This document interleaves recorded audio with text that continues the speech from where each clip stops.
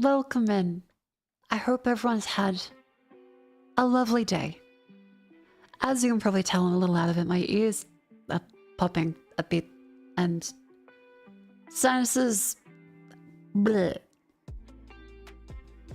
But I otherwise am having an alright day.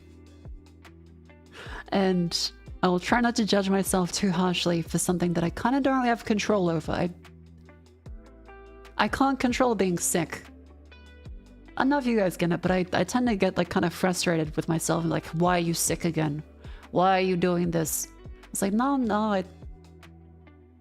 it's not a very helpful line of thinking. I didn't put like the bacteria particles up in my nostrils. I didn't choose to be sick. I would very much prefer not to be sick. Also, I didn't choose to have potentially low iron again.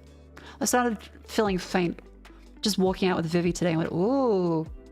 And things started like, you know, it goes like gray a little bit. You're like, oh. Have you visited a doctor? No, but I will. I have resolved to finally looking for a doctor. Which would be good, because blood tests are important. Especially when I have a couple conditions where it's like, yeah, I probably should get especially iron levels checked. So yeah, I will be looking for that. Has it become worse since you moved?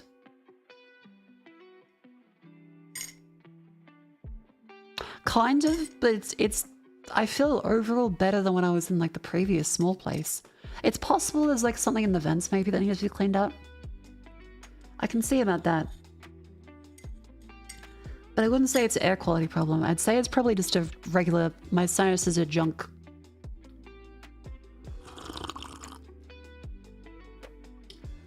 But of course, I should try and see and eliminate stuff that could possibly be a problem, like ventilation and that. Because yeah, if you miss the illustration, oh god, the fucking headphones. Ugh. If you missed the little tweets I did before, after the stream, I checked my little air gradient sensor. It has sensors for CO2. I want to say carbon monoxide. And I want to say other stuffs. Hang on. Carbon dioxide, particulate matter, volatile organic compounds, nitric oxides, and the reading was 1700. 1700 parts per million CO2, which was not great. Probably left my window shut a little too long because I don't want to bother the neighbors, even though I'm not that loud. I feel like bothering the neighbors is something I don't want to do, as I'm sure they're very lovely. So I'll probably, as I take breaks, I'll probably try and open the windows a little bit. Your room is huge. How do you do that? That's the thing, which is kind of befuddling. This room is gigantic, so I don't get how that's happening.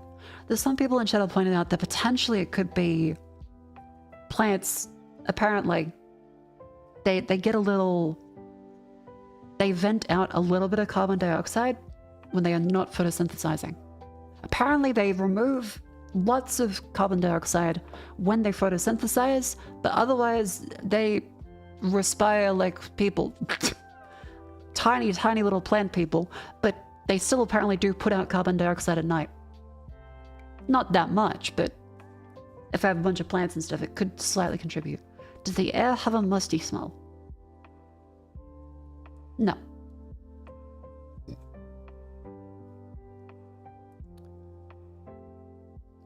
Huge rate CO2 to lower 30 times plants the same mass. Yeah, I don't think the plants are a problem. I think it's just probably being sealed and me breathing heavily.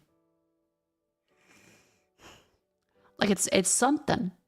Scientifically you'd account for it, but it'd be tiny.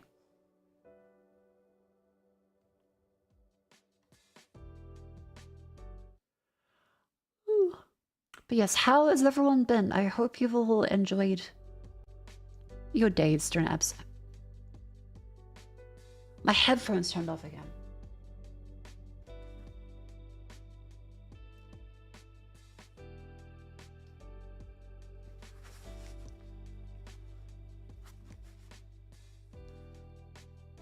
I was wondering why I couldn't hear anything. Headphones turned off. I think there might be a little end of life. But I've gotten a decent amount of time out of him, so that's quite good. Unless near a window or something to get fresh air once week 3 and drift upwards. I make sure to let everything air out quite a bit. So during the day, I'll let the sensor air out so it goes back down to 400. Because apparently the sensors do like a rolling calibration where it needs to be back down to 400 and it's 2-week average. But like every day I make sure to open it up and it goes back down to 400 over the course like a couple hours.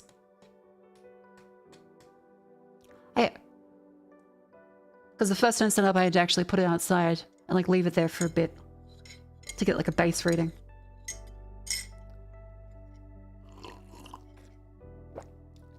Bored out of your mind. Can't decide what to play. That's very fair. I'm trying to think of what I need to play then as well. I'm not sure, but I'll play something. So what plants are the air producers? Kind of. I still need a... I'm not a botanist. But apparently, yeah, they remove tons of carbon dioxide. But they still only do that when they're actually photosynthesizing, which is the whole where they get the energy from the sun and they make the green, and that's when they generate oxygen and take in carbon dioxide. But other times they do put out carbon dioxide as well, because plants are also like living carbon things, just like us. They don't poop. Well, apparently they might poop, but not in the same way that we do. I'm not a botanist. Plants are cool though. Had a very week, very productive, finished art project. Hell yeah, congratulations. Good job.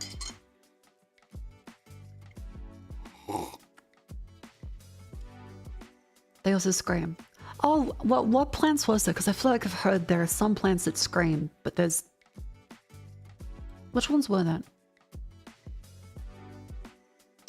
Yeah, yesterday we went through a big shopping trip. Went to like one of those nice big open areas that has a ton of like home shops. We did like the big loop-de-loop of everything. We're like, okay, I want to go to the bed store. I'm gonna go to the furniture store. I'm gonna go to the other furniture store. Another bed store, except this one has no beds that are good. And every time someone comes in like, hello, may I help you with something? You're like, no, I'm just looking. They go, we have a 20% off sale if you get a 3-year membership. Nope, I'm good. I'm just looking. Not really particularly interested in like the tiling. Kind of thought this would be like rugs in a flooring store, but I now see that it's just like flooring like The Sims. Okay.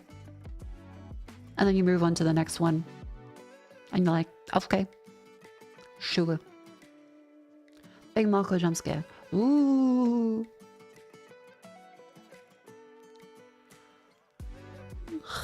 Plants in oxygen because the cells respire like ours need to use ATP. They have mitochondria too. The mitochondria truly is the powerhouse of the cell. Why is my Stream Deck using 7% CPU again? I don't know why it does that.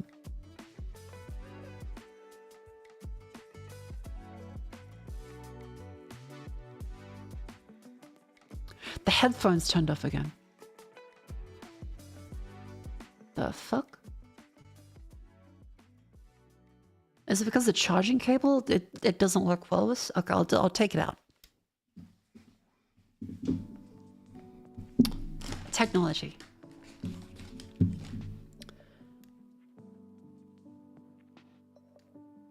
Okay, it's back. Yippee. Technology. Hey, loss protection agents, standing for welcome and decisive. Oh yeah, it's very annoying whenever you go to a supermarket. And I get it, they have to justify their existence. But usually, it winds up being someone really old, really young on the checkout that has to come over and like wave their little card in front of you. And they say, oh, did you scan it properly? Yes, I've scanned it properly. The machine is stupid. You have 7 different camera angles on me. Surely with one of them, you should be able to create a fucking high-resolution LiDAR image of my butthole at this point. You should know exactly what I have in my cart. You should be using millimeter wave scanning to replicate my cells. Nuclei by nuclei. There's no way that you need like a 14-year-old to come over and say, did you put 2 yogurts in or 3 yogurts? It thinks you put in 2, but I'm not paying for 3. And then you try and go down to there at the end, and it's got like the little roller door things that end up like fucking crippling someone by shutting on them like it's the Nutty Putty Cave. Apparently the Dutch have to show their receipts to it all the time. In Australia, everyone's fucking sick of them. Like, I feel like ramming it with a trolley. They have sisters reminding you items stealing a trolley, and that pisses me off because if you go to 2 separate stores, you end up having items in your trolley. You're never just going to go to one store, because why would you? You're going to be in multiple places in a shopping center. That's the kind of the whole reason why I'm not just on Amazon right now. And so you have to go through and say, nah, the bag that says Aldi is Aldi. And the one that's from a shoe store is shoes from the shoe store. It's not from Coles, the supermarket. But it'll also go, beep, beep, beep, beep. Unscanned item in trolley. Beep, beep, beep. And he goes, I want to get the fuck out of here. I've got like 7 items. I want to leave. And it'll still just scream at you the whole time. And then it'll have the audacity to double the prices next week. But other than that, my shopping experience was quite lovely. Like everything except supermarkets, wonderful.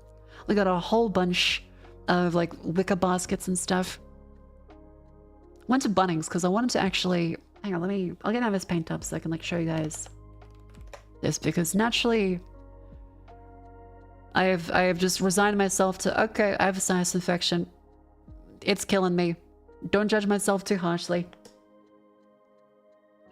But writing things down keeps me, you know, on track. Ah, I missed my angry Mako crash-outs. Happy Thursday, actually the 4 months, and no, I'm not that angry today, actually. I feel quite chill. Mostly just... I'm trying to not be too, you know, grumpy. So yeah, like the big shopping trip yesterday.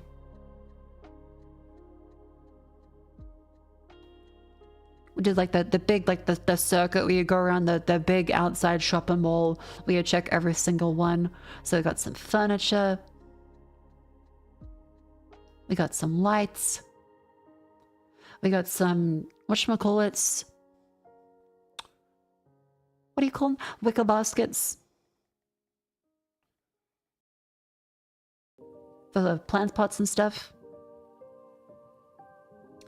And the one thing I actually want to get from Bunnings. So we go to Bunnings, right? Which is our hardware store. And I wanted to get that big shelf. The big shelf workbench. As an interim to see what I need. Because it'd be $300, which is a reasonable price to pay for a big workbench and pegboard. I go there, it's not in stock. It says it's in stock, it's not in stock. And so I think, shit, guess we'll look at other stuff then. So I get a whole bunch of wicker baskets, whole bunch of lighting stuff. I'm like, okay, I didn't get the thing I actually wanted here. Bugger. And otherwise, we go around looking at furniture. We go to like the bed store. And I finally found something which kind of does look like the frame I want. I found a frame that is actually wood. I found a frame that has a gas lift. And a headboard with storage. So you can actually put stuff in the headboard and on top of the headboard. Because naturally, if I can't hang stuff on the walls, it's kind of nice to have some just like rested against the wall. Is the frame indestructible? Probably not, but it looks quite nice. Like a garage style one? Nah, it's like one of the... I honestly don't remember what the fuck the bed place was called. No lamp? Oh, we did buy a lamp. We looked at the place and then decided to pull the trigger this morning on the lamp. Ordered online, get that shit delivered. Could barely fit my side table in the car. Turns out, this made in India fucking thing, the box is easily 2 to 3 times the volume of the actual little side table in it. It's wood, it's solid wood, but I could have just like taken it out of the box and not dealt with the huge fucking meter by 1 meter box. But yes, finally, I have now gotten a bed frame. Chat, you will be happy to see if I get it up.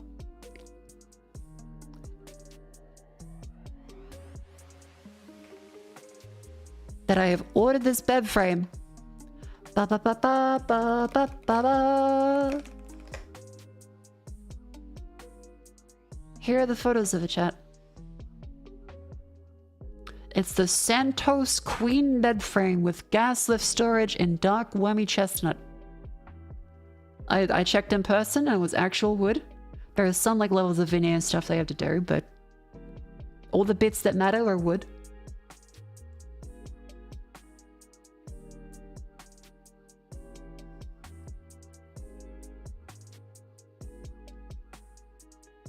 Let me get the fucking images up.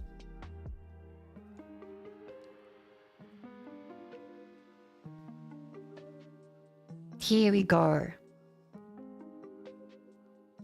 This motherfucker, look at it. Wood. Gas lift. Storage underneath. Look at that. Gorgeous.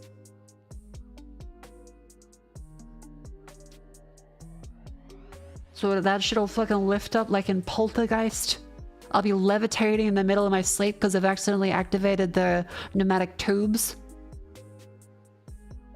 The only downside, chat, is that it's coming on 9/11. The only available stock was 9/11. So I got like 2 weeks before it's on a plane.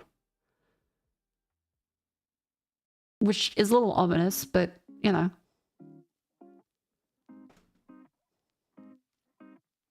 Yeah, hopefully I didn't deliver 2 beds by mistake, but yeah, I'll have my bed frame there. I'm also paying for assembly because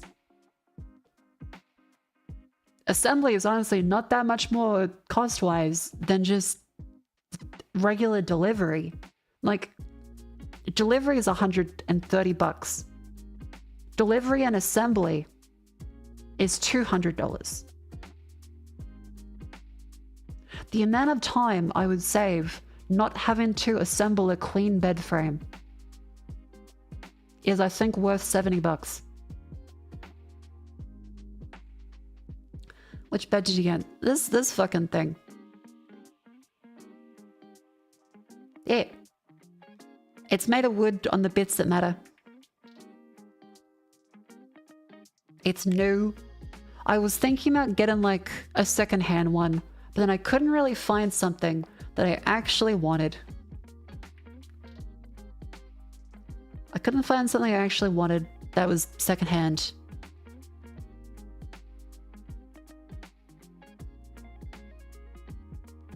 Yeah. Also, like, I can see first time chat, exclamation Discord.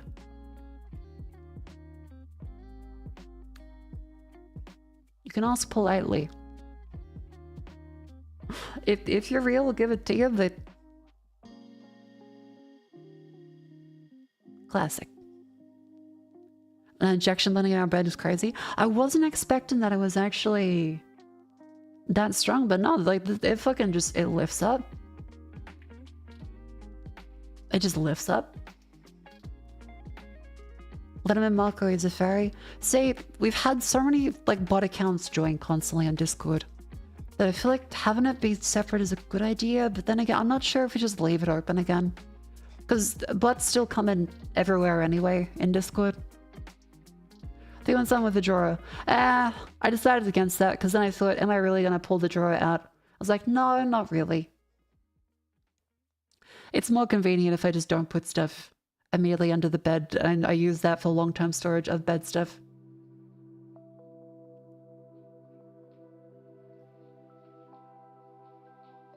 Plus, if I didn't end up actually buying this, I would probably have deliberated for at least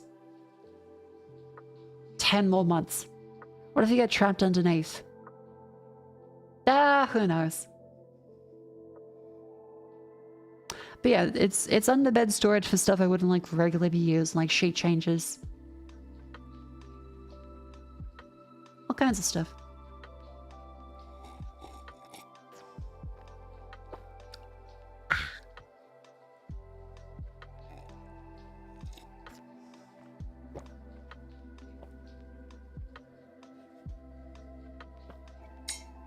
What do you spill sticky Mountain Dew under it? I don't have Mountain Dew that often for that to be a consideration, but it could be a consideration. And Kafka Draws, thank you for the raid. Welcome in. How you doing? Thank you for the raid. I'm just mentioned that I finally bought a bed frame. Chat can I was in Lena's chat today when she was watching some videos, and I kept getting asked from random people in chat, have you bought a bed frame yet? And I had to say, what the fuck? Come on. Now of all times? But yeah, this is the one. It'll be shipped on 9/11. Yippee. Mark with a Mel living space? What do you mean Mel living space? I got this shit out the wazoo. It'll be bed frames. Look at my fucking... If I could be satisfied with like a mattress on the floor, a PlayStation 5 and a TV, I would, but I'm not. It doesn't fulfill my soul. Instead, I'm now like, how in the fuck do I match this table with this plan and this thing and the overarching big fucking lighthouse base station? Yeah, because I went through, got some nice little wicker baskets and little pots for some of the plants, change them around. I don't know how I make the base, because I've made it not so wide because it was kind of fucked. Put a lampshade on it, but it doesn't work then. Yeah, I would like a painting up there, but I have to beg the landlord.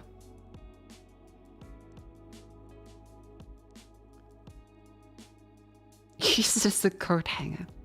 There's something, okay, because currently, have I posted what it currently looks like? Give me a sec.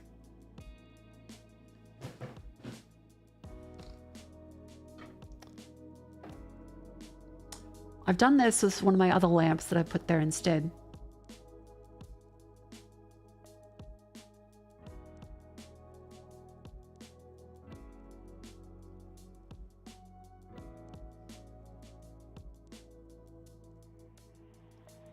One second, let me put it down. You'll see what I've done with the place. You beg your landlord for paintings? Unfortunately, in Australia, yes, you need to ask for permission to hang things. We truly live in a very sad society.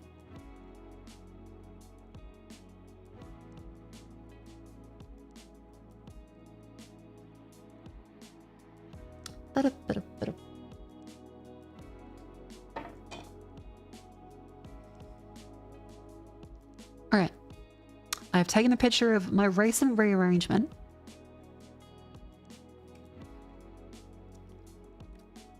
Which looks like this. In Victoria, you don't have to ask for permission, just make sure you don't leave nails and holes when you leave your rental. Yes.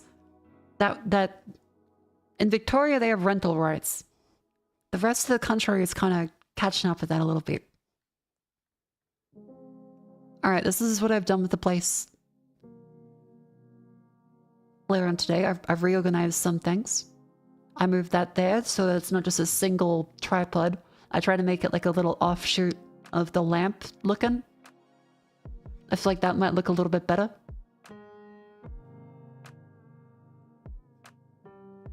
I don't know. Mako going through an interior decorating phase. Yeah, I was, you know, journaling, writing down in my diary today. For the first time. Certainly, it's a mental health thing.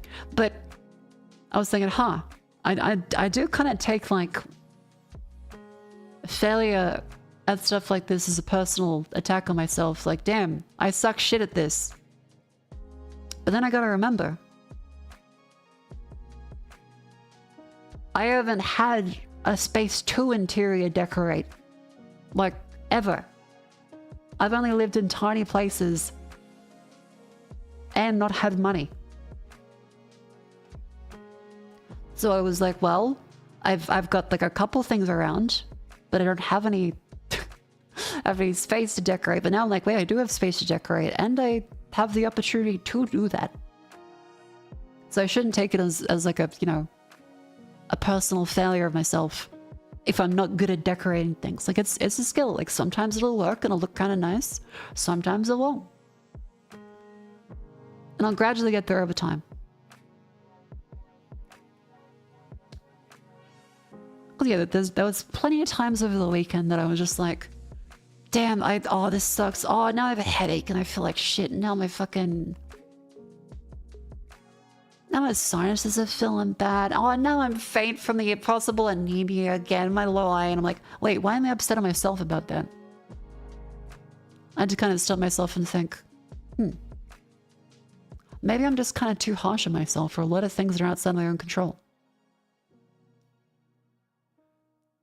And I remember literally everyone has always told me that constantly all the time. I am constantly way too harsh on myself for things that I didn't do. And I can't really be at fault for. Like there are plenty of things I should, you know, take responsibility for. Exercise. But not knowing how to decorate or getting sick is not my fault.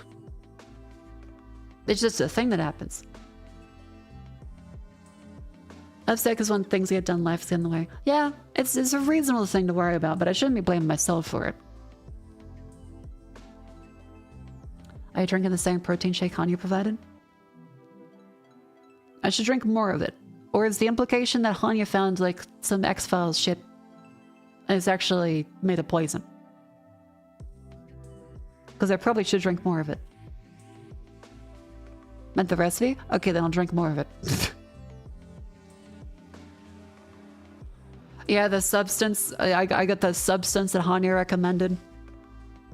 Every few days, Morphin to Mako. Other days, back to paid actress.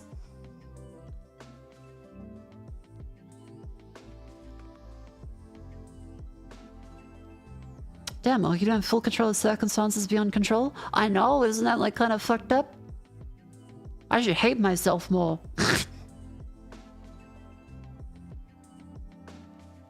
Ugh. But yeah, other than that, let's see, what else is there? I got my things written down.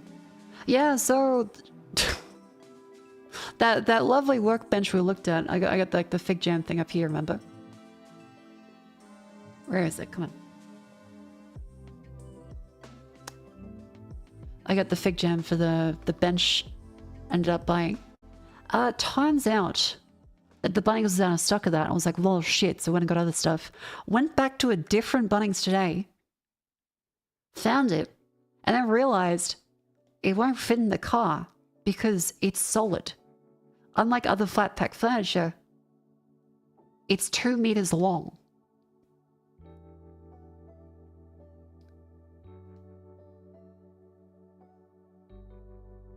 So we were just standing there and went, oh, well, it looks very sturdy. The box weighs like 50 kilograms. We can't fit that shit in the car as is. Like, we'll have to try again another day. So, bugger. Yeah, we'll have to rent like a fucking ute again. Because then I looked online, I was like, okay, Bunnings, how much is it for delivery? Delivery is $90. They want $90 to deliver this. You can't disassemble it. That is disassembled. The box is this big. Granted, it's better than it being like fully this size, but these beams are like solid, which is impressive, but goddamn. You can fit that in the car? Maybe. Like, let's just see if we can put some more seats down. But with Vivi in the car today, we're like, yeah, no, we probably can't fit that as well with like 3 of us in. Car with open windows. I don't think so. Have to try another time, maybe. But yeah, delivery is like $90, so that's out.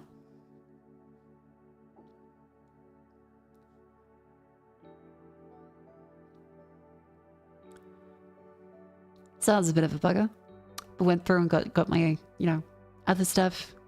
Do I have a list of things? Yeah, so this morning I got one of these rugs. So I looked at this, I'm like, this fits me. This rug is very me. I'm gonna put this in my reading area. And it's gonna look lovely. Yeah. It'll be good. It's browns, reds, oranges. Do you want to get the Joel shelf? The Joel shelf is something that I have to wait for because they're out of stock for a while anyway. And I had to think, okay, do I really want a $1,500 shelf? Maybe. But I'll see what my needs turn into. Now, granted, I did, you know, just buy a really good bed frame. But this is something I've literally wanted for months. Everyone has said, how do you have a bed frame yet? And it's one that I've actually seen in person and been like, yes, this is really good.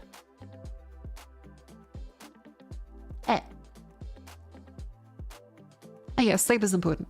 This is for mostly organizing like the little corner of shit that I currently have of just piles of technology. Room for next to human? No, so, okay, that's the thing with like a queen bed. You may assume that on a queen bed, it's like this, right? You have stick person and stick person. This may be intended. However, I will use it as so.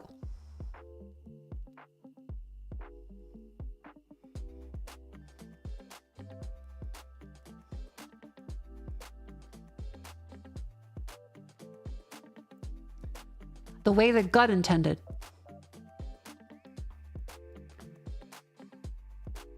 So yes, it is true freedom to have a queen bed. I am very happy. No cat? The cat's come a couple times, but then they farted and left right after. It was a good brief hug. Her greed sickens me. I'm not sure if I'm able to share a bed with someone. The few times I've tried, I've been, this is uncomfortable. Sorry. It's kind of a romantic notion, but then you have to consider that like sleep is hard and we've improved sleep acknowledgement over like the last 50 to 100 years. We kind of accept that people have different sleep needs now.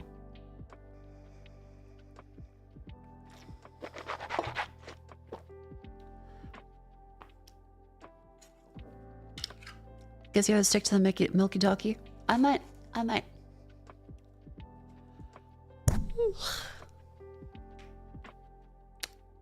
Oh, sorry for the boing. That's something else I need to consider as well. Is one upgrade. So urgent upgrades for stuff that I've been putting off and I know I need to get. So the criteria for this is I know it's necessary. It's been months. And I still think it's necessary and everyone's saying it's necessary. Is a microphone shock mount. Because yes, I still have, despite the fact that I've been decorating the room in a very nice fashion, I have this big mood board and ideas of like, ooh, I really love this aesthetic. And I love these plant arrangements and stuff for couches. This is great. My microphone is still mounted on an IKEA chair with no shock mount, so it sounds like this.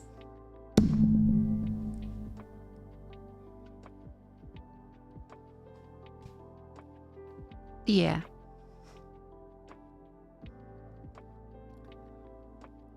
So I kind of gotta...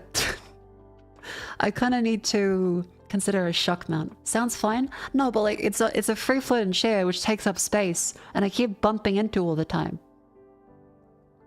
Plus, I use the IKEA chair for people like actually sit down on.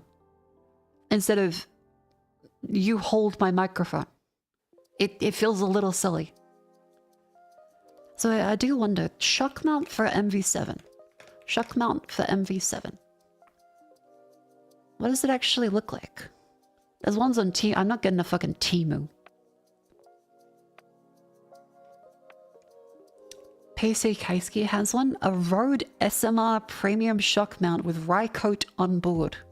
What does that mean? Who is Rycote? Because this is the microphone that I have. It's this one, the Shure MV7. So I need a shock mount for that.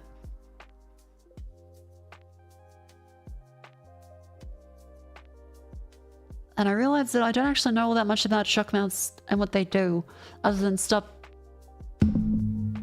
that from happening.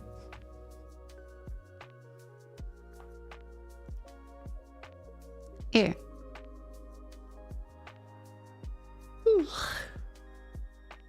Shock mount deep dive imminent? Okay. Because, okay, looking up the stuff.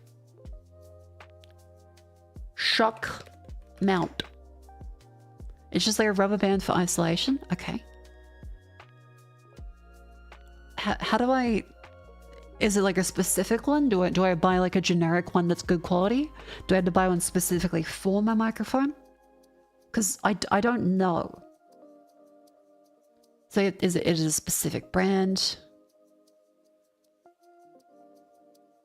Or is it like a generic high quality one? I've never seen a shock mount for MV7. Well, you should, because like, if you mount it to a desk, it sounds like this. But with every mouse, observe, I will use my mouse on this.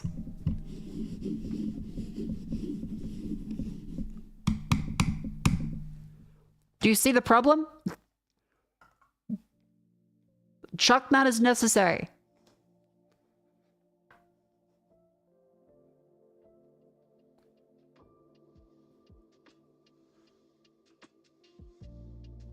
Why does it sound like Doppler? I don't know what Doppler is.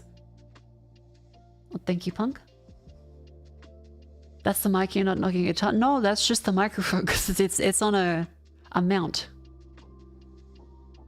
Okay, they can be mounted. Thank you, Punk. Thank you, Punk.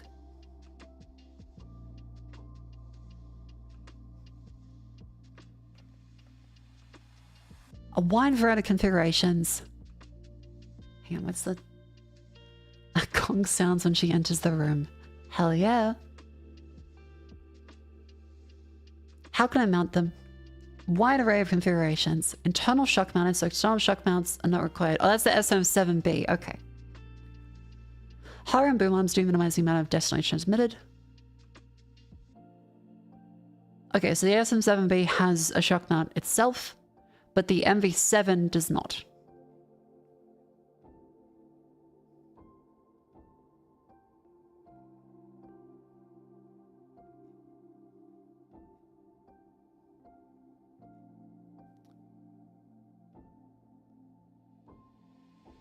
Okay, that doesn't help with choosing a shock mount, but thank you, sure.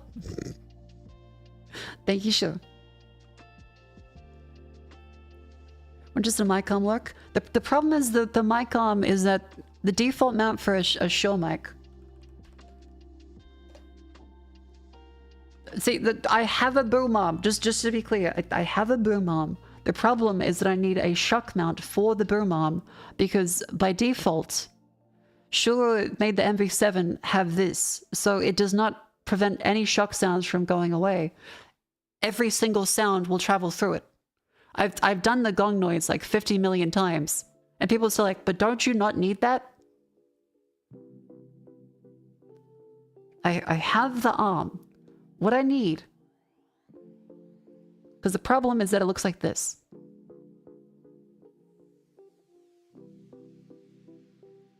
It's just a boop. And then this bit goes down to the arm. What's missing is that it needs an actual shock mount. So that every sound does not travel up it like this.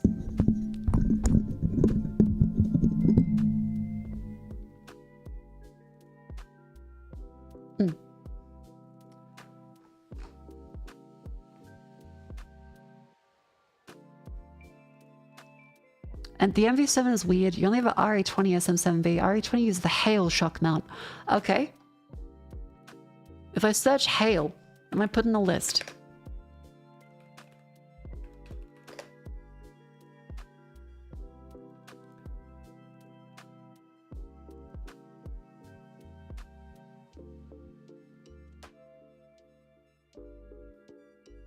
Hail sound. Okay.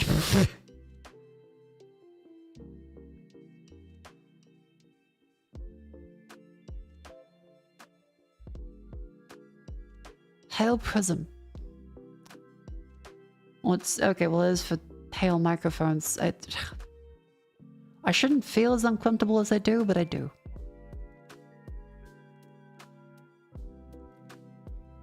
Yeah. Sure, MV7 recommended shock mount, because like looking at the brands, they're a little befuddling.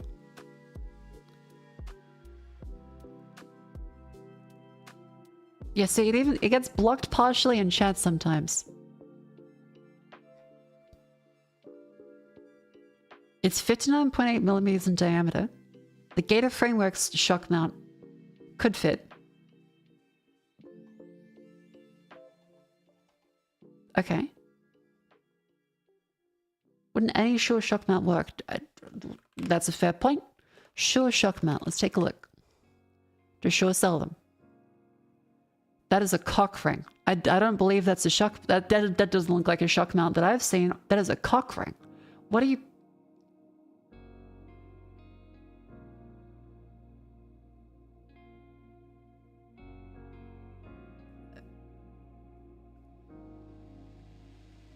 How is that a shock mount?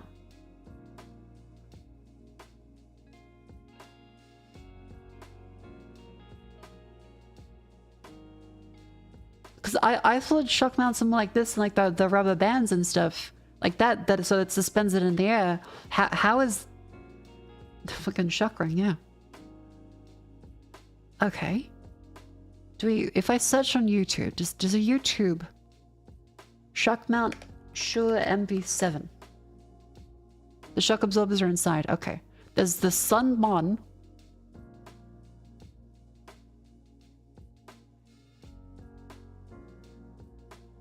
Andy Gank.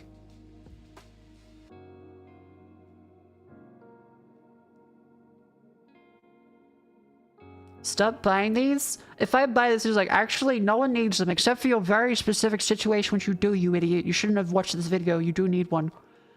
I will be a tad annoyed. Because every time someone says, stop buying these, it ends up that I end up being in the situation like, actually, yeah, you kind of do need one. Welcome back to Dark. It's 4 minutes long. That's worth watching. It's not that long. Corner Studios. My name is Aiden. Let's take a look. Today, we're talking about... Why? Why is it an auto-generated Hindi? About shock mounts. Do you need one? What are they for? Why would you need one? And are they a gimmick or great? Let's find out. So what do you do?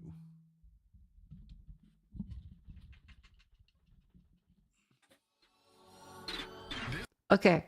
I can't do that to my microphone because brace yourself, it'll sound like this.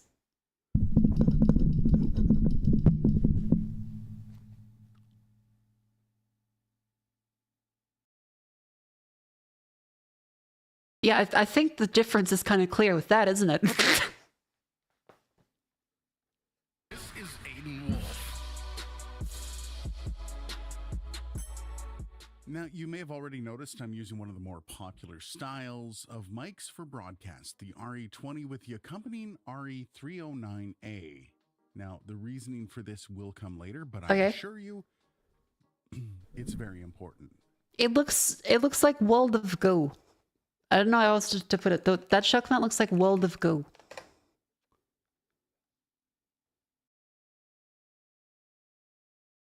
Why does it look like that? So shock mounts, what are they for? Well, the idea is simple. It suspends the microphone capsule away from the rest of the structure, which would be the mic arm, which is connected to a desk, which is sitting on the ground. The elastics keep it suspended so any kind of movement is dissipated before it reaches the capsule. Okay, cool. Why is that important? Well, the capsule's job is to vibrate when hit by sound waves, but if it vibrates for another reason, it still registers sound. It doesn't really discriminate. So simple things like knocking on your desk, or even roadwork just outside your house can contribute a rumble into your recording. Oh my god, Yep. that sounds horrible. Well, you're right, it can actually sound horrible. So I guess shock mounts are the greatest thing ever. Video done. Well, hang on there for a second. A lot of that depends on exactly how sensitive the capsule is, and well, most mics Right. really aren't all that sensitive. I'm looking at you, SM7B. This is why a lot of condenser microphones come I have the MV7. The SM7B has all the shock mount built into it, remember? So that's why it wouldn't need one, because it has one already. with a shock mount, and it's a shock mount that you actually need to use just to mount the microphone to a boom arm. Uh-huh. Because they need it. Okay then, once again, video done. Hold on, we're almost there. So some mics need one. Well, Yep. what about the ones that don't? Well, some mics have them in the actual body of the mic. Cool, Shure okay, does there, that with the okay. Vtuber mics, and Rode with the Procaster and Pod mic. But then there are a lot of other mic companies that offer Why is this thumbnail title? Stop buying these. shock mounts as an extra. The Neumann TLM102, as well as Aston mics. And probably the biggest offender, this one, the Electrovoice 309A. Now this is one of the most ridiculous for one massive reason, as it costs well over $100 and makes almost no sense in every situation. So you see, most mics aren't sensitive enough to pick up random vibrations coming through your house, and frankly, if the issue is you banging on your desk, well, maybe just stop doing that.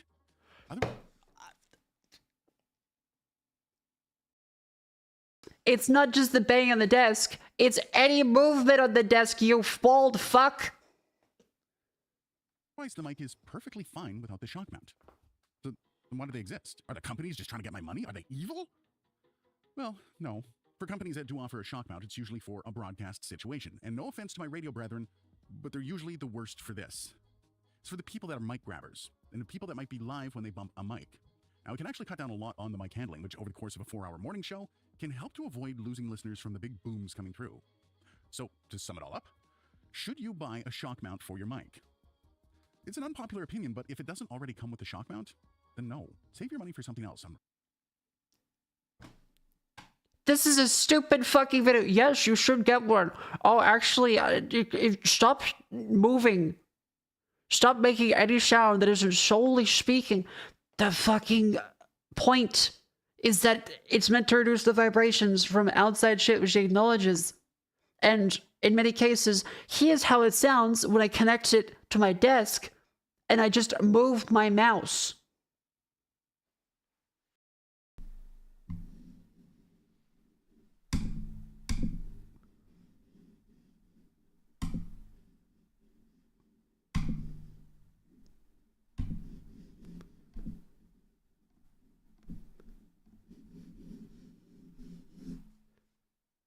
That's just moving the mouse.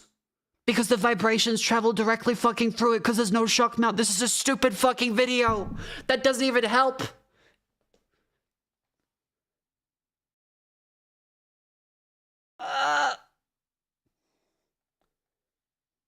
This point is in a recorded situation, you might not need it for that, but every single time I have talked to anyone that does recording and post-processing, they say, please give me a clean recording. Please give me a clean recording. I will kill myself if you don't give me a clean recording. If there's any background noise in it, please redo it. I will kill myself right now.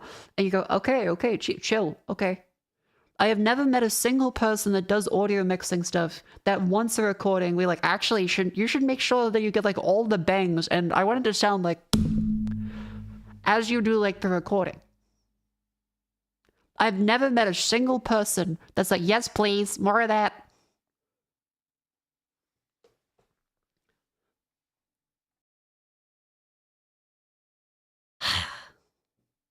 It's clickbait, silly stuff.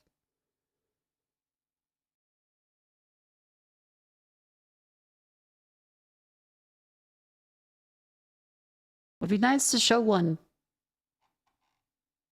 That is just how's the shock mount go? How do I stop the sounds traveling directly through the fucking... Because for the record, the Rode PSA Plus, that's the boom arm that I have currently. This is what I have currently. I need a shock mount because the MV7 doesn't have an internal shock mount. So it picks up literally everything.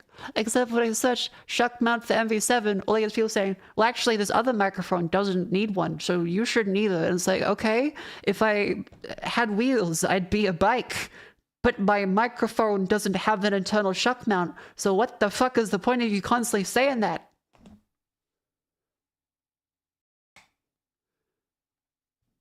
I am very annoyed at every YouTube result being complete clickbait dog shit now.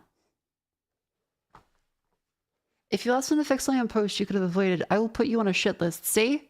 Anyone that does mixing will kill you. If you say, well, I decided to not spend $50 on a shock mount, you can just like fix that in post, right?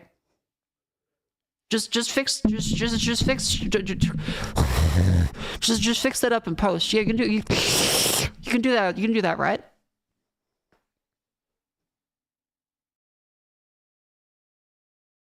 They will kill you. Like public execution.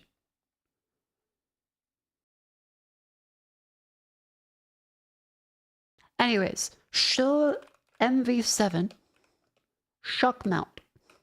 Just one that'll fit. Just one that'll fit. Just tell me when that fits. I don't want Temu. I don't want... Why is it eBay? Why is it eBay and Temu and AliExpress? Sponsored? Fuck you. God damn it, Google. Why are they like this?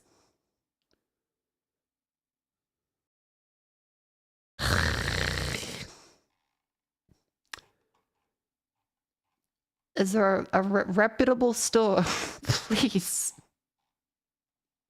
Why is there nothing reputable? On stage, my 30. Okay, we'll take a look. I'll put the background music back on.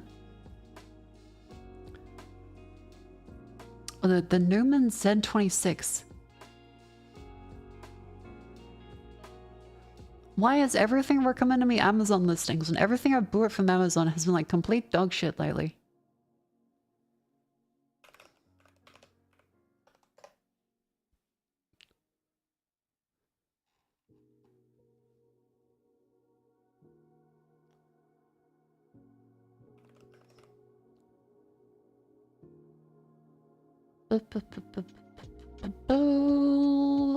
Come on.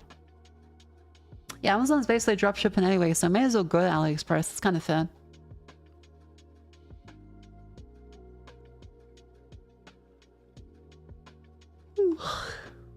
Alright, so looking up the on stage my 30. There's a shock mount there. Is it just from Amazon? Because it is a US store. Can you join the Discord? Are you cool?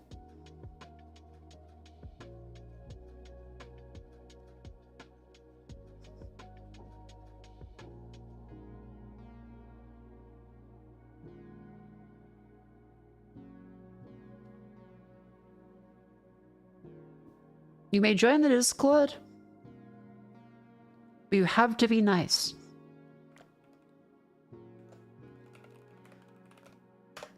I'm gonna go out on a limb and trust you, L_Malo_99 first time messages. But if you message people and say, hello, I've gotta sell you a graphics toolbar, I'll be disappointed. But I'm gonna trust that you're cool. I am a good person, don't worry. Hell yeah.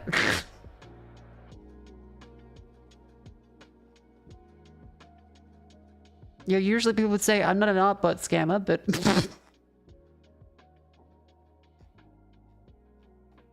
Fair enough.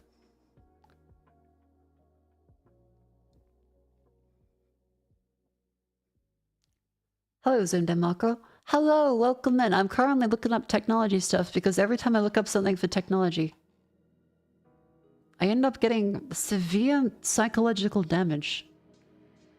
I mean, I'm still more chill than I, kind of expected to be. I'm feeling quite okay. I hope you guys are still enjoying the apps.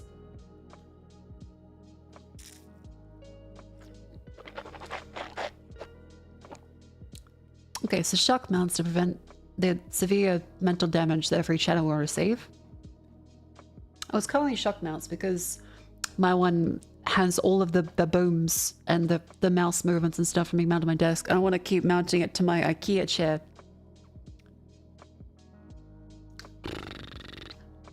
And Finding Australian stores quite good. Did Google like remove all the Australian stores from the listings?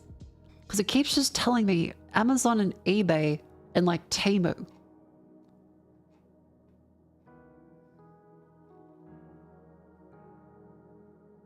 Okay, the store DJ website is refreshing 50 times.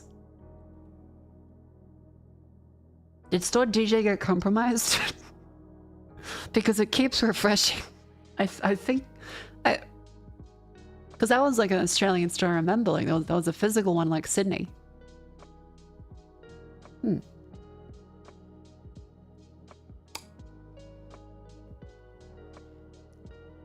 Still up on your end? Okay, maybe it's an extension or something. Oh, it's also the ad break. Chat, it is time to stand up and stretch. Get up. Move your limbs.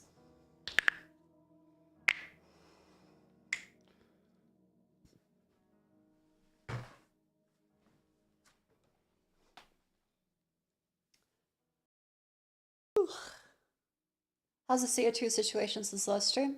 Oh, we're up to 900 right now, so maybe.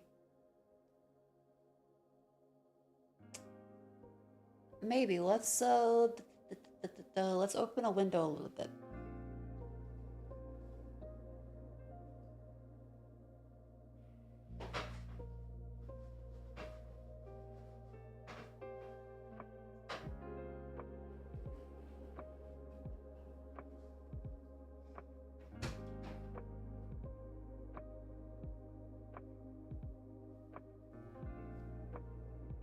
And during the ad break, I'll let that air out a little bit and be kind of quiet.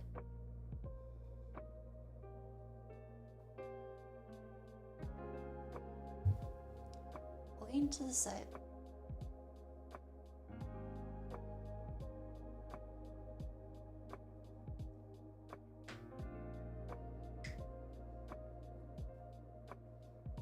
But Dutch lifting. Aries and ease. They breathe some cold, fresh oxygen.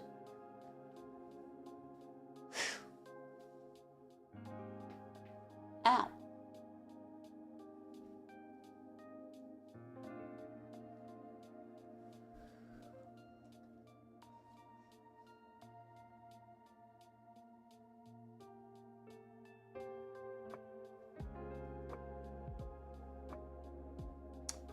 Also make sure to do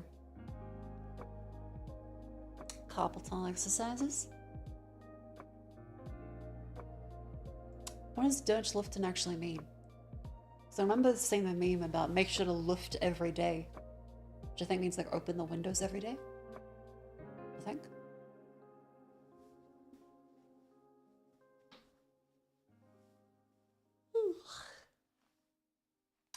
Bend the knees. Ooh.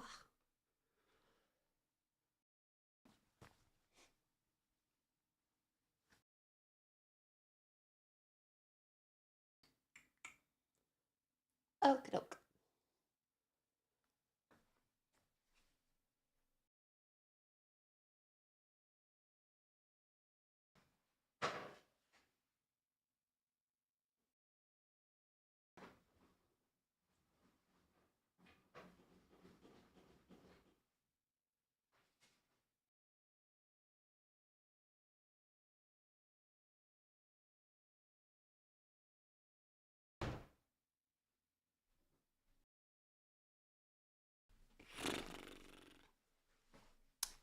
John Flanagan. Okay. MV7 doesn't appear an official shock mount for it, so you're probably gonna get a universal one. It's really funny that they decided to put an internal shock mount in the SM7B and then just not sell even an external one for the MV7. Oh yeah, and then also make the software really shit a second time on PC. That's honestly the main reason why I decided to get like the XLR input for it as well. Because the Shure software is not good. And they kept telling me I had to update and log in to download the application for my fucking microphone. Annoying. And rude.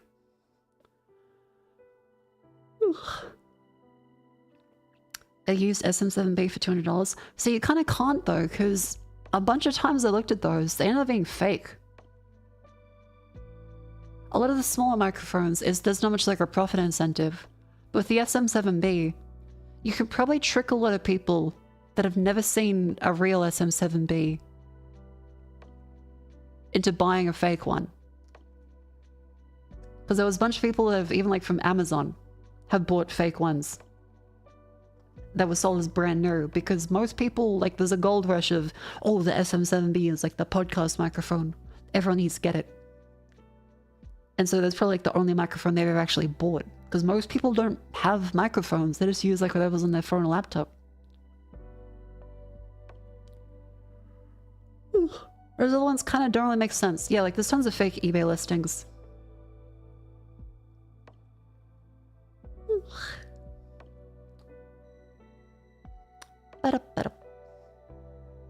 The TLM 103. I never heard of that one though. I'm not really an audio person either, so I would also get scammed, which is why I try not to buy from Amazon, especially Amazon now. It used to be you could buy tons of stuff from Amazon and be kind of just fine, right? But then every single thing I end up buying from Amazon lately is just kind of junk, except for very simple goods that are probably more effort to do badly than to do well for the price. What the hell is a tin can with a piece of string in it? I saw one comparison recently, which was like an Amazon wingnut versus just a place down the street wingnut. And it was the worst casted metal I've ever fucking seen for an expensive price versus like a really cheap 50-cent piece from a hardware store that was immaculate. Hang on. Amazon wingnut versus Mc something? Was it McNewman? It was some wingnut place down the street. And the quality difference was like insane. It's made me swear off for pretty much everything off of Amazon. Is a shock mount kind of simple goods? No, I would have thought no. I would have thought a shock mount isn't simple, which is why I'm trying to not buy one on Amazon. It's jarring when you order something that looks like 40k work tech. Yeah, because I was looking at a lamp, right? So we ended up buying a lamp from Beacon, which I know Beacon lighting is apparently not that good. There are people who say that the Beacon lights are kind of shit. And you know what? Fair. You're probably right. However, when we don't live in the 40s anymore, every manufacturer has gone kind of shit. And so we bought this lamp for our living room. The Astley floor lamp in brass with marble base and linen shade. This little fella up here. You see it, chat? Well, this one. And it's quite nice. I really like it. But I tried to look it on Google, and there is one that actually looks like this already. But sold from a very clear knockoff seller of the same brand. But then you zoom in on their photo, and it does not look anywhere near as good. There's one Big W who sells, and it's almost the same price. It's like 2/3 of it. But then you zoom in, and you're like, oh. Oh.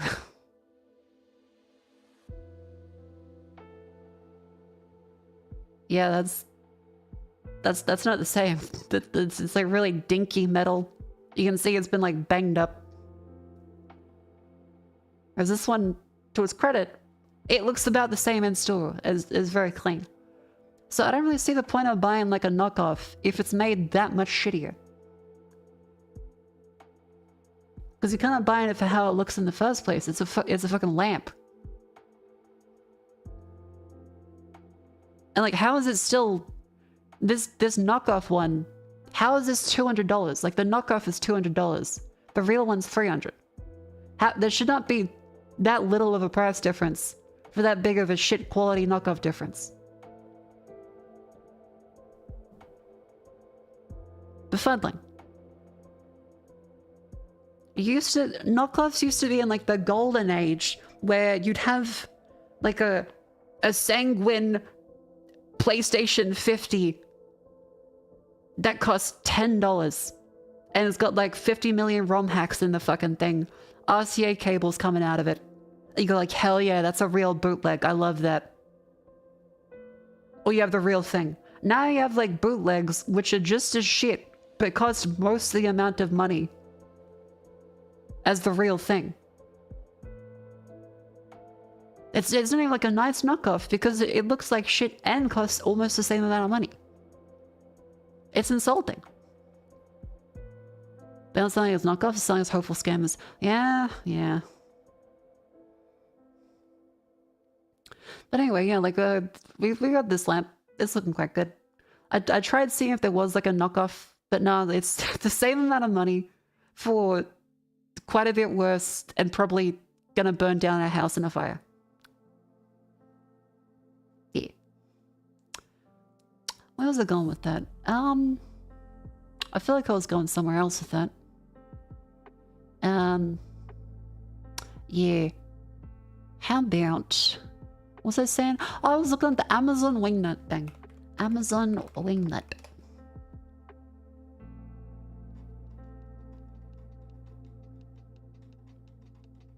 I wish I could find the tweet because it was like a huge difference in quality with Amazon stuff. Do I have it?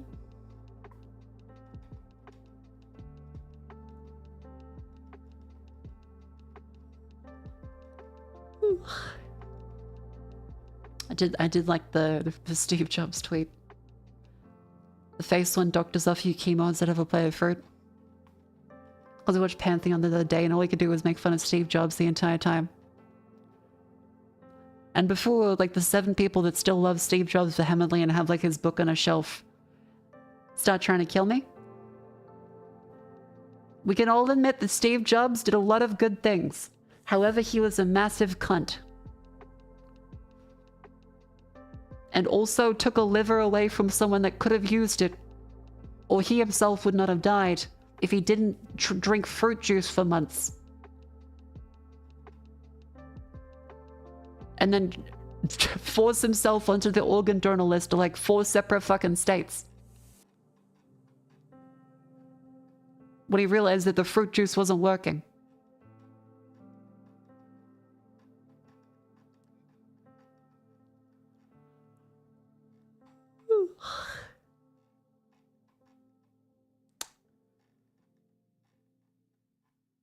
I can't find the Amazon like bad quality wingnut thing, so I'll just go back to looking for the microphone. Universal shock mount. Like if I go store DJ, does store DJ just work? Does it just work?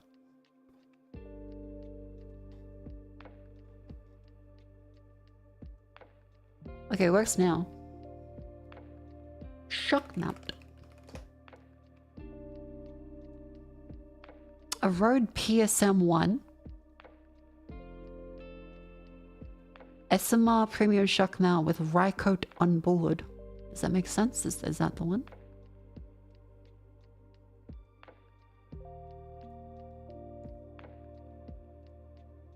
That might be the one. PSM1. Oh, that's for the Procaster or Podcaster? Is this one for everything? For large diaphragm condenser microphones. This is a MV7. How do I mount an MV7 shock mount?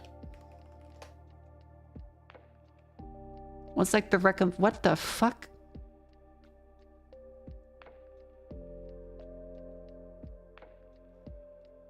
Chad, do I just buy a different microphone? Because I'm gonna be honest. This looks really stupid.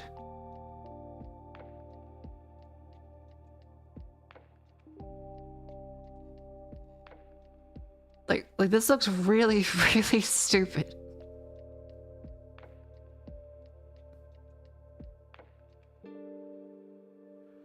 What the fuck?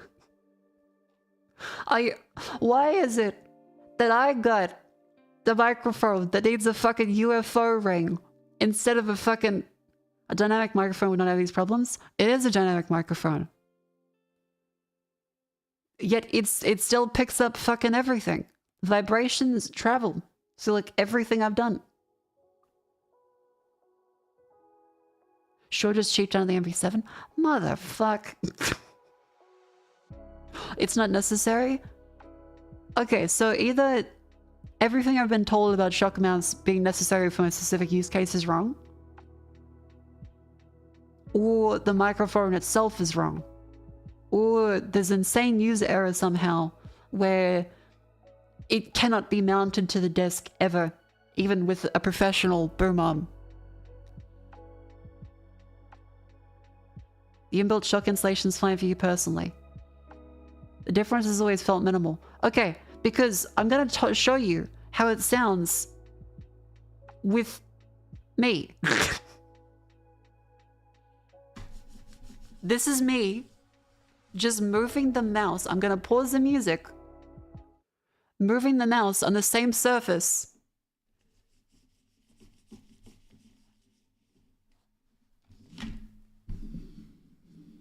That the microphone is mounted to.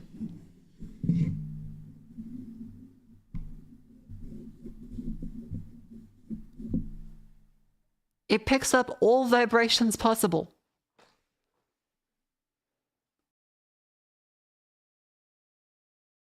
And I've tried multiple desks. This is with multiple arms. This is the same reason why I used to mount my microphone to a bookshelf. Is the microphone wrong? Because I was told dynamic microphones don't have this problem. Is this the case where I buy a fucking SM7B, like a podcast dock? Because I've always had to mount it to a separate surface. I was like, okay, is the shock mount meant to reduce the vibrations traveling through? And people are like, well, yes, but it won't. I was like, okay, how does that make sense? What are we working with? If you literally just put some thick cloth above and below the desk mounting screw to absorb the sound. I don't know if the physics works like that, but you might be onto something. I don't know.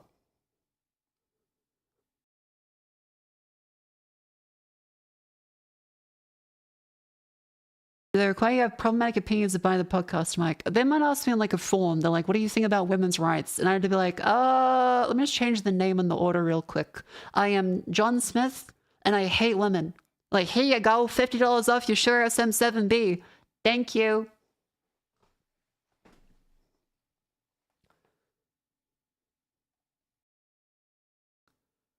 $25, try the Amazon UFO milk. Yeah, but it looks so fucking stupid though. Like, I could try the UFO mount, but this looks so fucking stupid. Like, come on. Isn't there one setting you can set to ignore background noise? No. You're probably thinking like noise cancellation, which like, that's an algorithm, and it fucks up your sound massively. Does it clash with the aesthetics of a room? I'm struggling to think of a room this doesn't fuck the aesthetics of. I mean, look at it. It's a fucking UFO.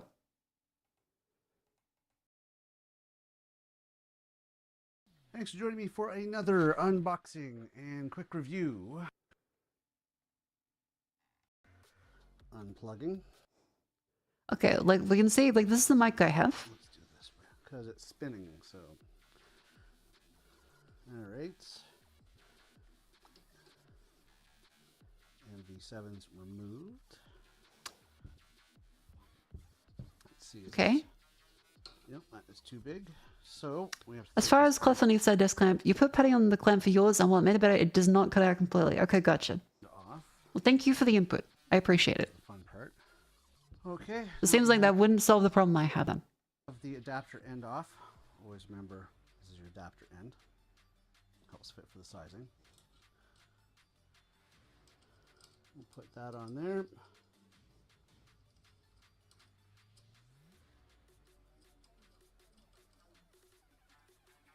Okay, that's on nicely. And now, of course, It looks so stupid though. Just put a blanket over it. Yeah, but like I have to stream. which end fits into where? I hope they do a sound test. Do they do a sound test? I hope so. Okay. So that. These two are going to go together. Why is it like this? And it is this end. Why can't you be normal? The actual mic stand. So, Why is every piece of tech I buy fucked? in there. Oh, man. Of course, going the right direction helps too. I posted a link. Shows review saying it's good for the MV7 mic. Such use on Amazon. Unstage, MY30. Okay, thank you. I'll put that on in the background. I appreciate it. Oh, man. See, this is why every time some shit says, Mako, you're overthinking your purchasing decisions. And it's like, actually, guess what? Your microphone specifically doesn't have an internal shock mount like the higher end models, and also never has an official one made for it. And also, the only one you have available is a fucking dream catcher that looks like complete dog shit. Alright. Now it is on there, as you can see. This is what I get for not getting an SM7B. I should have gone the clear lighty route of the first year of streaming, get an SM7B on and charge that to my workplace for COVID. End up correctly. Okay. Now if that has to go into there, then this has to go there. What the fuck? Probably have to do a little adjustment there. Why is it a Stargate? Okay. Let's bring that up and tighten that up a bit. Ta-da. Okay. It's not that bad. What do you mean it's not that bad? It's so stupid. Of course, your MV7 is going to attack. I have never seen a shock belt like this. It goes doot doot doot doot. So you can see.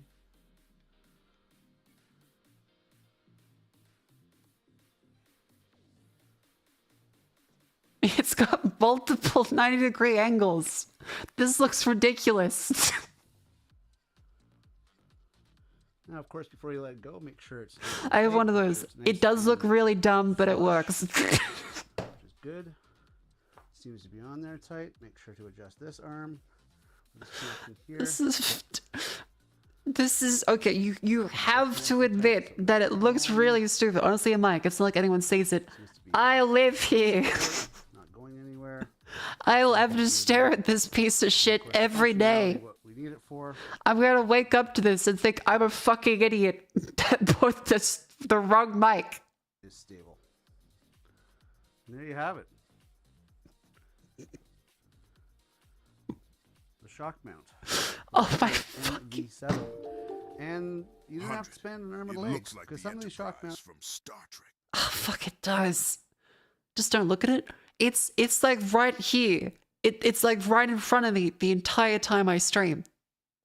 Let's go upwards in price, $50 over to $100. For what purpose? Okay, maybe a little better quality, but you really have to weigh the factors, especially if you're on a budget. This seems to Please tell me you tested. be doing a great job. It's sturdy. Time will tell. But hey, so How far, about so you good. tell? You tell Thank you for me. watching. Our You tell shock me. mount- Well, sorry. Our shock Time will mount- not tell. I will get the name brand and put the link in the description. That's what the with video shock and mount microphone is for. and quick review. Hopefully you enjoyed it. If you do, by all means, please comment, like, share. Ah. We appreciate it. Subscribe.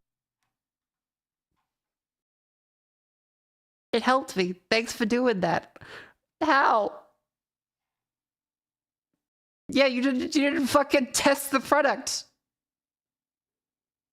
I mean, you're learning, but like, thanks for letting me know if it looks like that. I appreciate that, but like, I was kind of hoping you.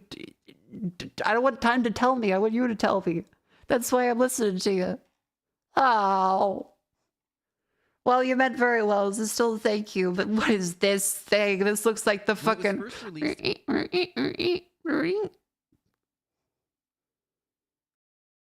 What is this fucking mount? What is that fuck? Oh my god. It looks like a new AAA announced game.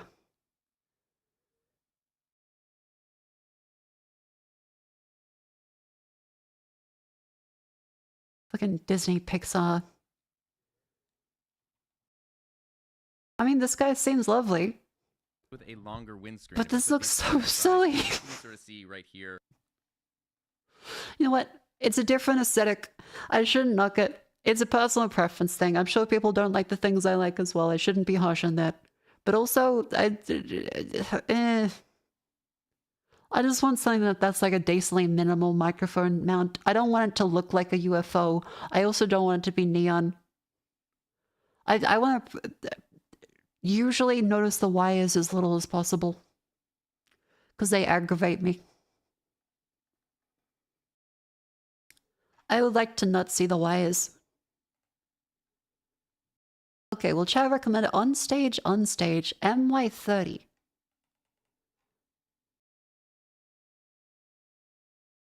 We have that in Australia. No. Okay.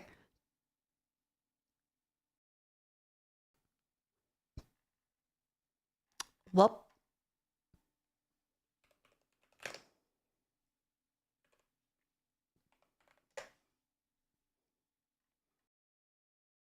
It will arrive if I order it now in November. I'm gonna lose my shit. Okay, sure SM7B, sure SM7B. I'm gonna lose my fucking mind. And the first results from Google are just actual scams. That like, this is definitely 100% not real. This is complete horseshit. That is a scam. You will be buying a fake microphone. That's not even the same model. That's a scam too. What does the internet come to? Every video doesn't help me. And every listing is fake.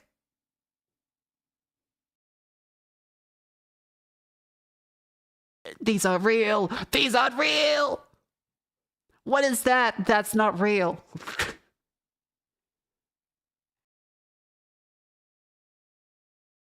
Okay, how much? Okay, the thing is, Dick Smith was a real site, but it got bought by Kogan, who...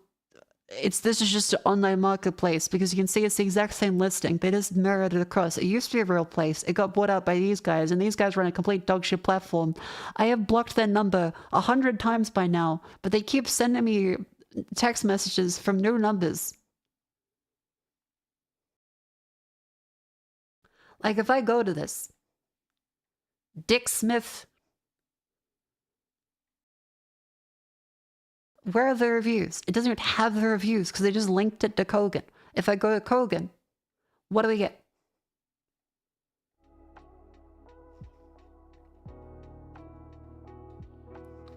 It doesn't actually link the reviews. It doesn't even link the reviews.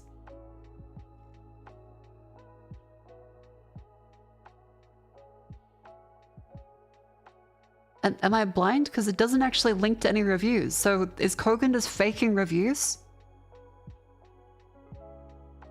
Because it doesn't show any.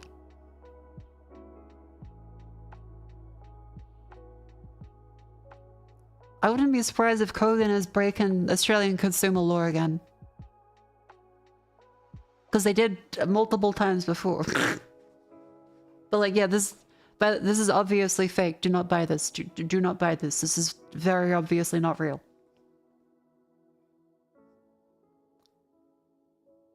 Yeah, like the whole marketplace thing is annoying because like I go to Bunnings because I want to see stuff from Bunnings, not the same listings from every other place that is fake. And they're like, okay, do you sell this now? Thanks. That's just what I wanted to hear. Okay, if I go to eBay, do they sell the...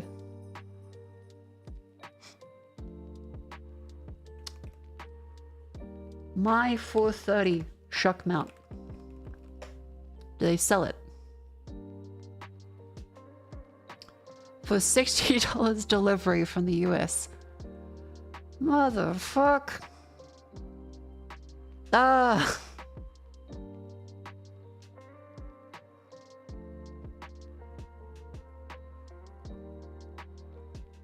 Is the solution just buy a different microphone?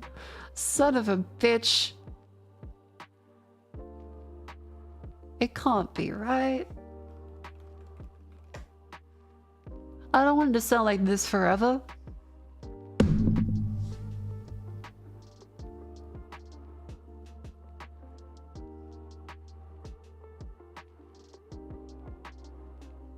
Oh. You got a lot of this tripod stand. I've already got a problem with too much tripod going on. That's my other predicament. Look at it. Sorry, that's Steve Jobs. Look at it.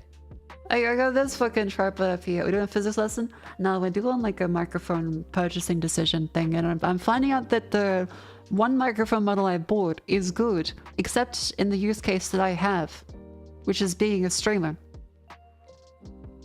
And they sell a model above it that has an internal shock mount, and they never released a shock mount for this one, and most of the alternatives that are available look fucking stupid.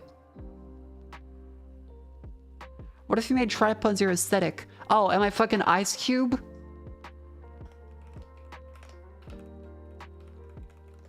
You want this to be my fucking aesthetic?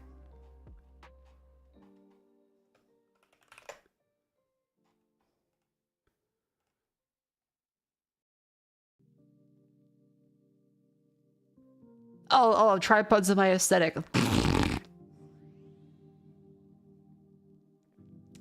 Starting to feel well, Mako. I suffer from chronic sinusitis and weather's changing rapidly, so I'm looking forward to being sick soon. My condolences, sinusitis sucks. I hope you do not suffer too much.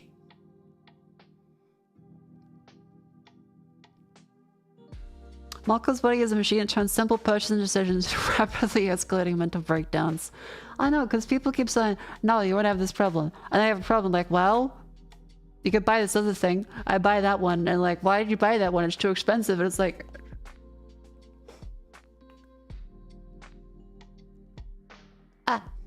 But it's okay. Okay, because like, I can't find any of the ones that Chance recommended actually for sale in Australia. That's my current predicament. How purchases retroactively cause the product to become... Yeah, like, I've rewrite history. I'm a fucking SCP. Everything I buy becomes unusable. And people are like, well, of course it is. You bought it.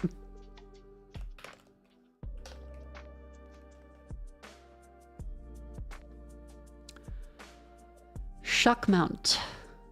For sure sells some shock mounts. They do sell some.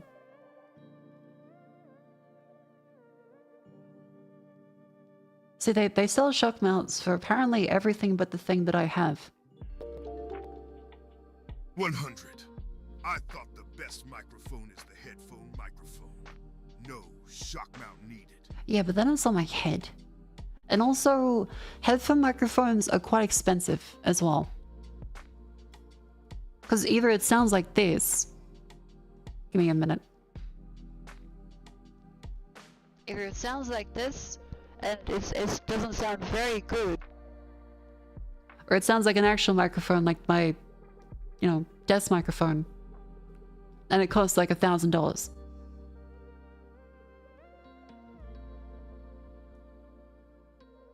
And yeah, like having it strapped to my head is just kind of annoying. Like that's my predicament. Is I deal with a constant annoyance, or I deal with constant annoyance. Because, okay, an SM7B, SM7dB, what's the D for? What's the D for? Don't. What's the D for? Sure, SM7B versus SM7dB. What in the fuck does that mean? D for dynamic? Wasn't it already dynamic?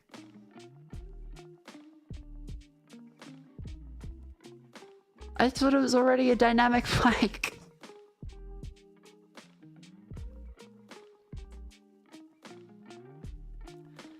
The SM7dB takes everything you love about the SM7B and gives it more onboard gain. What if I don't want more gain? I thought like the gain's something you're meant to control. Okay.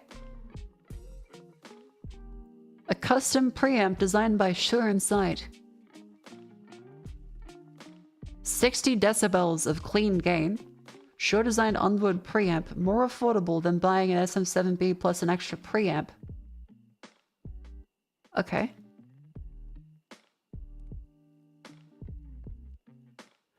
became streamers and content creators with a group of digital natives that didn't always immediately realize it requires either an interface with considerable juice or an inline preamp with plenty of clean game.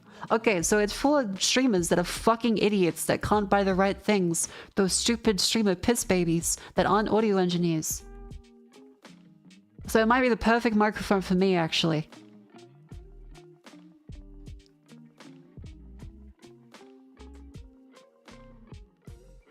Use the exact same internals as SM7B, it's slightly longer to accommodate the built-in preamp. Has the same sound signature as the original.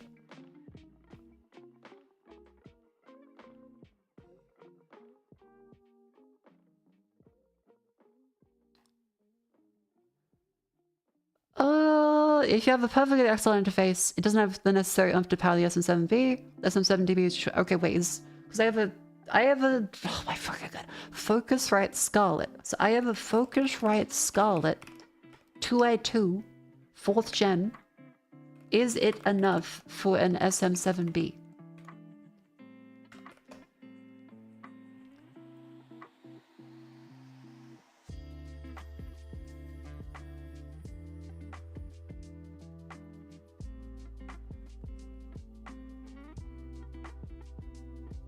Is that enough?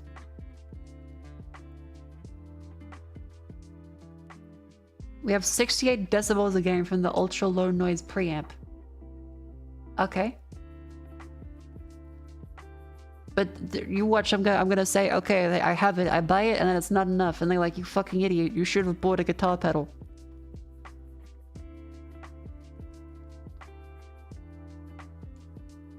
The Focusrite Skull will not run SMB7 great without preamp. Okay. Like there's a demo. You need a cloud lifter. See, you're making up words. Cloud lifter. What are you, fucking Saudi Arabia?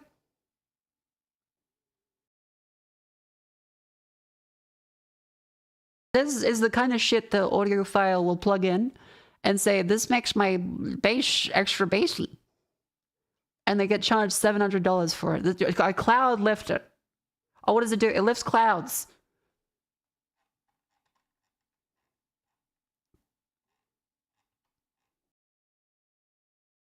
Okay. Huh. It's an inline preamp. All right. Like, I'll accept your magic words. Sorry, the ice cube. Okay, so where this one. Okay. How's it sound? In this video, we're going to show you everything you need to know about how to properly set up and connect the Shure SM7B dynamic microphone with your Focusrite Scarlett 2i2. Look at that, maybe someone explains it. No, I want to be silly. But no, then I'll immediately look it up and so we can find out together because it's very confusing. But thank you for being on this journey with me as I discover all of the suffering here. We're going to show you how to properly set up and connect everything. And at the end, we're going to answer all the frequently asked questions that we get about this setup in terms of how to record and get the best. He looks high. Possible. This fellow looks lovely. Admittedly, he is like the gym teacher, like genetic makeup type, but took like a left turn in the womb while his mother like put the headphones on her belly. Like my baby's gonna listen to Mozart, and then he came out an audiophile. And that's great. He looks like a fantastic fella, but he should be throwing dodgeballs at children. First of all, if you are wondering how everything's set up here, let's just quickly run through it. Right now, you're listening to the Universal Audio SC1 condenser microphone. You can see up in the top right corner here that there's a logo of this microphone. Once we set up and connect the Shure SM7B, that logo will change so you can tell exactly what you're listening to. Except you might set based on your suggestion, the results seem fine. See, chat, it doesn't, hell, if the guy that's recommending me audio stuff even is high, I would probably trust them more, I'm gonna be real. You are looking for pricing or specs for it's not a else problem that you see in this video, all the cables and adapters and seems like a lovely fella. Accessories that we recommend for this setup. We do have links down in the description below where you can find everything you see in this video from a variety of online. Now, the first thing that you're going to need is some type of mic stand. I got that. I got that one, or but your I don't Shure have SM7B. that on the mine. Mine For says me Rode. personally, it really comes down to these two options. You can use a cheap flexible. What we need to quickly talk about is mic placement and how the microphone works. The microphone here, the Shure SM7B, is an end address microphone. You don't speak into the side of this microphone, you speak right into the end of it. For best results, you want it just slightly off to the side of your mouth, and you want it within about a fist of your mouth. That will give you that nice Yep, warm I'm currently fisting my broadcast tone microphone. that you want with the Shure SM7B. If it's too far away, it's going to sound really roomy. You're going to hear all the reflections in the room. And if it's too close to your mouth, it's going to sound really boomy and poppy. So for best results, just have it right here to the side of your mouth like that. Okay. Next, you're going to need That's some what I do type- currently with the MV7 anyway. Because it's actually I got the fucking the pop filter thingy on it. I have the end cap for this because apparently the MV7's one built in is not that good, and a bunch of people recommend you just buy the SM7B's little end cap and put that on the MV7 and it sounds way better. And it did. type of XLR cable to connect your Shure SM7B to So I'm already your used like the Scarlett distance anyway. 2. For years and years, I was using Canary Star Quad cables. I believe that they offer the best value for a Star Quad cable. They're super hard to find. They're out of stock a lot of the time. I got the Neuralink platinum cable doohickey, whatever the hell they are, with the Newmans and the Japanese. The cables are fine. I'm sure it is. So I'm going to connect this to the top of the XLR microphone. To the Shure SM7B. Oh yeah, let's go over I'm the gonna top. neatly That's right. run my And I cables. kind like of to do have a like the mesh red with other cables. It's very really- bold. Especially if you're on camera. you I'll might have to wanna consider that make for my it setup. better. Then we're going to take It's the other end bold, of this cable. We're but gonna it could be connect good. to the XLR input of the first channel on the back of this Focusrite Scarlett 2i2. I'm currently doing that right now. Look at the Focusrite Scarlett 2i2 to make sure that all of our settings are set up before we start turning things up.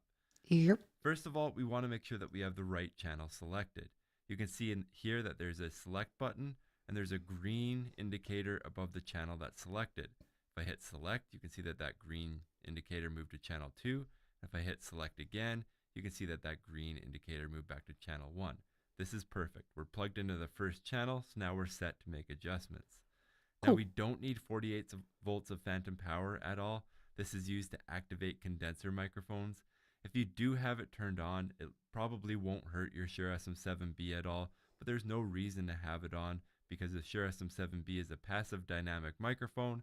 Cool. It doesn't benefit from 48 volts of phantom power in any way. I have a condenser microphone like the AT2020, but it could pick me up in the bathroom like 20 meters away.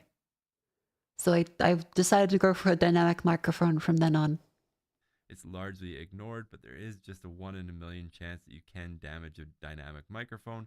So it's best practice to leave it turned off if you don't need it for any specific. Chat would frequently, if I forgot to mute my mic, chat would tell me, Mako, good job washing your hands.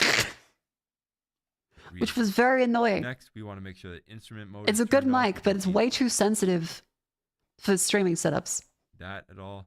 We're going to talk about auto, safe, and air as we work through our setup with the Shure SM7B. Next, let's Honestly, turn up this is probably a good video anyways, because I have no fucking clue what any of the settings does. You look them up every time you have to plug something in, and otherwise you probably forget. preamp on the Focusrite Scarlett 2i2. The job of the preamp is to take this tiny microphone level signal from the Shure SM7B, bring it up to line level so we can actually record and work with it. Okay. So let's start turning it up now. For me, when I use the Shure SM7B, I find that I need to turn up to about 75% in order to get a good level out of it. Now with the latest firmware update on the Focusrite Scarlett, you don't get the white halo, so I find it easier just to look over at the computer. Here you can see around the gain knob that we have our level set to about 75%. You can see here, if I Go sleep reset the now. peak Good meter, night. Thank you for that we're coming in. peaking at about minus 18. That's still a bit conservative for me. I like to peak somewhere between minus 18 and minus 12. It does get a little bit sensitive here, so you want to be very careful. I'm going to reset the peak meter here, and you can see that we're now peaking at minus 13. For me and my recording, this is exactly where I want to be. The reason I don't like peaking at 0, the loudest that you can get, is because you do risk clipping and distorting the input of your microphone. If you plan to peak at -12, now when you laugh or you tell a joke or you're animated in your recording, or if you're singing or doing I'm a always performance animated. and you're really giving it just a little bit Not like more vocally, than you but planned on doing, now you have that headroom so you don't peak, clip, or distort. I'm going to show you what happens if you do turn it up too much. If you turn it up too much, you can see here that hell yeah. it's peaking. You can see that the meter on the Focusrite Scarlett 2i2 is going haywire, and on the computer you can see that we're peaking here. I love When the we funny do mic. that, we are completely losing all the data. You can't recover that data. It sounds horrible, it sounds gross, it sounds distorted, it will ruin your recording. That's what you don't want. That's why you want to peak at -12. Somewhere between -18 and -12 is absolutely perfect. Now, if you're uncomfortable doing this, you can also have the Focusrite Scarlett 2i2 automatically set the gain for you. So there is this auto button on the front of the Focusrite Scarlett. Again, make sure that you are selected on the right channel, and you can hit that auto button. Oh, that's what that does. What that will do is it will mute the microphone for 10 seconds. It'll show you a blue halo. You speak into the microphone or sing or perform into the microphone like you plan on doing, and it will set the gain for you.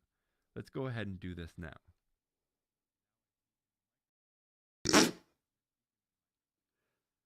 What I was saying there, obviously you couldn't hear me because it was setting up, is the Focusrite Scarlett 2i2 auto gain mode. So aims true. for the same So true. -18 to -12 target that we set earlier. If you see here, you can see right now I'm peaking at -15. So it's actually really close to where we were when we set the target manually the first time. So everybody's kind of in agreement here. For the best result, you want to peak between -18 and -12.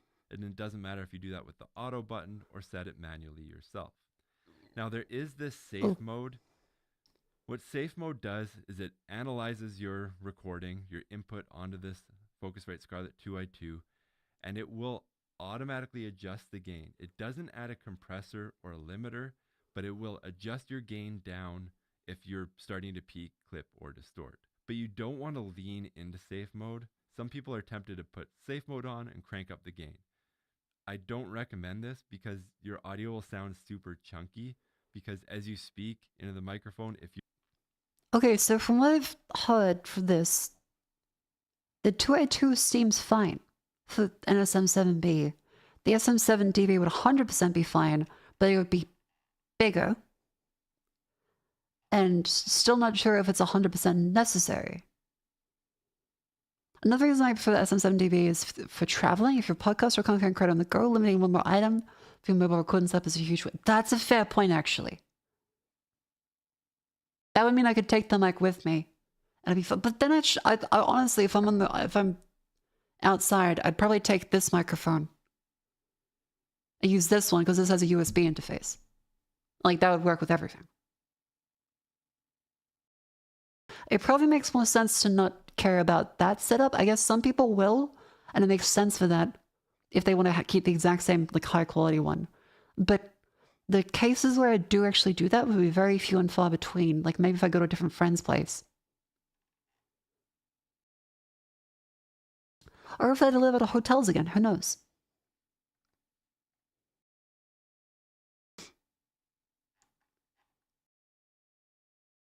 Okay, so SM7dB, how much is it from a real place? Because this is definitely real.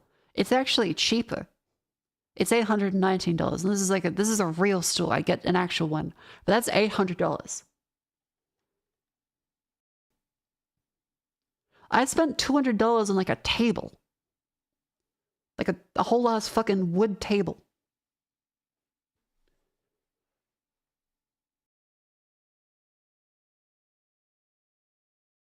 Huh. And they did make this one look a little more like gamery. Or they gave it a full black look instead of like a gray look, which I guess they had to do to distinguish it. But I don't know. Okay, hang on. Shure SM7dB. There's one for $650 from DigiDirect. Is DigiDirect real? Who is DigiDirect? Price slash. Okay, this does not look fucking real. I'm not sure I believe this.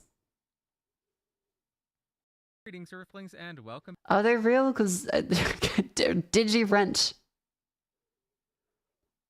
The more cameras still they're all legit. Okay. 650. How long is the way in stock? Estimated 2 weeks. Okay. 650 is a lot better than 800.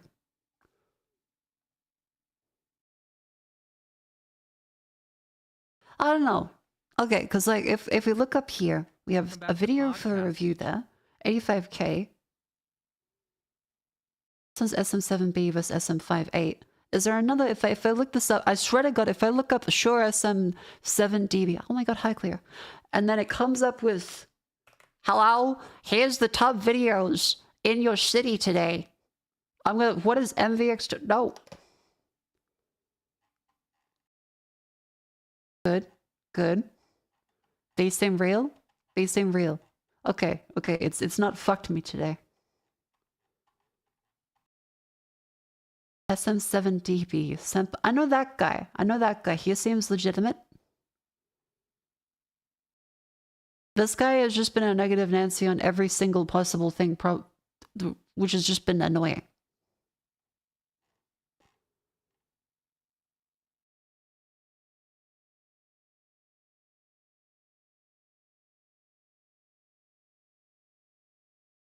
This one compares them properly, so maybe. Hey, what's going on out there? I'm Sean Devine. Hope you all are doing My knees well. hurt, Sean. In this video, just got a new microphone in. It's the SM7dB. Ow. Now, for those of you who are not familiar with the original SM7B, it's a studio classic for a reason. It's also really popular in the Oh, podcast okay, so it space. is quite a bit bigger.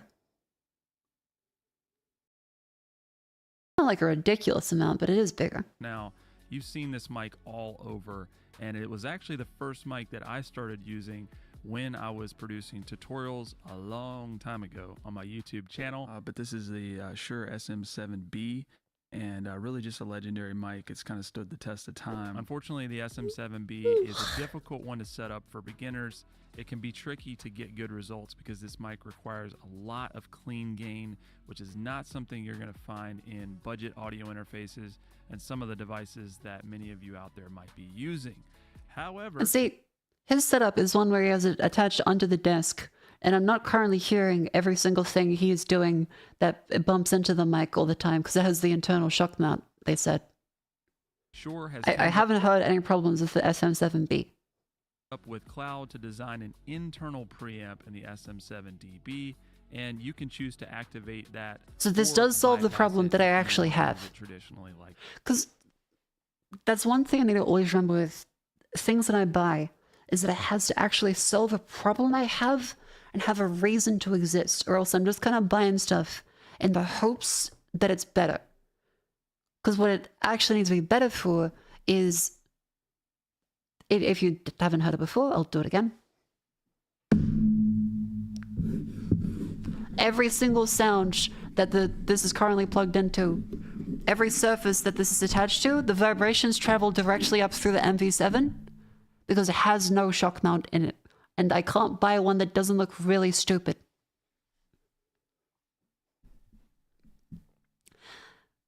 So this will solve that. However, $800, which is fuck. the SM7B. So, without further ado, let's jump into the review. Just to note real quickly, if you want to use the internal preamp on the SM7dB, which I assume you will, you do need 48-volt phantom power on your interface or your preamp. Oh, okay, that's a good point. Okay. This one uses the 48 volts. Okay, good thing I saw that, because the Scarlet Right does have that. But I would have missed that otherwise. Okay, thank you very much, Mr. Sean. Just to get that going. Now, you're not going to need nearly as much gain, obviously, since we have 28 dB of clean gain right here on the mic. So I want to show you the controls here on the back side of the SM7dB. This is where the big difference So like get a couple squares of Teflon and some rubber. So we got the internal preamp. Can't tell if it's a shit designed by post or a Cloud real and thing. Shure. We have the ability to set this to plus 18 dB, so 18 dB of clean gain, or we have plus 28, so almost 30 dB of clean gain. That's pretty awesome. So you can just go here and switch that back and forth. Not going to mess up your mic or anything. What problems are you trying to solve? I'm trying to solve the look of aesthetics, because having a shock mount on this one would look really stupid. I'm trying to solve the issues of this mic having no shock mount, resulting in anything that I attach to it picking up every vibration possible and echoing really badly.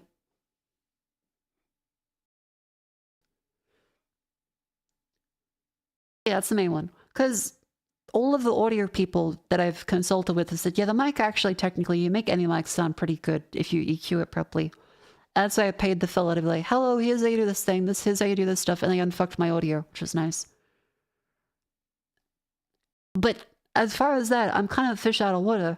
And my main problem is just, oh no.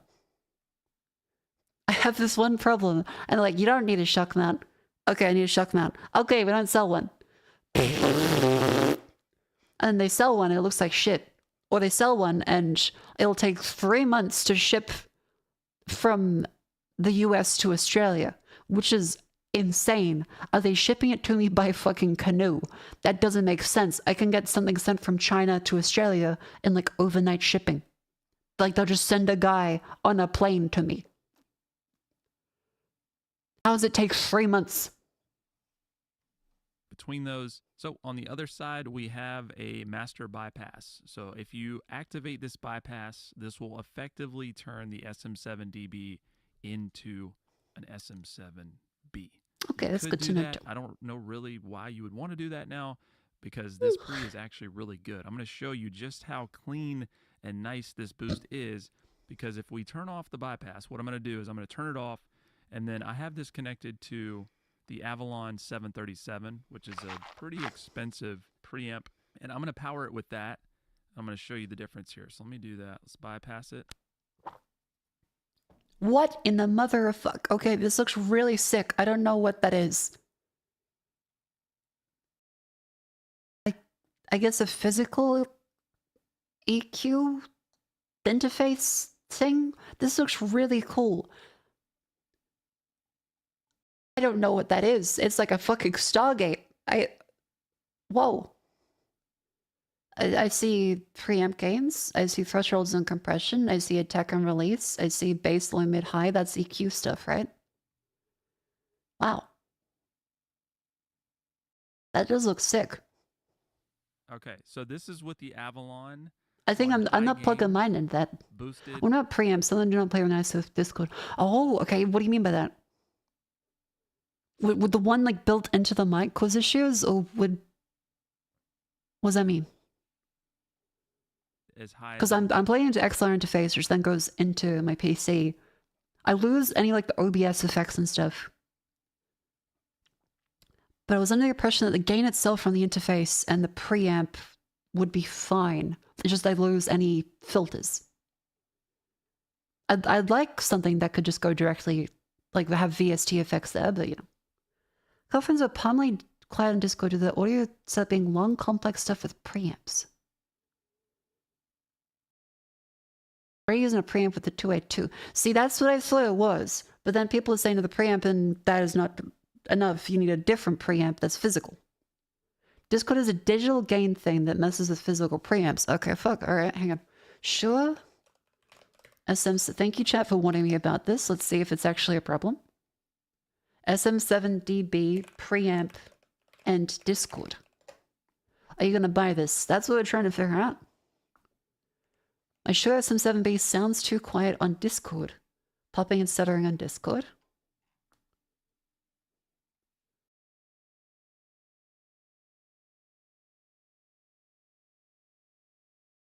Okay, then the audio files come in. Wherever you blow $400 on that mic, they require you to keep your lips plastered to the foam at all times. You have to act like a radio DJ when you talk into it. No mousy voices and no distance whatsoever from the end of the mic, like you're a radio station. That's why you have to use this. I recommend selling it. People are dumb. Buy a more practical mic. If you're gaming, you should be using a headset mic. Fucking... you have no friends. Phantom panel does nothing. Discord could do noise suppression stuff, alright.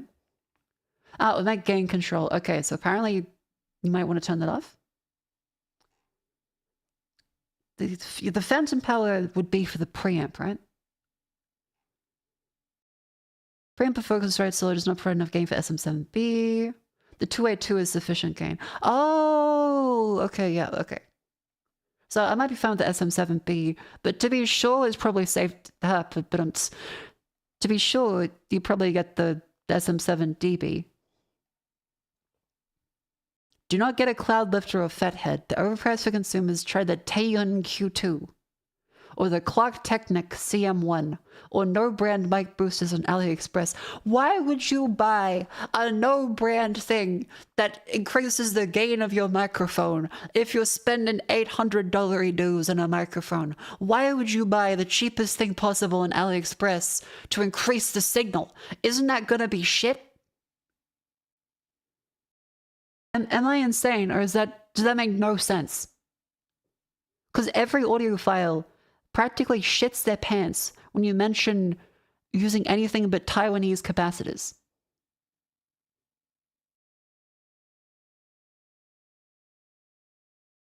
Did you read the rest of the sentence? Skip the key bits. No, I wanted to make a thing about Taiwanese capacitors. I just kind of fit that in. Give me a sec.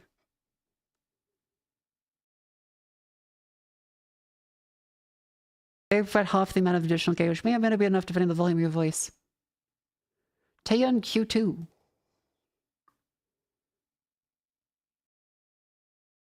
That looks like a vape. That's a vape. That's just a vape. What the fuck?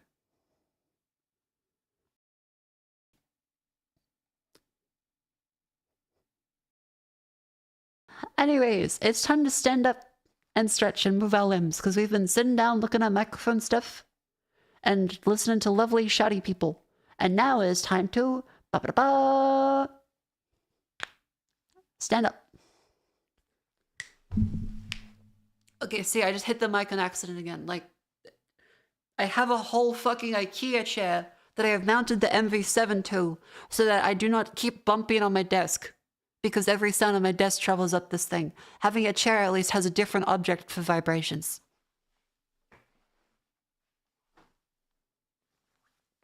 Alright, up we go. See, if I get a different mic that has shock mounts or a shock mount that isn't 3 months delivery, that problem should go away theoretically. I don't actually know though, so it could just be fucked. Like I could just have a poltergeist in me. Stand up and stretch.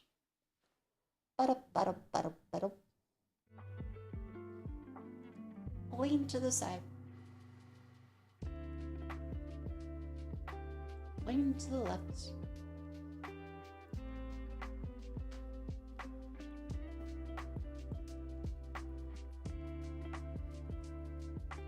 Oh, lean over to the side and scoop. Oh, oh.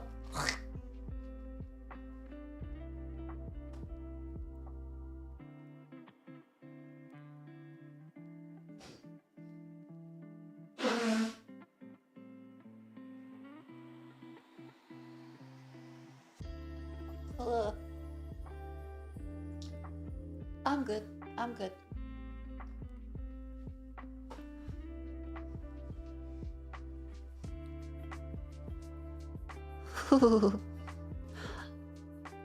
Welcome back to stream. I hope everyone is having a lovely day. Welcome to microphones and stuff.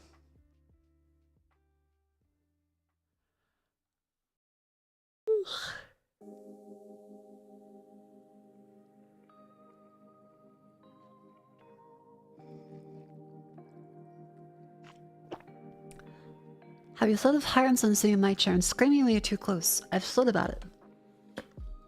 I could get Vivi.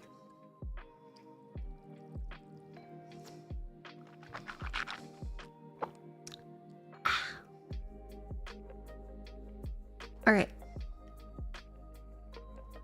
So there might be a problem with Discord if you don't have the sample rate synced and if you have like the automatic gain control issues. it's probably fine. But the easiest solution is just get the better mic, I guess, unfortunately. If I buy a used one, I don't know where a Podcast Pro has been putting their SM7B. And I should have enough gain with the Focusrite 282. It was the model below that which is the issue. And then the issue then is that it's like $800. Mother of fuck. I mean, at least we'll have multiple mics then. Like, I can have separate mics I can use for different situations. But $800 readers. Like, do I put that on Throne? Because I guess this solves a problem I have, but like $800 readers is quite a bit.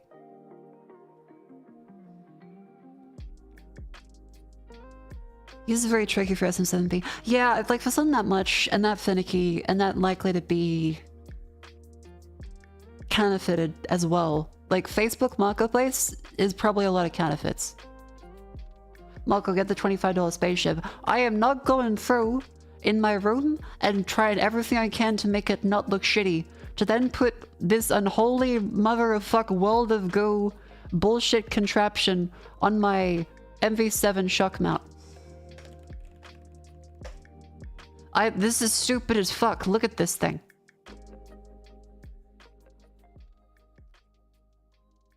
Wait, it's got like the fucking VTuber halo on it. Wait, is my microphone gonna debut itself? Do you think UFO is that big of a deal? It looks so silly. Got a quick first impression unboxing of this new mount for this microphone. It doesn't say it's for this microphone, but it still will work for this. UFO for memes. None of you see it. I will. It says it's for the Fine microphone. That's the problem. Right there. But it'll work with this regardless. And the reason why I got this one is it's a little smaller than this super big one. I think this one's around 7 inches. And this one is... If an ad shock was a work, fix it and work well, but not look nice. The science sounds good. No, because then I'm gonna be autistically freaking the fuck out about it. Because why would I spend this amount of time fucking with it and be like, okay, here's a stupid, ugly piece of shit that constantly reminds me that I have the wrong microphone bent at different 90-degree angles. And then looks like a UFO, and then I'm gonna bump into, and it's gonna cover more of the screen. Also, I don't know if you can really tell, but I'm going to do a look at that fucking thing test for both mounts and see if they sound about the same. So let's go ahead and set that down. Set it down a little bit rougher this next time.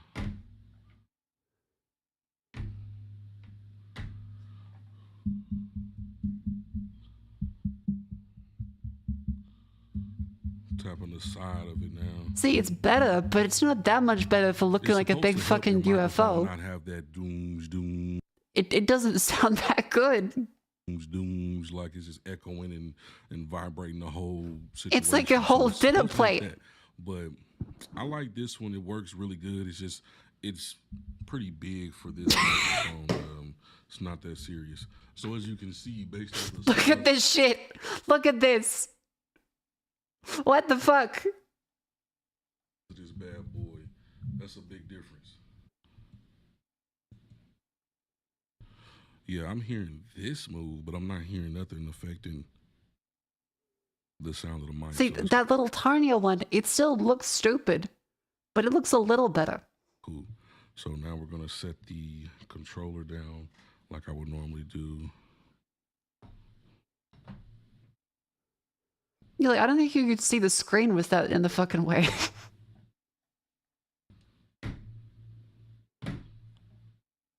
That's better. That one does work better.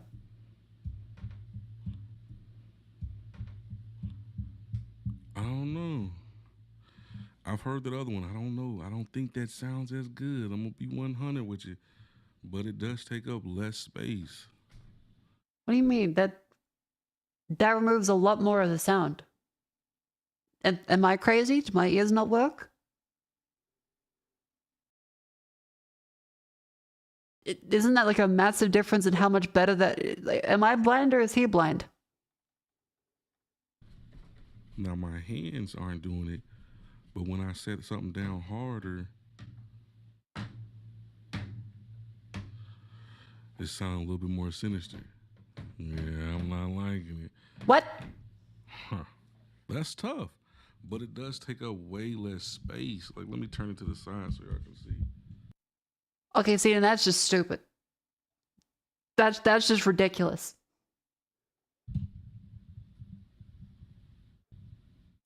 All right, so now we have it back on the big boy. So we're gonna do the same thing.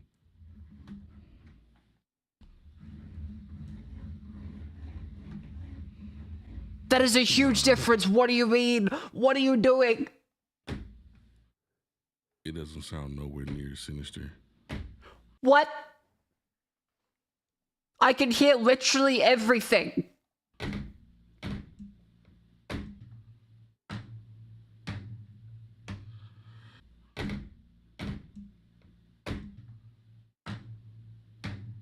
Okay, that one has a little more echo to it, but otherwise doesn't pick up as much. Sound nowhere near sinister. But that's a UFO. That's a fucking UFO. This one picks up way more sound but doesn't echo. The other one picks up way less sound but echoes. Okay, so both of them have downsides. One of which I can't see my screen because it has a whole dinner plate in front of my fucking eyeballs. And the other one doesn't get rid of the echo that sounds like boom. I gotta really slam this thing down on the table. I guess since it doesn't really matter if this one's more bouncy, since there's more of the actual I should just get a different mic. I feel like that's where we're kind of at though. Because either I get the sinister sound or I get the dinner plate in front of me. I think I should just get a different fucking mic.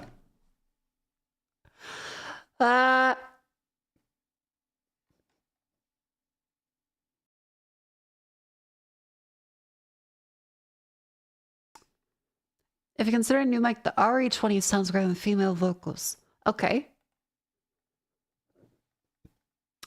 RE20 versus SM7B.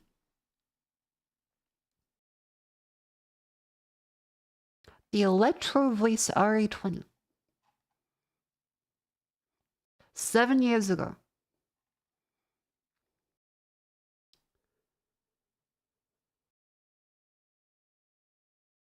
This actually seems to be much more mic related than Shockozilla, but I feel that's the same mic that I have. That's the MV7. That's the one I got. So then if it's a mic issue, that's the issue I currently have. If it's a mic issue, I gotta get a different mic then.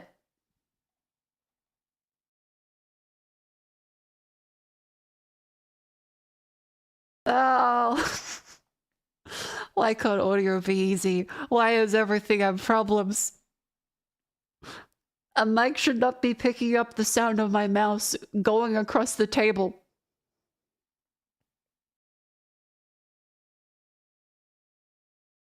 Folks, it's happening. The battle of the in-game microphones. Okay, And that is the SM7B. It is the gold standard for microphones that are being put. Yeah, okay. Like, I hate women. Give me a discount. Okay, yes. I want to talk about the strengths of the Shure SM7B, first going over this exact point, the design. This microphone objectively looks nice. I don't believe anyone when they say they don't take into consideration the design of a microphone, especially a microphone that often ends up on video. And the fact is, the SM7B is... So you'll never see it. In this case, it's purely for me. I see it. And if it looks bad, I'll be upset. Which is why I'm not getting the dinner plate UFO fucker setup for the MV7. Pleasing microphone. It looks good on camera. It looks good in almost any setup you use it in. I'll change the title for now. Hang on.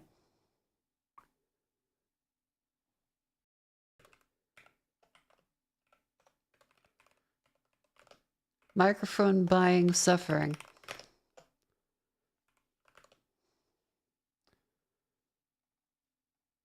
Chat, while we do this, let's consider What game should I play? Let's put that on in the background while we look at this microphone buying saga of suffering to look at. So if I have a bunch of games now, we've got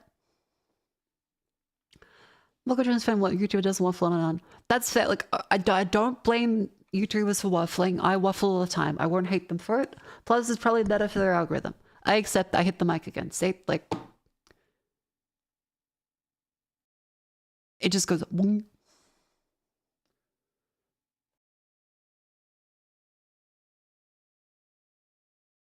Something called Craig. We've already played Craig. Get it. All right, so we'll put on a straw poll.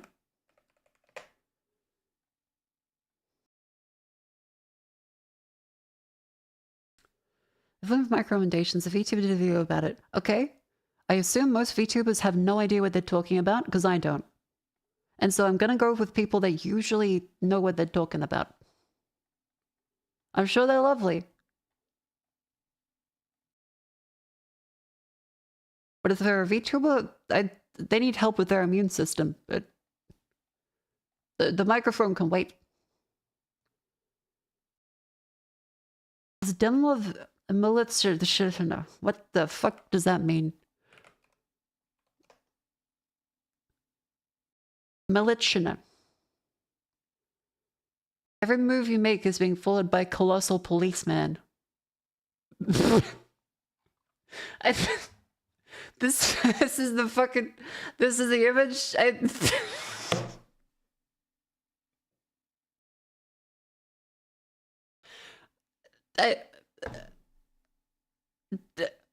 Is it good?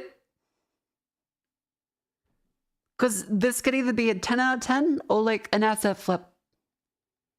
There's no in between here. It's either Stanley Parable or it is Unity Asset Store.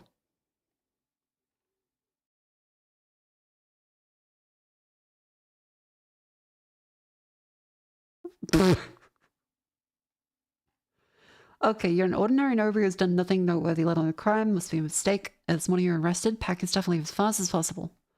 Every move you make is being followed by a giant policeman. Explore and plan to make a relationship like the law. Game's built very reactive. Tamagotchi-like mood system. Free fade selection. Theft, stealth, time. Okay, that sounds kind of fun. It's from Critical Reflex, and I do trust them as a publisher to make pretty good choices. Okay. You kind of sold me. Join the playtest. Welcome to the playtest. I'm in the playtest now. 3 gigabytes of space, that's fine. We'll give that a try.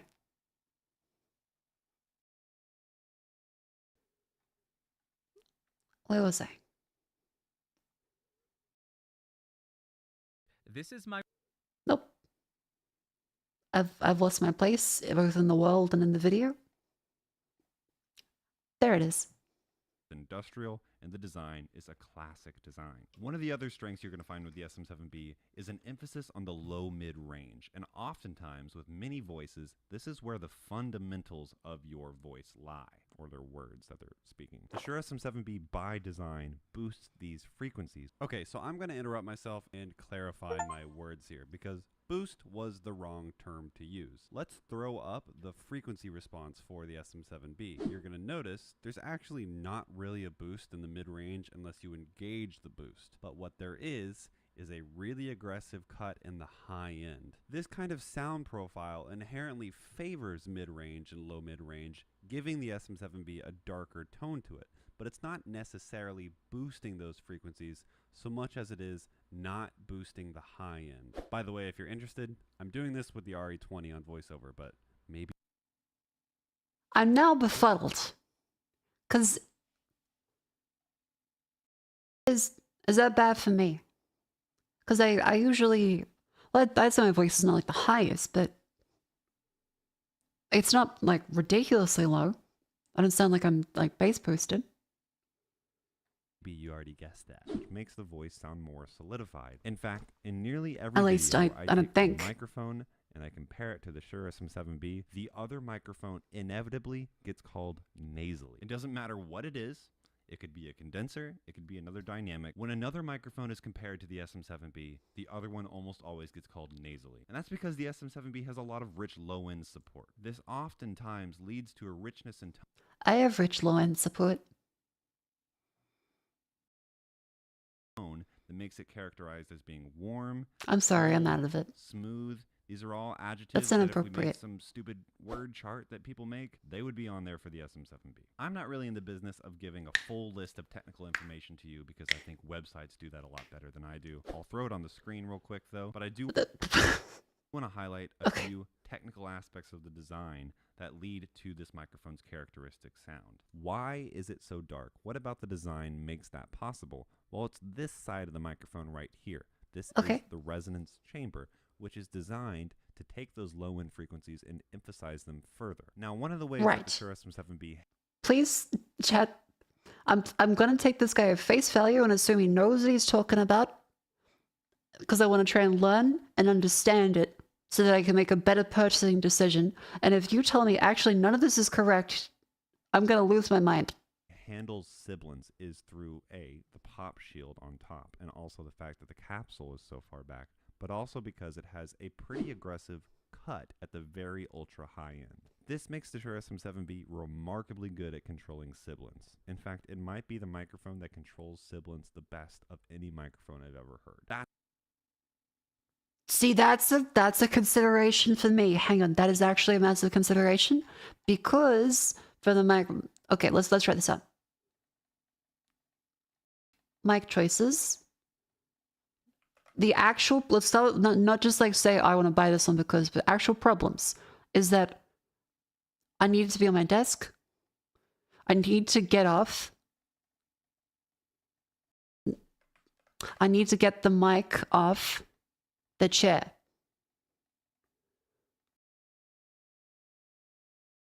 That's the proper, just stop. I need to get the mic off the chair because currently it's mounted in an IKEA chair in a very stupid way, because without it, it is picking up tons of vibrations. It picks up every vibration as it has no shock mount.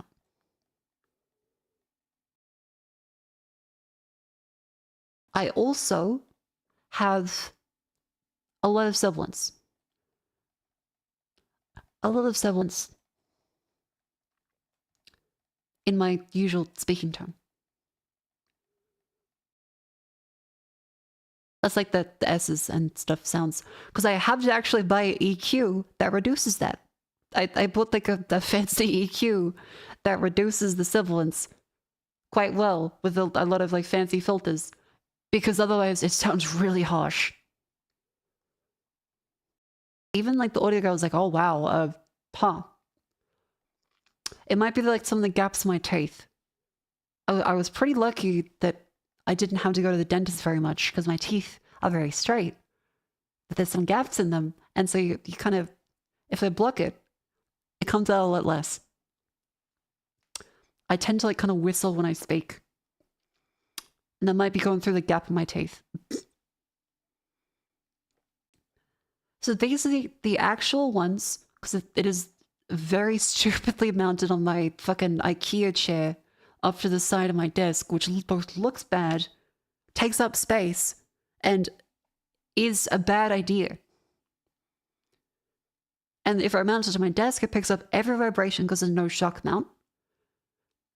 And that the solutions to this are A, get shock mount, which unfortunately for the MV7, which is my model, there is none that don't suck, and also none that don't look stupid.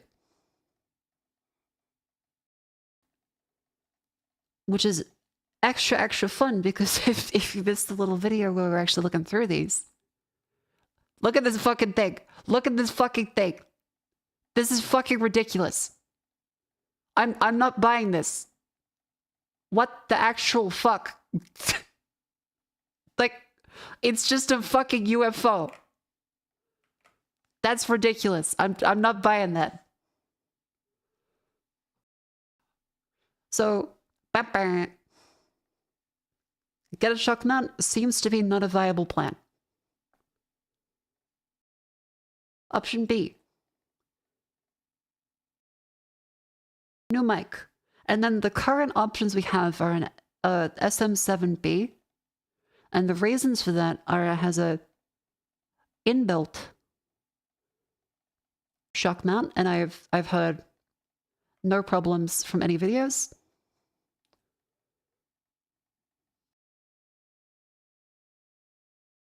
It also apparently deals with sibilance well, which is a secondary problem, and that if the hardware deals with it well, that reduces software load and processing stuff, which is, you know, a lot more likely to fail than hardware stuff.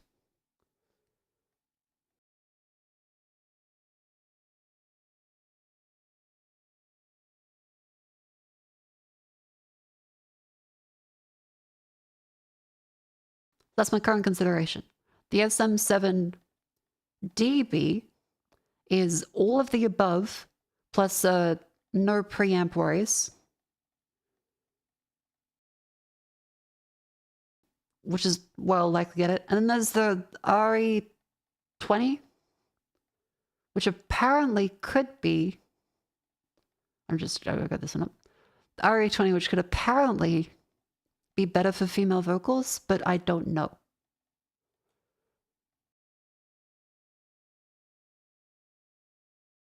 But conversely, that could be worse for sibilance, and I don't know.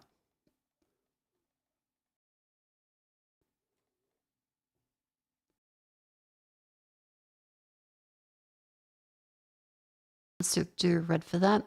And this one would be worse for female vocals, apparently.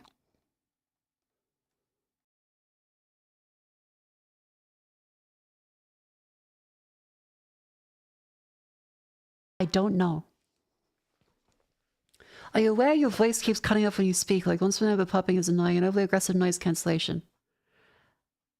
Okay, the chatter that constantly rage baits is back. Welcome in.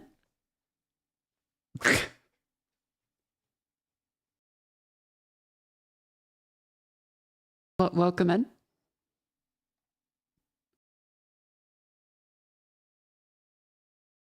Has anyone else in chat noticed that? Otherwise, I'll just ignore them.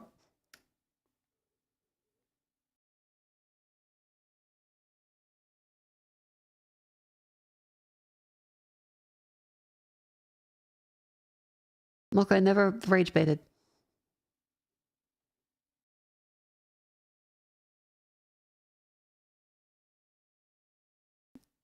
Many mics do that. I did just be noticed. He's lying. Many mics do that. I noticed nothing.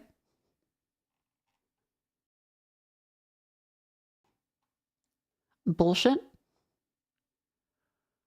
Okay, now we're befuddled. Now it's a civil war. Now people are going to imagine it. They're like, Mako, the sounds have stopped. And I'm like, it's because I paused the video. Oh, sorry. I thought the person's video was you. And then people are like, no, here's a clip. And then it's going to... If there are any actual people that know audio and they could say, but Awicut is it's like a DL Giga situation from NL's chat. We have a chatter that will constantly come in and say, but I'm doing nothing wrong. I'm doing nothing wrong. By the way, here's this massive problem that keeps happening. You only read my stupid messages, so I'm going to keep posting the stupid messages and pretend I don't post the stupid messages.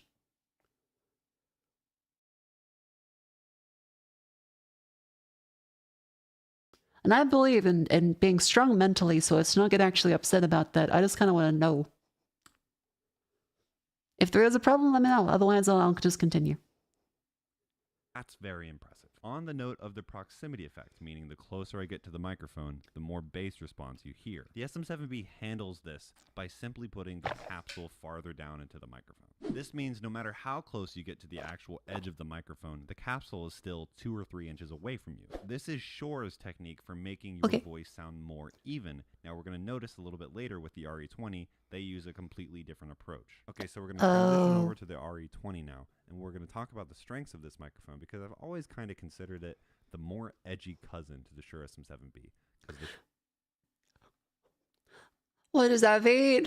Shure SM7B is definitely the more popular of the two. So let's talk about how this microphone controls the proximity effect because it has a lot more nuanced way of doing so. Now, I don't know the actual technical reasons why this works, but these gills on the side of the microphone are used to control the proximity effect. So the capsule of the RE20 is not nearly as far away as it was on the Shure SM7B, but you'll notice if I get really close to it, it's really not that insane of a proximity effect. This microphone is designed in its form in order to handle the proximity effect as best as it can. And it does so really well. Better than any dynamic microphone I've heard in the past, and I think better than the Shure SM7B. Hey guys, I probably should have mentioned this in the video, but many of you have probably already heard it anyways. This design helps with the proximity effect a lot, but one of the weaknesses of this design is it simply does not reject the same amount of plosives that the SM7B does. The SM7B has a mesh grill on the top, the capsule is really far back. Plosives are kind of difficult to do on the SM7B, and plosives are just much more apparent on the RE20 unless you use some sort of grill to go with it. The RE20 is certainly more flat. It is not perfectly flat. It definitely has more of an emphasis on the high end, but those low end and even really low end ranges are not neglected. Rather than calling the RE20 perfectly flat, it's more realistic to say it has clarity in each one of these regions. Every one of these frequency ranges are very audible. That does not sounds mean that there good. aren't Comparatively to the SM7B, which has a cut in the higher end, apparently, which creates the perception that the low and middles are increased. certain frequency ranges on the RE20. They said that this would make this one sound relatively more nasally, but that's just the thing people say because they aren't aware of the things that the SM7B does to the sound that makes it more bassy compared to emphasized than others. Another strength There's a of the lot. RE20 There's a lot I is don't get. versatility. A lot I'm just like hoping that is kind of okay. Now, the Shure SM7B is known specifically for voiceover and live vocals, and you could also say for guitar cabs. The RE20 is also known for all those things, but also very commonly used for kick drum and also for miking low-end acoustic instruments. Things like I didn't have to worry about that. Or cello. I've often seen That's the cool, RE20 but placed on these not things one of and my I've used it considerations, I myself, guess. and I think it sounds very good. Makes the I should note it's SM7B more even- warmer. I feel like I want to understand on like a spiritual level what warmer sound means. I feel like I do. I'm not sure I do. Distribution of all frequencies might just make it more versatile on basically any application. If I don't know what Bassy voice sounds normal. I have the MV7. The SM7B is like the big fancy one that solves some of the problems that I actually have as problems. These different frequency ranges over the Shure SM7B. This is because the Shure SM7B has particular interest in the low-mid range. And one of the big ones that's going to lead us into our next section is the amount of gain required for the RE20. Let's talk about the spiel I've given in so many videos before. The Shure SM7B is a gain-hungry microphone. And that unfairly leads to a representation of the RE20 being the same because these are so often compared. But the RE20 does not need as much gain as the Shure SM7B does. These things have about the same amount of gain. Because we've looked before, and the Scarlett 282 apparently does have enough gain for the SM7B. It was a previous model of the Scarlett interface that there's a lower end one that didn't, but the 282 and the modern ones are completely fine. I don't have to worry about this technically. I feel like the DB one is just a safer bet anyway. So good to know that I don't have to worry about that for the RE20 either way. The Shure SM57. Okay, cool. Around 56 dBs of gain. The Shure SM7B has around 60 dBs of gain. Doesn't seem like a big difference, but it certainly is whenever you consider the amount of preamp gain found. The 282 Gen 4 specifically, yeah, thank you. Interfaces, which is around 54 to 56 dBs. What I'm saying is when it comes to home studio recording, the Electro Voice is going to be more compatible with consumer level preamps than the the SM7B. Drake uses SM7B at the hotel. Is that meant to be During like this whole a... video, I've had this Is that meant to be like a negative?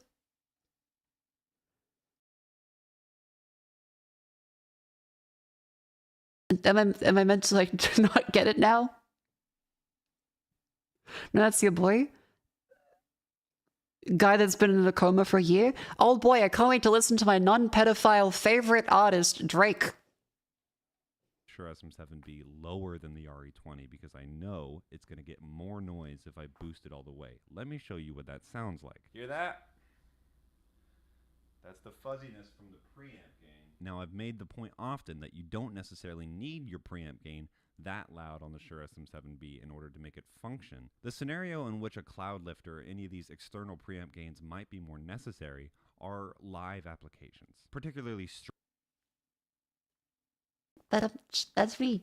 streaming. That being said, there's still ways around it. I'm going to make a video about it. Processing, gates, compression, the right kind of EQ. All of which I will fuck up and have to pay someone to help me with anyway. So it's better to just get the hardware.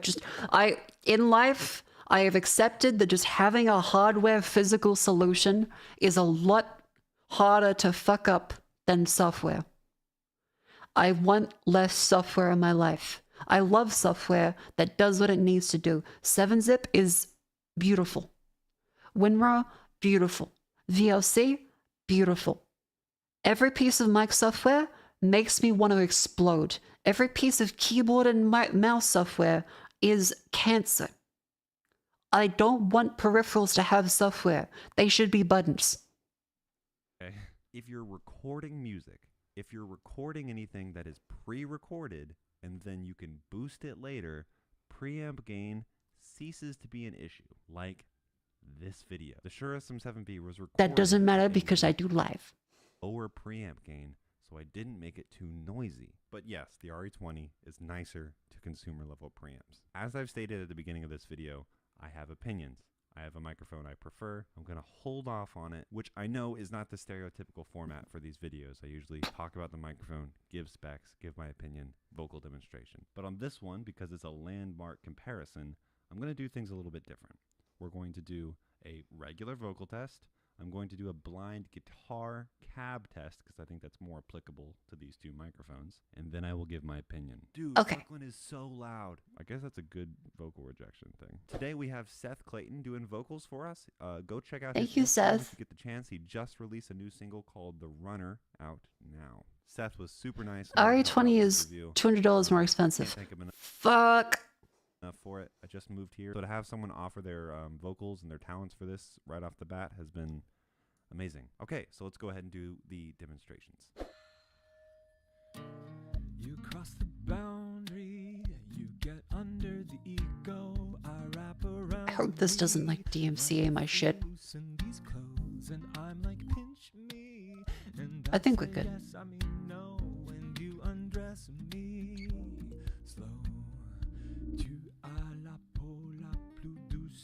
Que je connaisse, elle est faite pour que je la caresse. Je vais mettre mon oreille sur ton ventre pour voir s'il y a quelque... Okay, I kind of see what it feels buzzier. If that makes sense, on like the SM7B one. It sounds like kind of buzzy, which I guess you'd say is like the low end. Maybe it's my headphones that are bad.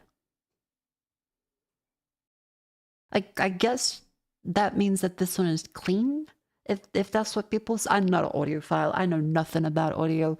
Every time, it's like stepping in a world of the dark arts, except there's a guy trying to sell you like nipple clamps made out of platinum.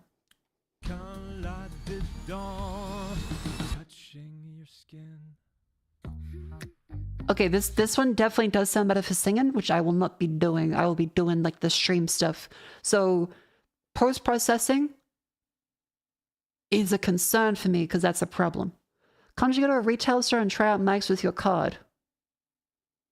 What does that mean? Is that something I'm not American enough to understand? Because in Australia, it's a, hey, fuck you, buddy, no change of mind return. Do you guys get to just like threaten a store and return stuff? Because that's pretty cool. I can't do that.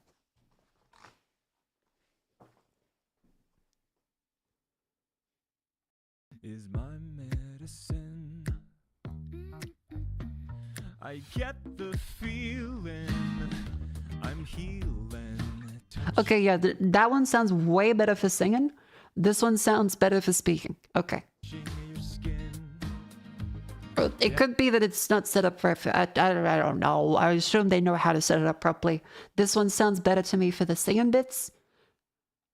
But for all the reasons they listed for the speaking stuff, that's what actually matters to me personally. There's no point in me trying to buy a mic for singing stuff, which I wouldn't be ever really be using it for. Then again, this is a fella singing. So I might want to look up... Fuck, women don't make mic reviews. God damn it. Women don't make mic reviews. This is fucking bullshit. It's all just tech bros that have the same voice. There's no comparison for like women. Hang on. RE20 was SM7B female vocals. Please, please, please, please, please, please, please. God damn it, god damn it, god damn it, god damn it, god damn it, god damn it. James, Bambi, is that... Today we have a... There's one. Oh my god. 1,000 views, and this is why. Battle between the Shure SM7B. And she's also Australian. She has the same issues I have. Living in a country where I cannot return this microphone unless there's a fault. This is the microphone that you see absolutely everywhere. And we are also doing the Electro Voice RE20. From Russia, if you're so as if you display promotion try and still for sound, like bring a notebook and your audio card. Yeah, they usually don't let us do that in the store here, unfortunately. Plus, I don't have a solar laptop that I could connect to it, I think. Leave 14-day returns. Nah, usually change of mind isn't accepted outside of some stores, but then if stores that did have change of mind returns, remove them in like the last couple of years. 20 here, it's normally about... Which is really annoying. More than the Shure SM7B. We're looking at a price in Australian dollars at around $800 to $900, depending on where you're looking. This is for podcasting specifically that I'm testing these microphones. You will see the RE20 in more of a radio setting. I've definitely seen this on sort of radio stations. When you see video clips from their sessions, a lot of them use this RE20, and then you see the SM7B pretty much everywhere. This microphone has been around for, oh God, I don't know, maybe 20 years, very long time. And it is what people would say the industry standard for podcasting at this time. So I wanted to battle these two because I feel like... I don't sell vitamins, but like, that's effectively what I do on stream. They are actually pretty close competitors in price point, but also in what people use them for. What I'm going to do is I'm going to test how they sound, how the sibilants sound. I love her. Thank you so fucking much. So sibilants meaning how much of that sound that you hear when you talk. Thank you. Different people have various degrees of sibilants in their actual voices as well. So depending on how you speak, sometimes if you use more of your teeth. Oh, thank God. Talking, the breath going through the teeth will mean that you actually have more sibilants, and also you may have more or less sibilants depending on what side of your mouth you actually speak. Yeah, speaking on the side, there's less sibilants as you speak outside. It sounds like demo. You sound like a outback Australian fella. It's very silly, but like... Whereas speaking through the front, you can see that there's a little bit more S. Speak out of more. Yes, there is a side of your mouth that you speak out of. And so Australia. As you move your head around a microphone, you can actually start to hear where your voice sounds the best and where your sibilance is the least. So sibilance... She deserves more use for this. This is like answering all the questions that I specifically have for me. There's dozens of us. Is also something that you can manage in post-production. There are like plugins that you can get to reduce your sibilance. You can also adjust it using EQ settings, and I may do a separate video on just how to manage sibilance as well for that purpose. But for right now, what I'm going to do is I'm just going to say the same phrase, and we're going to switch between these two microphones. I'm going to focus my attention on each mic as I go so that you can hear how the sibilance goes. Judge for yourself what you think there, and then I'll give my recommendation at the end. If Moses supposes his toes are roses, then Moses supposes erroneously. That's front on. Now I'm going to go off axis. If Moses supposes his toes are roses, then Moses supposes erroneously. Okay, a lot of sibilance. If Moses supposes his toes are roses, then Moses supposes erroneously. If Moses supposes his toes are roses, then Moses supposes erroneously. Now we're going to do a test where I do. Am I cooked in the head? Or does the RE20 sound better? Oh no.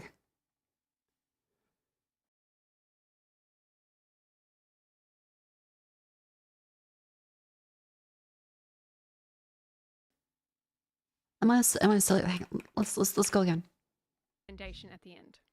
If Moses supposes his toes There's more are plosives roses, gone into it. then Moses supposes erroneously. That's front on. Now I'm going to go off axis.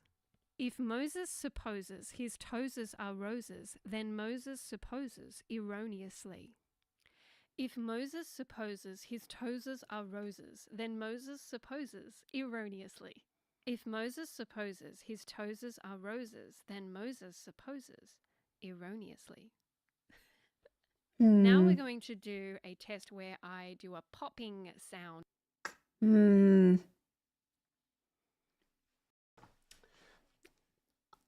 More p, but it sounds clearer. Yeah, it kind of seems. Yeah, like the SM7B like sounds like it is a bit like hushed, which I guess was what the previous fellow was saying here in the frequency profile, right? Where he mentioned that like the top end is actually cut, which is where female voices are going to be. So most guys are like down here, whereas women are going to be up here, which makes sense why it's kind of cut then, right? She's using an alternative pop filter on SM7B. Fair, okay, thank you. That's a fair point. Test. The RE20 does not have a pop filter that is appropriate. When I tried it without a pop filter at all, I was not happy with the amount of popping, and I will show you that. Popping the popcorn and sizzling the sausages. And off axis, popping the popcorn and sizzling the sausages.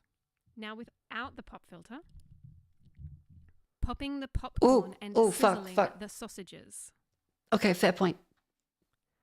Popping the popcorn and sizzling the sausages. Popping the popcorn and sizzling the sausages. Popping the popcorn and sizzling the sausages.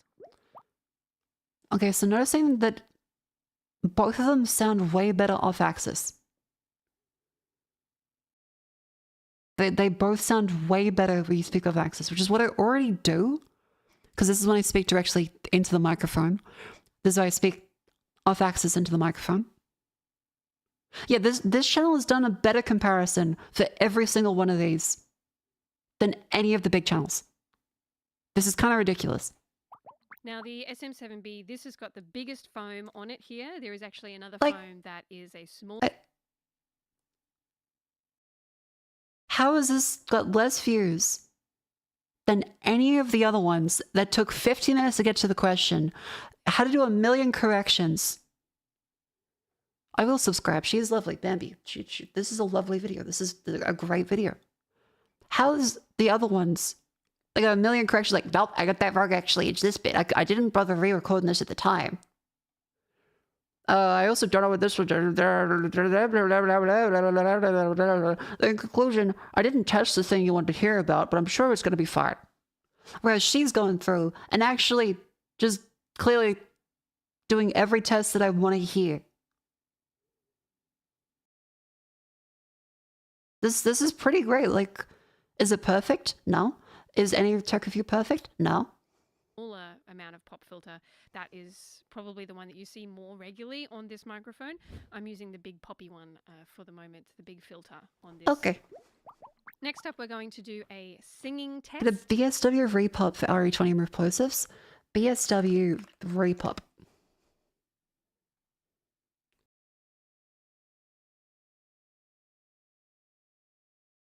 It's kind of cute. I think it has a little magnifying glass on it. Somewhere over the rainbow, way up high. Off axis. There's a land that I heard of once in a lullaby. Somewhere over the rainbow, way up high. There's a land that I heard of once in a lullaby. Okay, that difference doesn't sound as extreme. Both of those sounded pretty fine. I guess you could say maybe the RE20 is cleaner, but it doesn't sound as big of a difference as the previous video to me. Now we're going to try and see how it sounds if I sing up into my higher register with a lot of breath.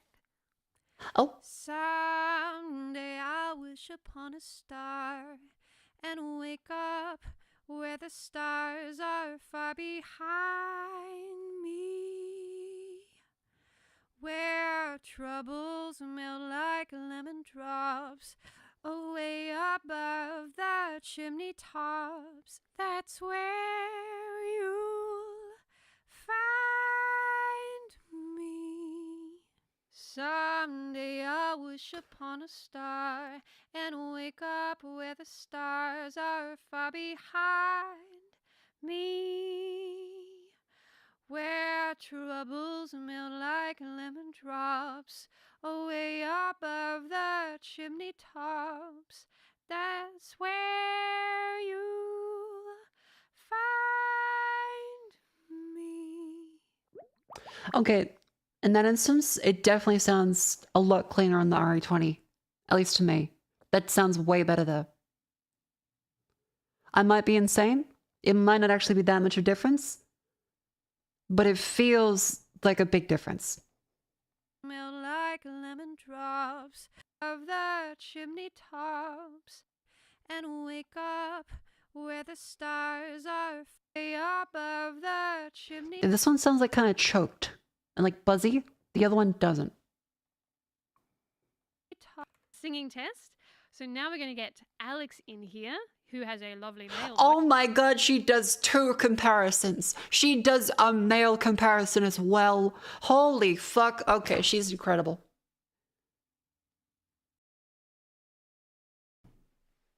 Oh my god. How good are your headphones? No, like they're honestly not that good. Like, I mean, they're just like a wireless pair of fucking headphones, like 150 bucks. Steel Series ones. I got them because like I needed wireless headphones. And they have 2 audio channels in them, so I get to like put Spotify on one track, and I get to like, there's like a little button on the side of it. Okay, honestly, like Arctis, some fucking Arctis Steel Series wireless headset. It's not that great. What are they fucking? It's like these fucking ones.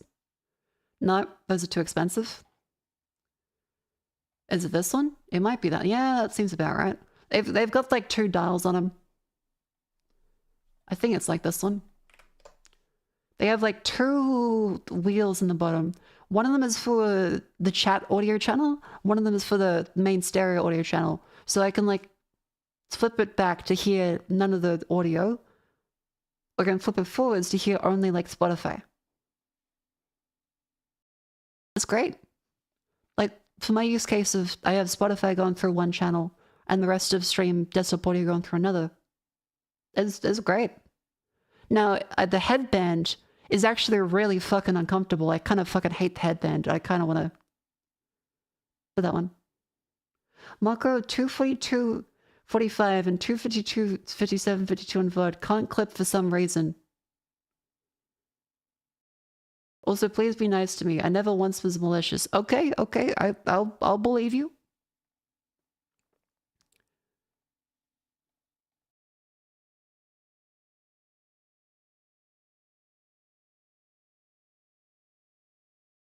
Okay, okay.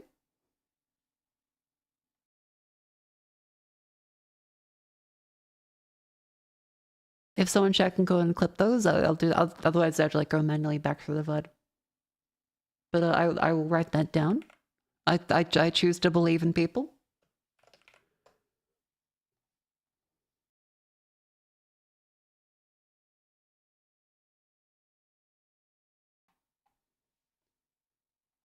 I'll write that down and check that later. Otherwise, if someone has a clip for it, fair enough. And he is going to tell you what he had for breakfast. Let's see if they have the same problem as them. Over to the 7B. Oh. Cooked by my lovely partner Brianna, whom you would have just seen on camera. Topped with some homemade granola, frozen blueberries, banana, and then a drizzle of peanut butter. Now over to the 7B. I had some porridge this morning with some homemade granola, blueberries, some peanut butter, and it was delicious. Thank you very much. What a fun time. Banana,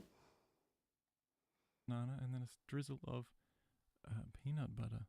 Now over to the 7B. I had some porridge this morning with some homemade granola, blueberry. The RA20 sounds way better. And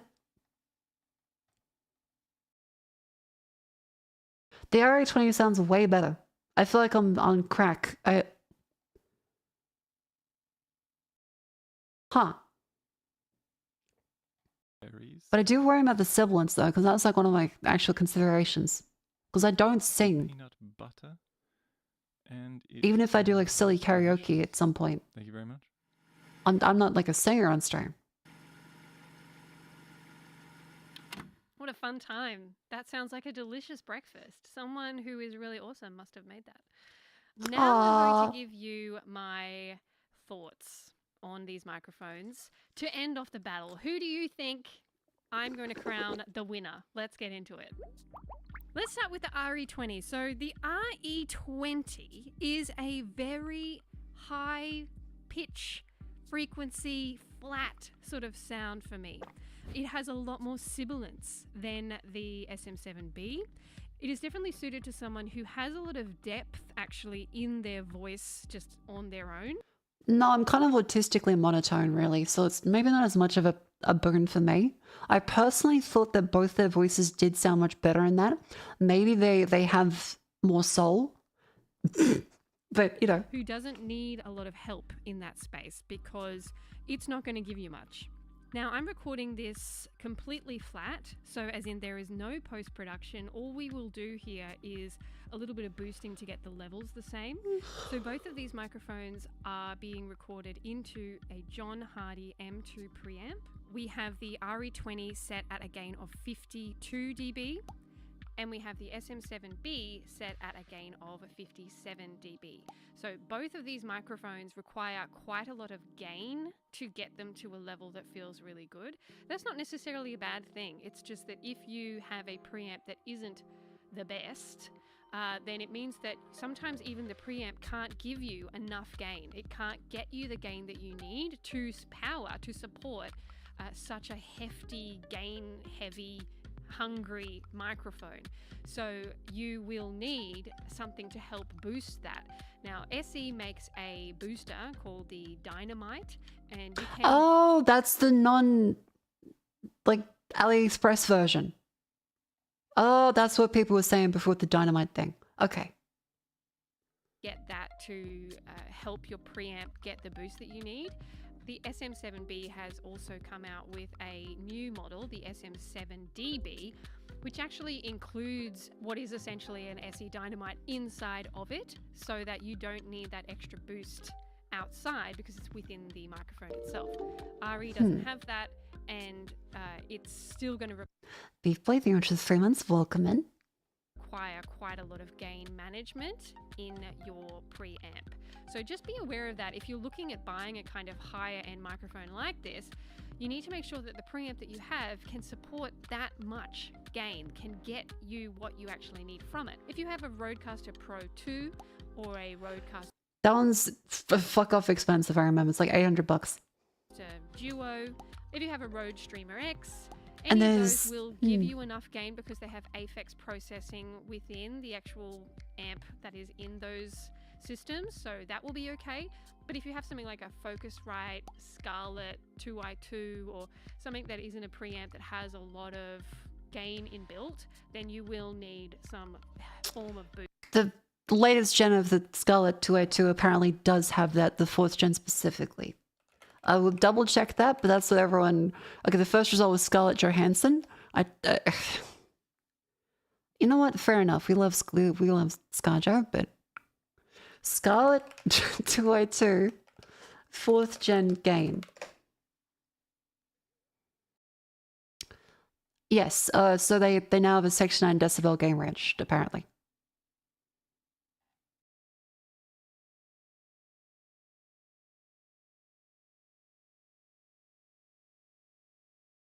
Yeah, apparently like the gain is better on that one now.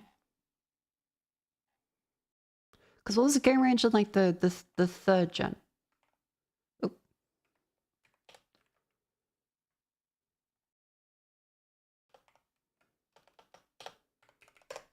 Two clips in the bottom of the mic issue. Thank you very much. I will go and watch those. We'll get those ready on stream. Thank you, Nif, for clipping that. This is what AwiCat reported. I may have judged AwiCat too harshly based off of prior my internal conceptions of the chatter being a shitposter, and them saying one thing out of pocket that honestly wasn't that bad. I banned them and then unbanned them later. I am willing to accept that this is me just being grumpy and reading too much into their messages.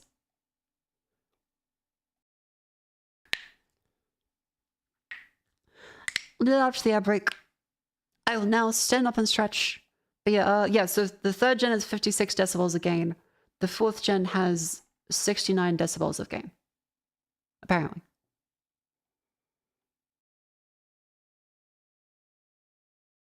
Let us stand up and stretch. Oh, my knees. Oh. Thank you for being here while I look at the suffering that is a bunch of microphone setups. I have no idea how to do a whole bunch of mic stuff, but if all my knees, oh dear.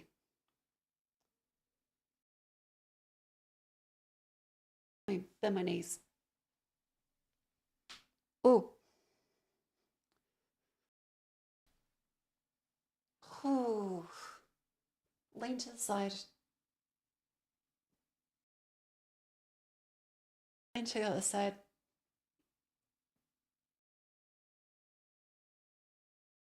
Turn the spine. Turn the other way. Oh. Raise the knees. Raise that one. Tippy toes. Oh.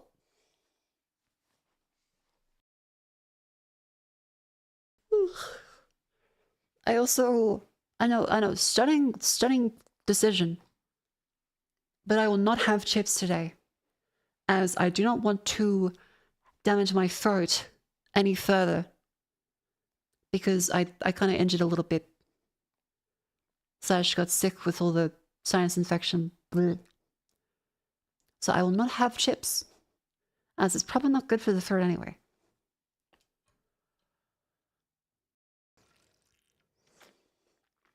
But you know what is good for the throat?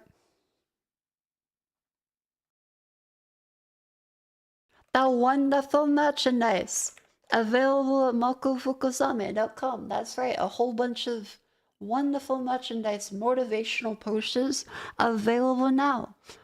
Eureka. Sounds a lot like urethra. Get someone to wake up today. Not me. Good morning, though. Finish or you're not getting paid. Success or you're fired. Yes. And lead like the manager you're not paid to be. There's hot dog sucks, canvases, stickers, and more available now from the previous collections too. What's the end date for this? I was going to say end of the month, but since I got kind of sick, I feel like giving a bit of an extension to next month would be a good idea. Because I wasn't able to stream as much as I would have liked to. Show. I still would actually make us like a shill in it. Because I make shorts to shill for companies all the time. I should shill for myself. And the lovely art that Reddy has made. Reddy is wonderful, by the way. Highly recommend Reddy. But yes, I hope you like them. I hope they're good. There's a bunch of people that have posted theirs in frames, which is very cute. The socks are cute. I'm really glad to see these. There's people in their workplaces that have them.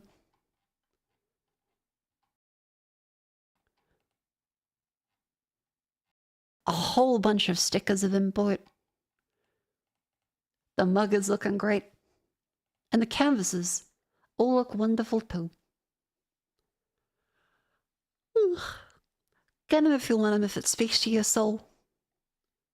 I'm just glad that people like have a cute little artwork. Because I feel like you can hang them up in a place and people look and go, ha! And it wouldn't immediately like write out that you like anime. Because I want to do like more anime themed stuff in the future. But I think merch that has like a wider stealth appeal to it. And like cartoonish appeal is good too. Because there are people that have like pointed out that they're at work and someone complimented the mug and I was like, hell yeah. Because it means it's something that's actually acceptable in a workplace setting.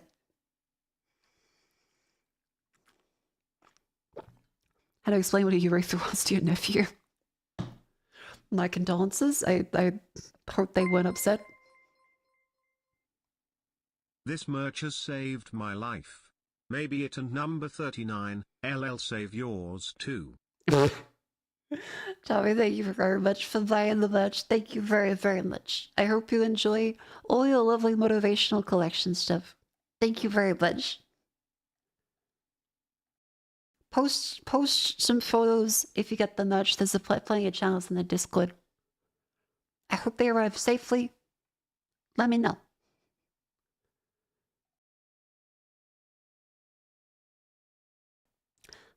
We're gonna go back to like the choose and mic stuff where I'm befuddled, but I have the spirit. Boost to actually get you what you need from there. So same for if you were recording straight into the camera, you would not be using the boost levels that are on the camera because you're just nowhere near going to get what you actually need. So be aware of that. Even though these microphones are expensive, they are very gain hungry, which means you're going to have to negotiate that. Now, as far as what I like the sound of about the RE20 is I do like that it does have a nice kind of sparkle to it. It gives it a bit more clarity and a little bit more of that. You can hear what they're saying quite well, quite easily. I kind of sound mumbly always, so maybe that's kind of a positive. In the RE20, but I do find that it feels a bit flat for me. I didn't get that. I thought it sounded way wider, and this one sounded kind of like closed off, if that makes sense. I don't know if that's flat or not, but to my untrained ear, that one sounded way nicer and like more range, though I don't know if it actually did or if that's just my ears. It doesn't have a lot of depth. It doesn't have much body in the bottom end, and it just feels a bit boring to me as a microphone. So I don't love the sound of this. I wouldn't buy this microphone myself. Wow, okay. Because I don't think that it's going to cut it. I thought it sounded way better. Quite a lot of sibilance. That's also fair, because that's unfortunately a big problem for me, is I have apparently got the most sibilance that many people have heard, including like my audio professional that I got to like help with the mic settings. They're like, wow, you do actually need that. When I mentioned like the sibilance plugin. There's quite a lot there that needs managing, and from a EQ point of view, that's going to take me too long to get the sound that I actually want out of it. Now, if we move over to the Shure SM7B, I also don't love this microphone. No! So it's hard for me to pick a winner, but the SM7B, if you can hear, it's got warmth, it's got depth, but I think it's got too much depth. It makes me sound too like too it's like so hard to even describe the point that is sticking with me. Yeah, that's kind of like out of it too. Like a cardioid injury. That's okay. I know that that is a real microphone term, but anyone saying cardioid, it feels like the same people that say like femoid. It's got a little bit of that spent too long on the internet, stared in the abyss, stared back energy. It's good on axis and off axis. It's got a decent proximity effect, so as in if you get closer to it, it still sounds pretty good. If you get further away, that's still okay. So the gain kind of aspects within this microphone make it possible for you to be a little bit further away and it still sounds pretty good. It doesn't have a lot in the high end that I like for my voice. It gives me more warmth than the RE20. And if I had to choose between the two based off of this comparison, I'd have to go with the Shure SM7B because it gives me a little bit more body and it feels more like my voice than the RE20 does. So if you're looking for a comparison... Interesting, because I would have gone for the opposite. But the points on sibilance are unfortunately kind of really important to me too. SM7B likes again. Yeah, we're tossing up the SM7dB. And if you're looking to buy one of these two microphones, then my pick for me as a vocalist, as a singer, as a female, I would say that this one wins. This one performs a little bit better from a singing standpoint as well. Really? Okay, I thought the opposite. I guess I just don't know enough about microphones. My voice, I think.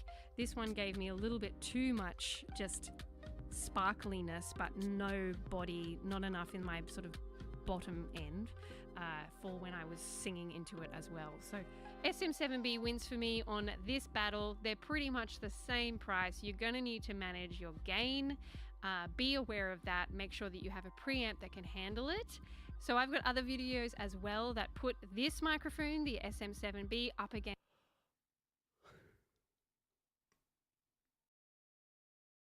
Okay.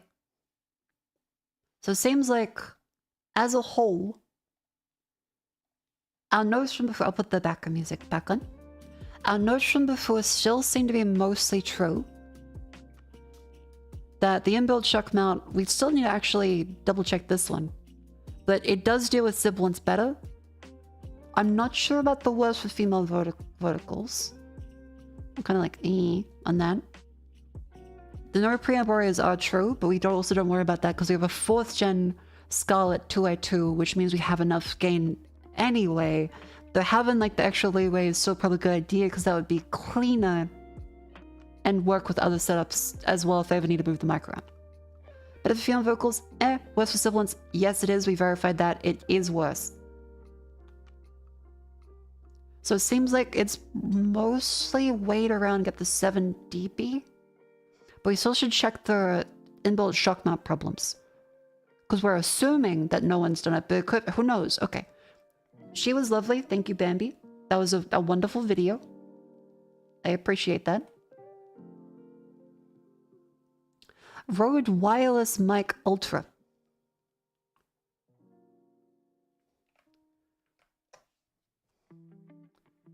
Ah, these things. I have these ones. Rode Go Wireless 2. I got these fucking things. I got these ones and a lavalier mic. So I have a portable mic set up. But the main consideration for me is like they do cause interference. And they sound worse like at a PC.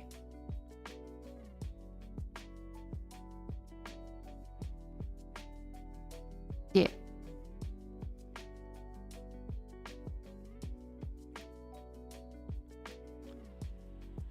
Compared to ASMR mics, first should I get streamers that want to do karaoke? I don't know. You should ask someone that knows audio. We're both figuring this out together. Like I've got no fucking clue. We just kind of gotten put into a corner there. I'm sure someone will have like someone saying SM58. That chatter probably knows what they're talking about. Maybe double check. Sure, SM7. B will probably have more results. Everyone thinks you use the SM58. Gotcha. All right, well, there you go. Shock mount test.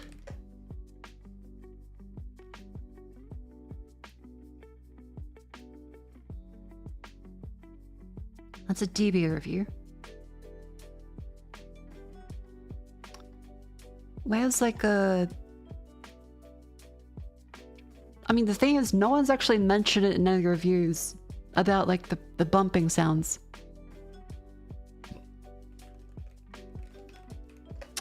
One saying capsule in SM15 and SM7B. Gotcha, okay. It could just be YouTube search. Okay, what is the broccoli head telling me? Do not buy this microphone. This is okay. The Shure SM7B, which is Why? probably the most popular microphone used by streamers right now. Don't get me wrong, it's a really good microphone, but it might not be perfect for all voices. Is that fucking every Kahlua from... microphone that exists has something called a frequency response. For instance, this is what the frequency response looks like for the Shure SM7B. You'll notice there's a little bit of a bump where the low frequencies are. Because everyone's voice sounds different, everyone has a different tone. Okay, in fairness, they are holding this by the balls, effectively. And I'm not hearing any bumping.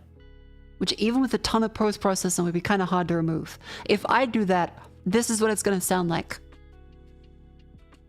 Like if I grab the MV7, which does not have an internal shock mount, if I grab that by the same point, hi chat, this is what we're currently doing with the mic. This is how it sounds right now if I do the same thing there.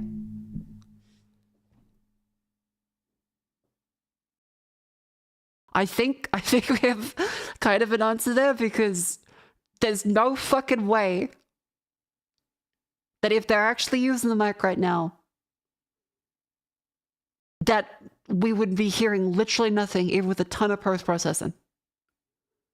Make sure that you get a microphone that works best for your voice and also that suits your price range. Try going to your local music store or something and renting a few microphones, trying them out before you actually decide to buy one. This will help you determine what kind of microphone is actually going to be best.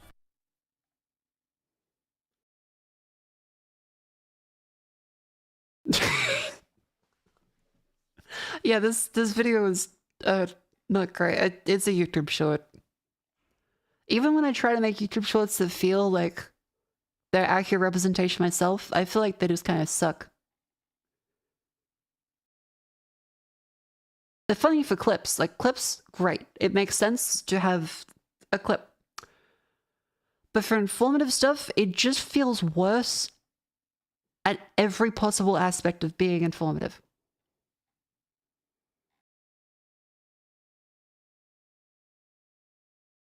But I think if they're actually using the mic here, this solves the problem of the shock mount stuff, because you can't hear anything. You cannot hear a single dum dum dum dum dum dum dum as they're swinging around like a magic wand.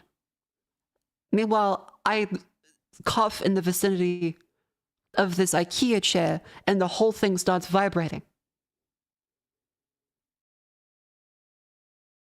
So I think inadvertently, they have helped me quite a lot with this video in choosing to buy it. Because I can't fucking do that with this mic. I will spare you the pain of listening to that again. My condolences. Alright, so check out 2 clips of the mic issues. Looks like noise gate too aggressive and attack. Okay, oh, thank you for reminding me. The Owie Cat clips, alright. It feels like I'm looking at like the JFK shooting clip when I say that. These are the 2 clips of the mic audio issues on my end. Let's see if we can hear them.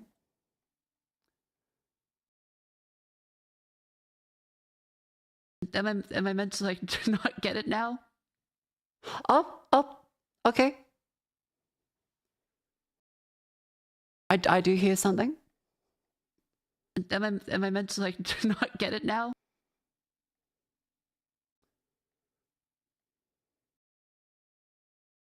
It's kind of cute. I think it has a little magnifying glass on it.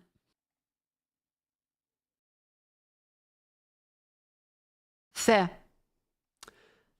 Yep, alley cat is redeemed. That is the start of it being cut off. Is that a noise gate problem? Hang on. Filters. I do not have a noise gate. I have an expander, a compressor, a de-esser, a gain, and a limiter. It's not going to be the limiter. It's not going to be the gain. It could be the de-esser, the compressor, the expander. If I take off the expander,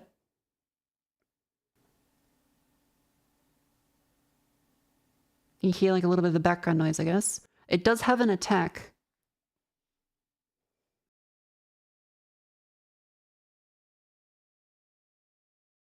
Because this is my list of stuff that I currently have active. I will show you guys that on stream.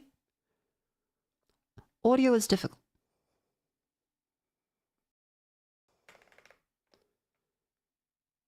A DS that I could just use and include a preview code with the SM7B. Maybe. It should sound better then. This is what I currently have. Ratio, threshold, attack, release, output, gain, expanded compressor, the DS, the gain, and a limiter.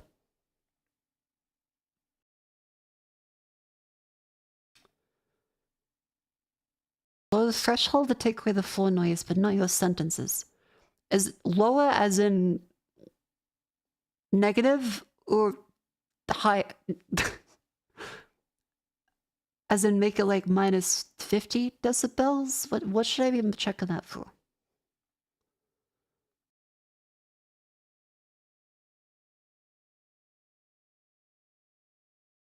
Okay, we'll do like minus 55.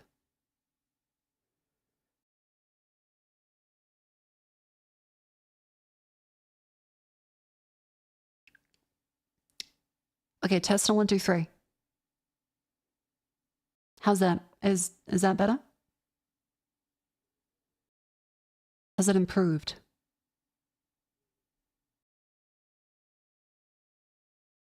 Is that better? Hello. I don't know when this kicks in. It only happens every now and then. Hey, let's rewatch the sound clip and see if maybe there's something. What was I saying? My clip 1, my clip 2?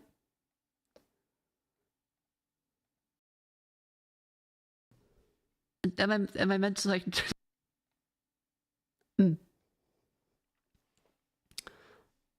Okay. M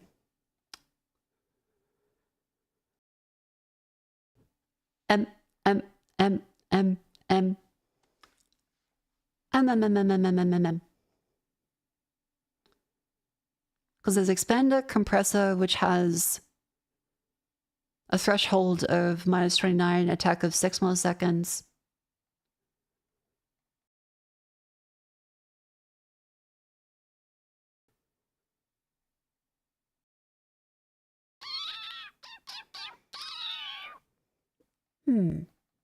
Audio is hard, isn't it?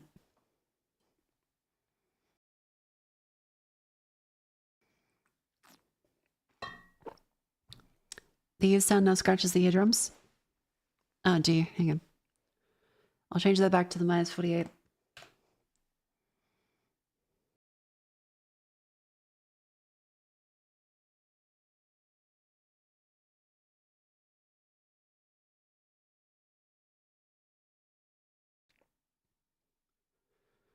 Because I have attack 3 milliseconds, release 130.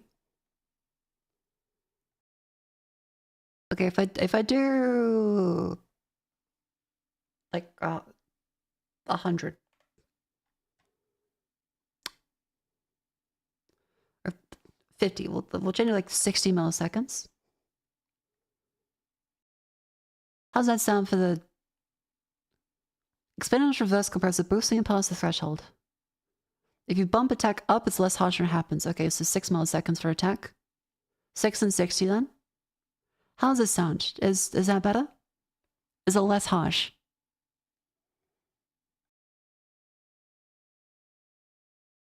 Hello? How's everyone doing? Is testing 1 2 3. Give us more MS. You want multiple sclerosis? Whole. Better, more soft? Easier. Use a downward expander to cut out background noise. Yeah, that's what this one's for, because if I turn off the expander, you will hear that there is a slight amount of background noise in it. At the minus 50 to 55.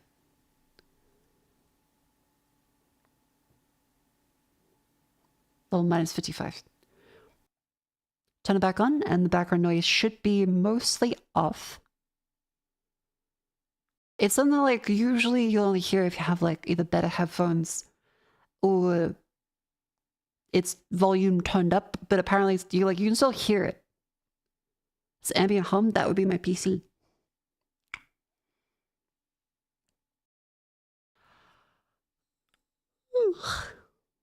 Alright, well, I changed the attack and release to 60 milliseconds. Well, 6 milliseconds attack, 60 milliseconds release.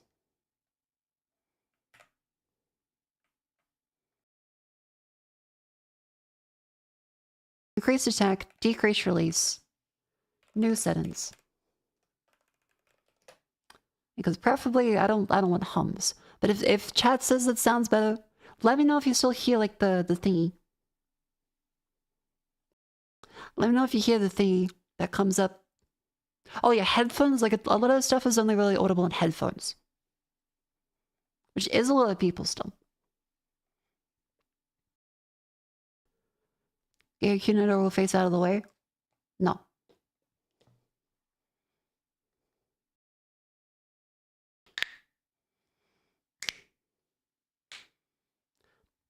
Anyway, I hope that's better.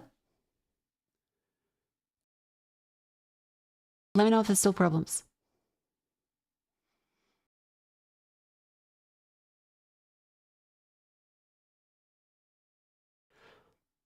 Never noticed before now you brought up sibilance. I can't not hear. Yeah, it's just a thing that I have.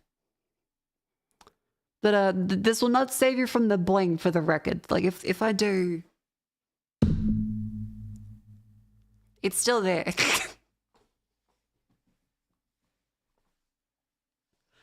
That is something that is only saved by getting a microphone which has a fucking shock mount that doesn't look like a UFO and isn't made in like the AliExpress Temu workshop.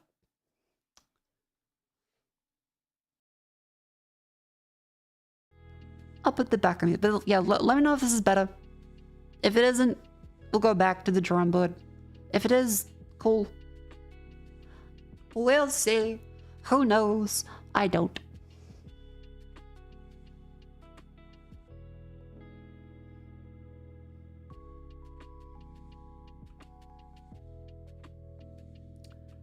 Okay, so it seems like SM7dB is the one that we should get. We have narrowed down all of the concerns. We narrowed down all the concerns. It seems like there's more pros to the SM7dB, otherwise I had to go and look for insane audiophile level stuff. Just get the SM7dB. As that solves the sibilance problem, that solves the shock mount problem, because you saw the way that they were handling that fucking thing by the throat. Still no mic sounds. Impressive. I cannot do that with mine. However, it is $800 readers. So... shit.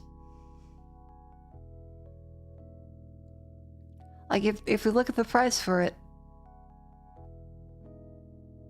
the SM7dB is $819 readers.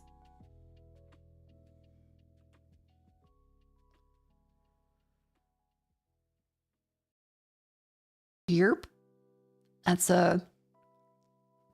There is a microphone. I'll get out to my vacation to the diamond mine. Hell yeah.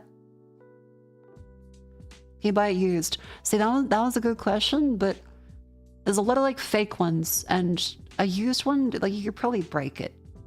I wouldn't trust a secondhand one because like it is a luxury good thing. And I've seen fake ones before.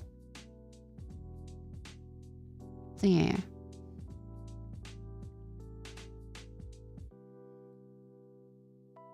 And like the Shockman is like built into this. Are you sure? I don't. Without certified manufacturer refurbished. I never trust those either because of my luck. I will roll like a 1 out of 20 and then the mic will like explode on my face. I get like the puff of smoke and soot.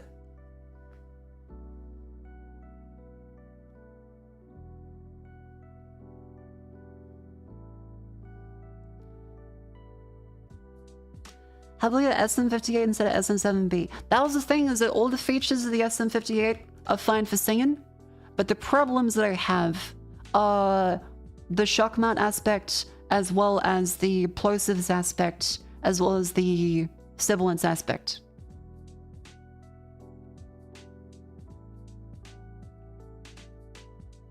Which I could fuck around with it, but you've seen the suffering that happens when I have to fuck around with audio technology.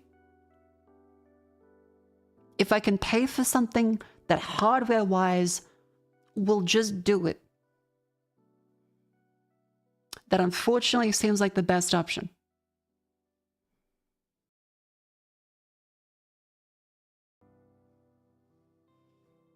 This is a great microphone, I'm sure. God damn it. But... they're marketing.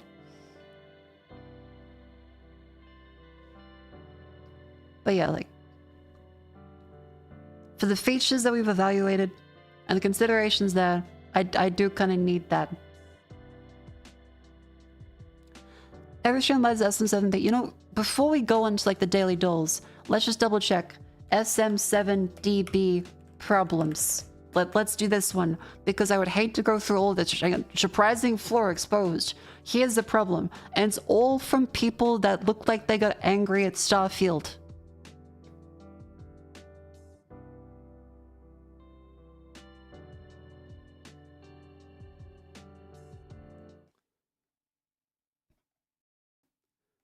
So we'll see. What if I told you why this new Shure SM7dB falls short in today's audio market? And perhaps it might be a bit of a foolish buy for most. Well, I am going to say that. But first, let's go over what it is. So the SM7B is probably the most complained about microphone, and the reason for that is its sensitivity. Well, because a lot of people have one. The SM7B is notorious for needing over 60 dB of gain just to get a decent signal out of it. Something that a lot of streamers and podcasters have regrettably experienced after dropping $400. But that's not a skill issue. Like that just means like you need hardware to do that. Like I would be upset about it too, but I would accept that that is a skill issue on my part. That's why they made the other version. On this bad boy. So Shure has an answer, which is this.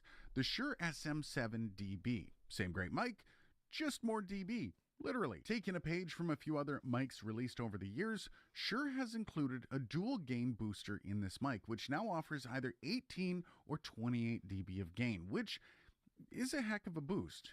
But we can't just boil down this release to a simple dual stage preamp in the mic. You have to remember, this is one of the most iconic microphones of all time, and it only has 2 previous refreshes on the books, the last one coming back in 2001.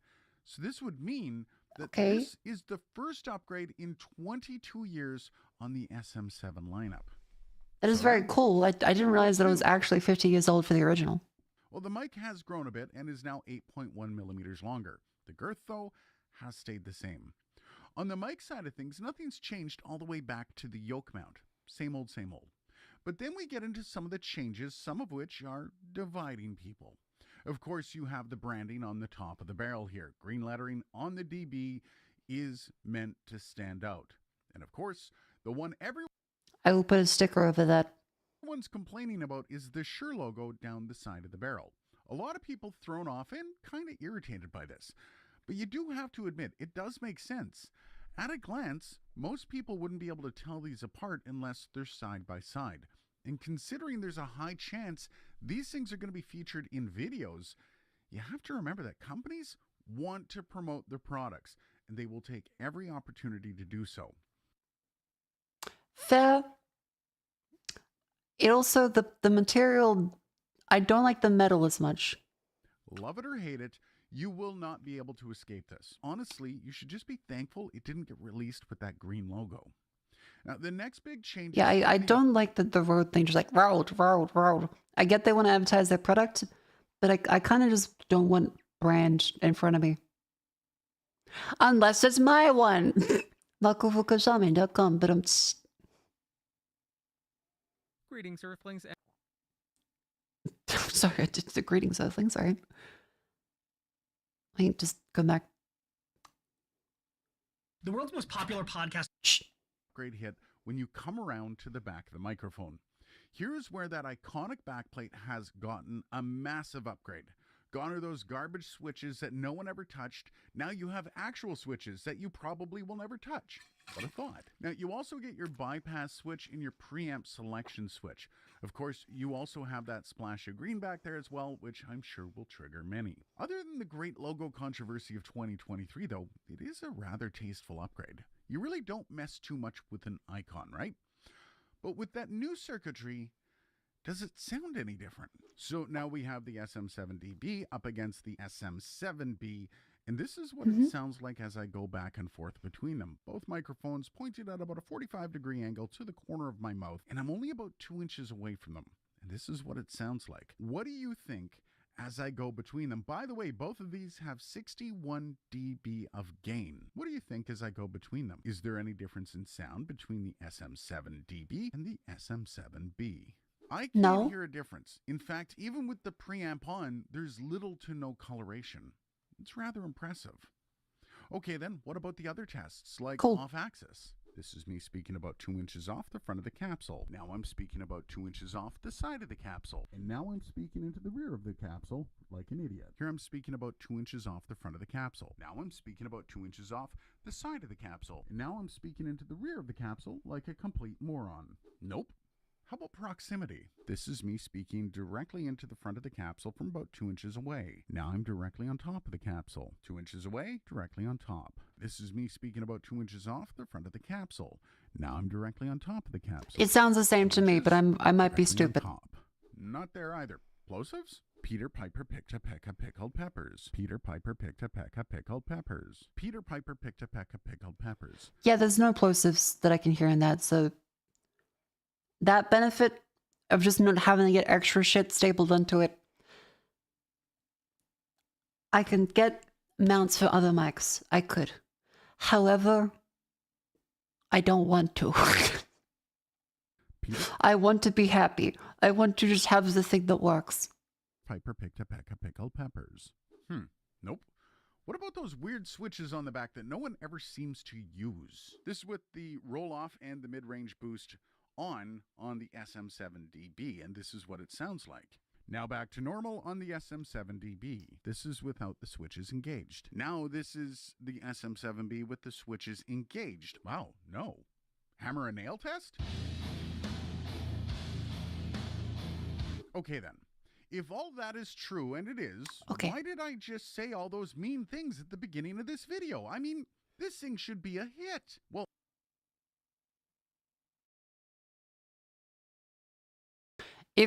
if he says right now that it's just for clickbait reasons, I will forgive him. There is a bit of an issue here in 2023. You see, It's 2025. If this is just like a release date thing, I'm good. 60 plus dB of gain seemed insurmountable a few years back. Over the past year or so, the gap with interfaces has closed considerably. The Rodecaster series, including the Streamer X, has 76 dB of gain. The new Mako LZ Creator has 80 dB of gain. Even the new Scarlett 4th generation of interfaces. That's when I have 69. Yep. Nice. Even newcomers to the interface space, but that's not a flaw. Recognizing the gain needs of the masses. That's not a flaw. 6 having 72 dB of gain. What are you fucking talking about? That's not a flaw. dB of gain. The masses have spoken, and companies have largely been listening. So that means even if you're still rocking the last gen interface, the next time you upgrade, this mic and its extra $100 price tag becomes kind of stupid. It's the same price or cheaper actually for me. So maybe he has a point for his one, but it makes me sad, and not because I may have seemingly wasted my money on this purchase, but because it's the next generation of the SM7 series. This mic would have been mic of the year in 2020. And honestly, with the latest craze being pushed by Rode with their XLR and USB combo mics, I think this might have been a missed opportunity by Shure. Think about every person I saw online complained about having USB integrated in their mics. That's one of the main complaints about the MV7, and people say it sounds bad because it has USB and they cheaped out on it. There's no winning there. Any audiophile will find more things to complain about. They're probably valid, but that would just cause more of a shitstorm than there being a logo on the side. an SM7B that you can use from day one and never have to upgrade. Start with USB, and when the time is right, you can graduate to XLR. People will complain about having one that has USB in it. They don't want to pay for the USB because they have XLR. Or they don't want to pay for XLR, so they just want USB. And we all know this is possible because Shure just released a tiny little preamp. Who knows? Maybe it's already on the way. Perhaps that would be the next SM7C, as in USB-C. By the way, credit to Mr. Minor AI for that, or Mr. Minor Ow, can't tell which one. Though it would be incredible to see, and it would also let people correct the other shortcoming that the SM7B can have. This better be, he's just saying the one that has more gain in it is bad because you might not need the one with more gain in it if you have something that has more gain in it. So they shouldn't have released the one that has gain in it. And that is the bland sound when it's left raw. This microphone sounds like the equivalent to audio cardboard. It needs EQ and compression to really shine.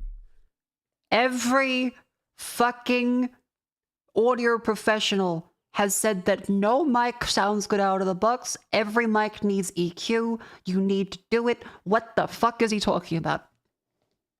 Wouldn't that be cool? That said, I think Shure might be trying to protect their other big release from a few years back. This is bullshit. This video, another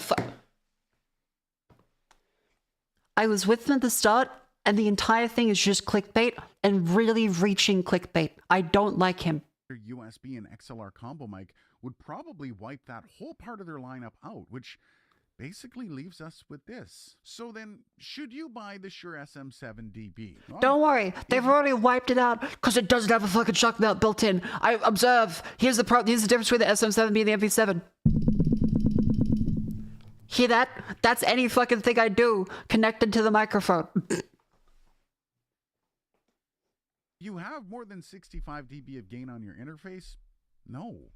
This is a mic that is fitting less and less people.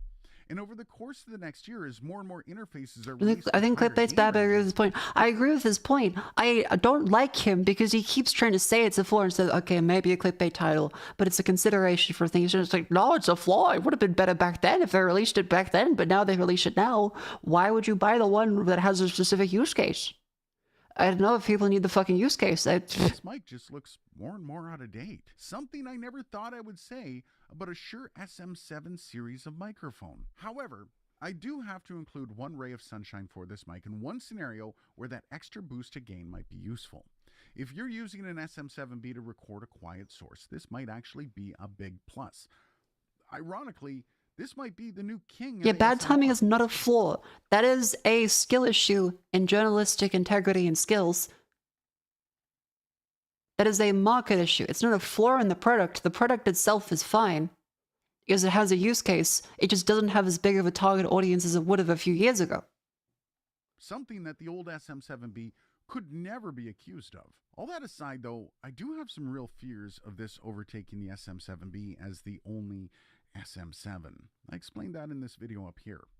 I really hope that both of these microphones can live on in the Shure lineup, and we aren't going to see the SM7B fade into history, much like the SM7 and the SM7A. And if you want to know the full... I don't recommend this channel anymore? How do I stop seeing videos from him? I disagree. There's no difference.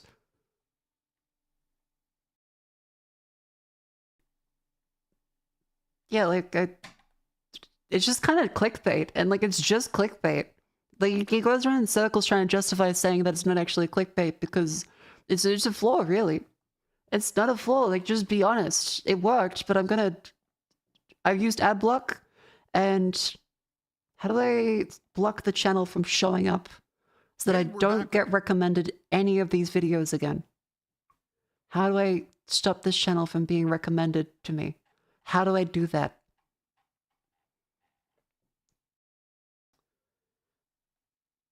Oh, there's a way if I do the report. Okay. Again, I'm sure he is lovely. However, this is multiple videos now, which were very clear clickbait. About a product, not just like, hey, I got you to click on the video, here's the thing. It's, actually, here's just, you know, I'm gonna pretend that it wasn't clickbait. And I don't like that, because I just feel like I wasted my time with him saying, this product. See, I don't want to report the video specifically, because I don't want him to get in trouble. I just don't like it. Go to the thumbnail, click 3 dots, don't recommend channel. Oh, thank you. Okay. Hey, we're back.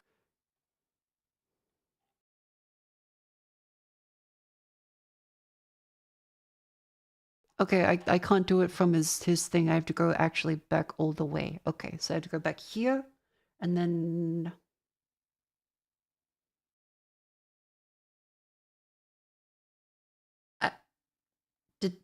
Did they remove it on the home feed? I have to wait for him to show up in my home feed?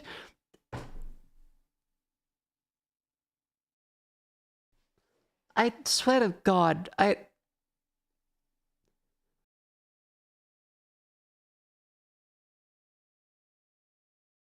Again, I'm sure he's lovely, but holy fuck, that just wasted my time and really annoyed me.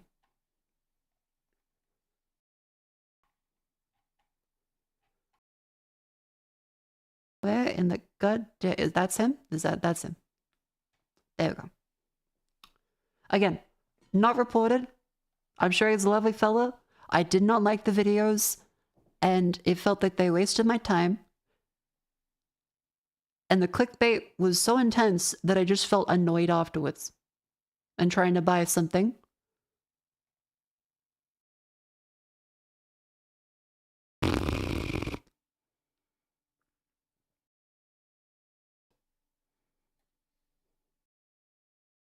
Yeah, I also don't want to get recommended shorts. Like, the shorts just kind of, every time I look up something, it just keeps giving me more silly shorts.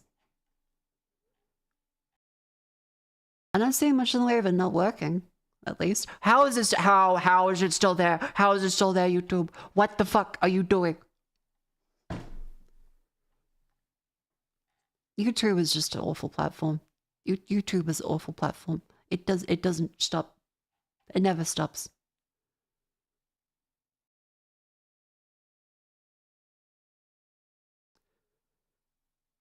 Dead on arrival. Okay, that's a problem. But I mean, that's like a QA problem. QC. I want to be in search results. Because I don't want them to recommend the channel anymore. I want them fucking out. I want to stop seeing it. He's actively making my experience on YouTube more annoying. Also, look at this shit. They have a fake...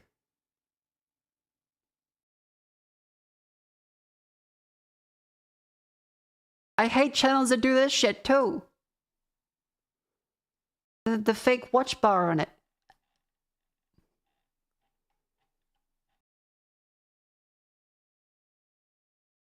Is it another fake watch bar? Another fake watch. 2 separate fake watch bars, I think. Is it a real watch bar? I can't tell. That one I think is a fake watch bar, or maybe a real watch bar. That's on. Maybe I clicked. I think that's like the Hive alien people. I think maybe I clicked to this one. Why is there 7 fake bars?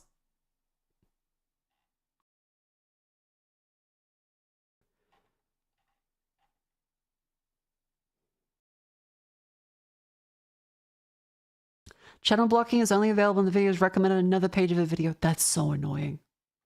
YouTube wants me to consume things that actively make me not want to keep watching. I feel like somewhere along big tech is just think, they're enraged. This is actually good for engagement. It makes me not buy things because I'm annoyed at the people recommending things. And it makes me not want to watch videos from that person again. I would watch more videos if they just gave me a pleasant fucking experience.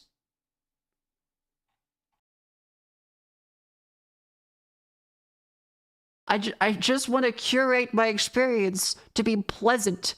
Is that so fucking hard? Oh, I'm sorry, I don't want to fucking topple a small country by having propaganda shoveled into my mouth and go, yummy content. I just want to find which microphone is good. Is that so hard? No, it shouldn't be.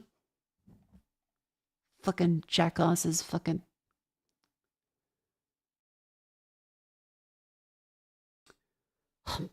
Okay, well, thank you to the lovely people today that helped in chat, and the lovely people on YouTube that helped, especially that lovely Australian lady and a partner. Who is she?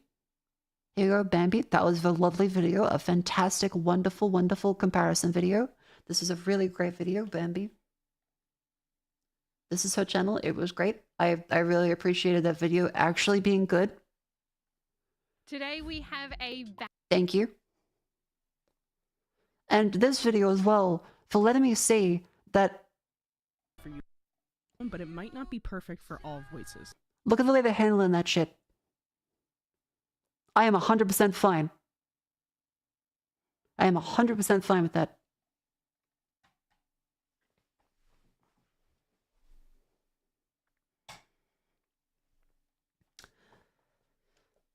Alright, and now comes a dilemma. Is the SM7B even connected? That's what I now don't know about. Because it could be that that was just a troll video that I don't even have it fucking set up. Maybe I buy this and then everyone's like, actually, you idiot, there was a 2-view video on YouTube that has the mic actually connected and shows that all the problems you had are still problems now. You fool. It could be.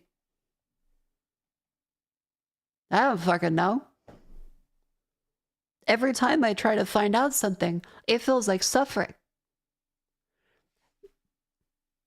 There was a brief moment in time on the internet that finding out things was kind of cool. Now, with the rise of informative YouTube videos, I just get kind of frustrated.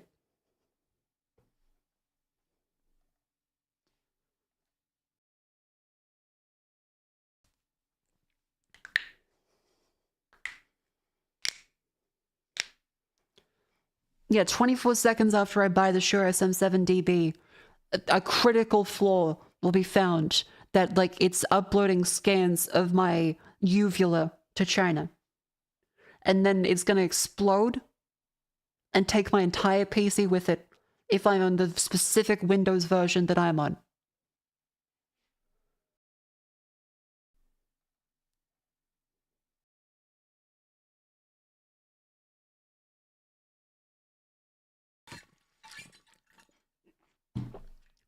They're gonna wait for the uvula patch until I specifically receive it. It's in my hands. I make a tweet, and then an agent is like, "She bought," and then they upload the patch. My uvula everywhere.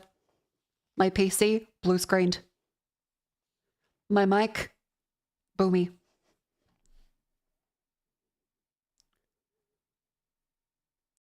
Do not get the DB version. Get this SM7B, way better. See, like, you raise a good point.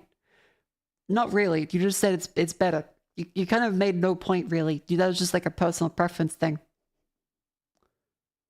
But thank you.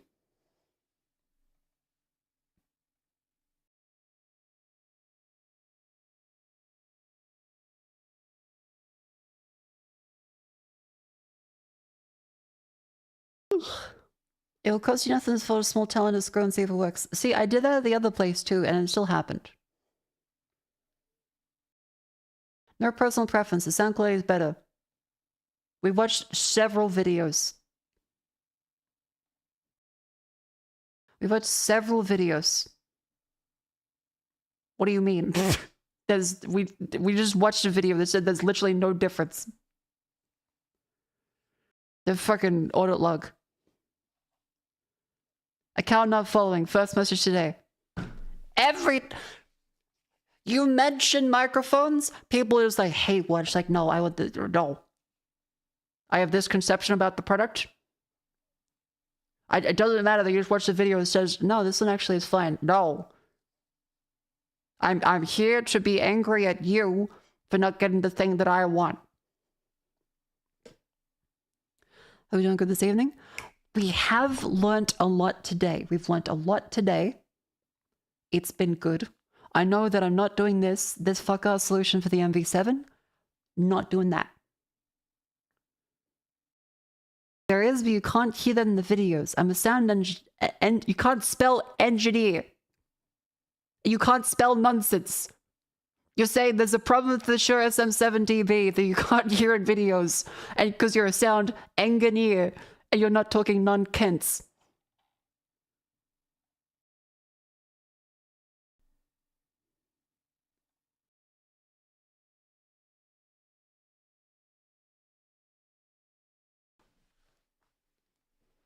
You're saying, oh, it sounds better. It sounds better. Trust me, I'm a sound engineer. Oh, you fucking little... See, I'm gonna have a problem with the microphone, and someone's gonna come out and tell me that it's because I didn't buy the platinum cables and hook up some jumper cables to my nipples to make sure that there's no interference. Oh, did you ground yourself when you talked into the microphone? Get the fuck out of here.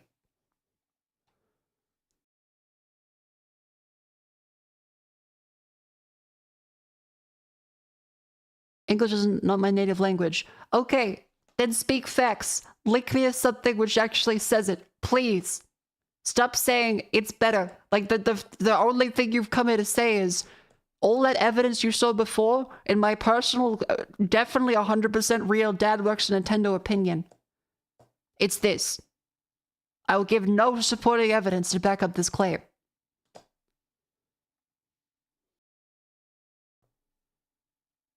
So doesn't need personal help with the microphone. Try to find someone you can trust, your friends, they troubleshoot you. No video will be more useful than that. My recommendation, not forever, because you have the same kind of streaming as an audio file, and recommend sets for other streamers.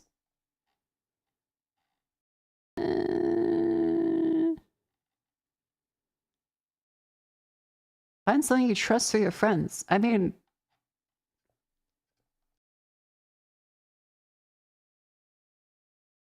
I'm not sure, like, a VTuber is gonna be, like, providing better help. Everything I've seen from every VTuber is that no one has their mics set up correctly, me included. Again, no insult personally. I'm not sure that's the right solution either.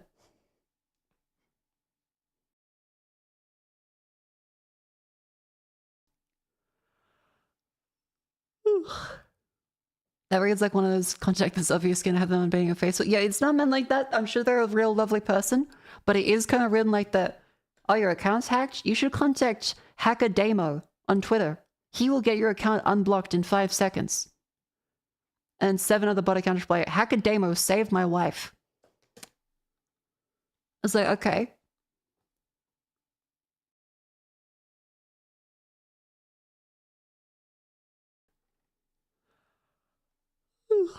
Make sure your microphone chakras are aligned. It's so like okay.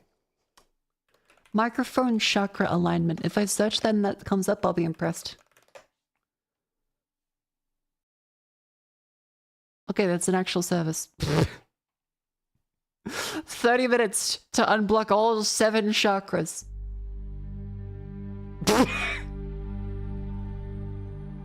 Baba yatto yatto bada verguli yatto yatto.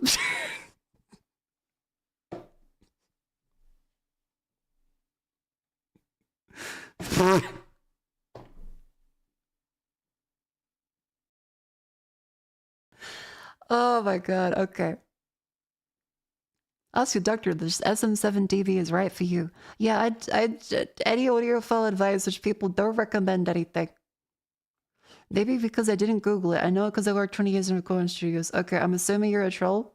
You've said no supporting evidence. You've just come in here to say, this is better. I know. I worked 20 years in a studio. Okay. I've worked infinity years in a studio. How about you give any supporting evidence?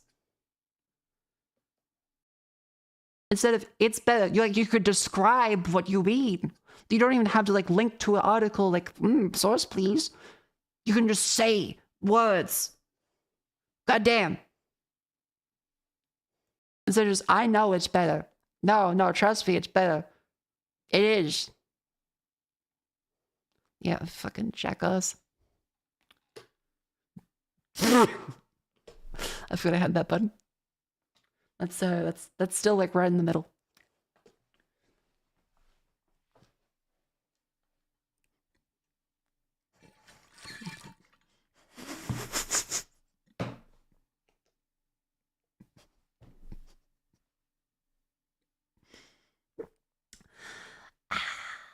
All right. We've been live for 4 hours. We should do the waddle after the lovely outbreak. That's right. It's time to stand up and stretch. Move your limbs. Air out your room from all of the... What's my CO2 level at? 1,400 parts per million. I should air out my room. Okay. Give me a sec.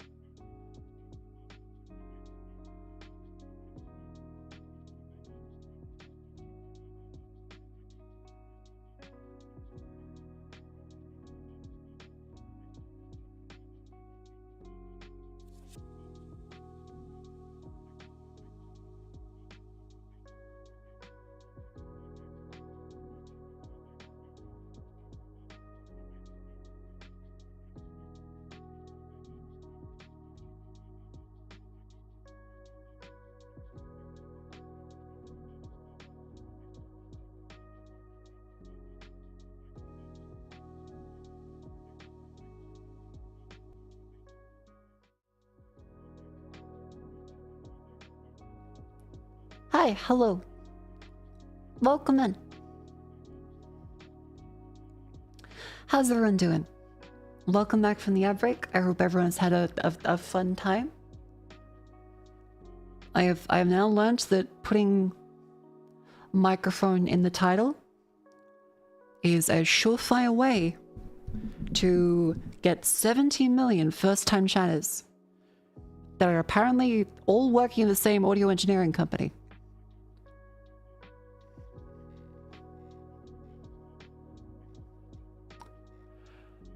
By the way, mods, is this 18 plus stream? I'm not seeing the tag. Okay, common misconception.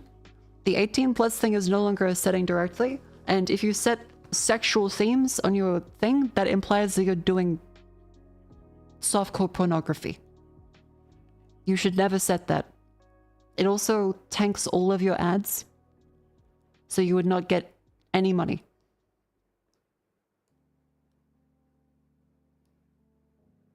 Like, if you apply 18 plus to your stream,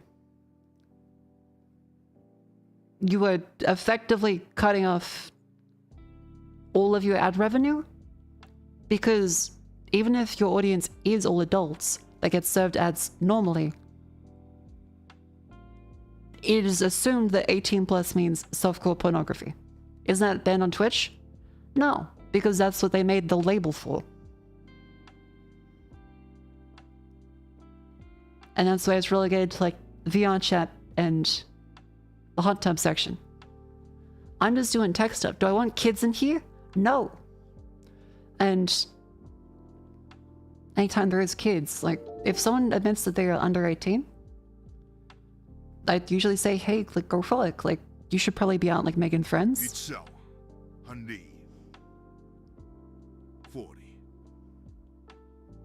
What the fuck? I don't know anything about audio, but it'll support you and whatever audio lifestyle you chose. Thank you. That was a very peculiar TTS. Okay. Huh. What was I say? But yeah, if anyone is under 18 and says they are in the chat, if someone has parental approval and supervision, there's not really any effect or problem, and that's like kind of what I would want parents to do anyway, is supervise their kids watching stuff online. But chatting, I would be like, no, I don't want kids that admit they are kids to be chatting. I want them to be outside, like, frolicking and making IRL friends.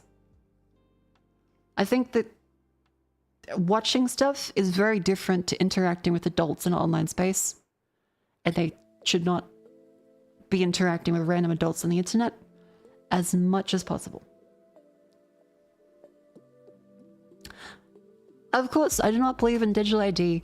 I think that's a bad idea as well, and the negatives of that massively outweigh all the benefits, of which kids will still get around it anyway. But personal decision, I think kids should, you know, be doing better stuff with their time and, you know, going outside. Not chatting with people on the internet. Ideally. Yeah, personal decision, that's what I usually ban them in chat. But if there's an adult that's like, yeah, Billy, you can watch the streamer, I'm like, there's not really a problem if the adult that's around them approves it.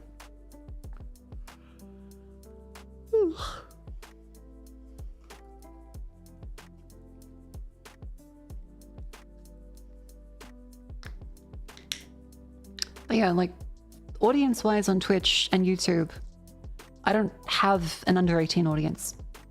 Like, 100% shows up as above 18. So, you know.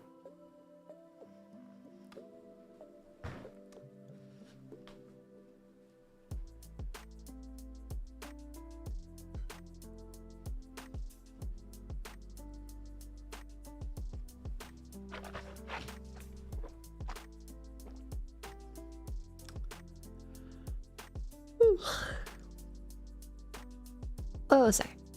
Have you decided on the mic options? Yeah, SM7dB seems like the best alternative. Technically, the SM7B would also be completely fine. But, like, they're the same price anyway.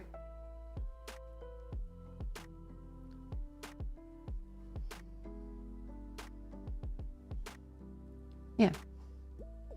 If you joke, Lisa, yeah, do not joke about being underage, as you will get banned by Twitch policy. Do not joke about being very young. That is an actual, like, there's been multiple times on stream. This is not a joke. Where they will automatically ban you. And we've had multiple chatters have to go on Discord and say, hello, I was stupid. It did actually happen. And then we have to show it on stream, like, okay, see, don't do this. If you say you're underage, that they will assume that that's the case and ban you. So just in case anyone wants to type it in chat as a funny, it will be funny because you will be banned immediately. And we'll have to cry and prove to Twitch that you're not a child. You poor soul. Let's go to Cloud Lifter. No, because like that was the points in all the videos, is that modern audio interfaces, because I have a 4th gen Scarlett 202. Look at Soyuz 1973. What?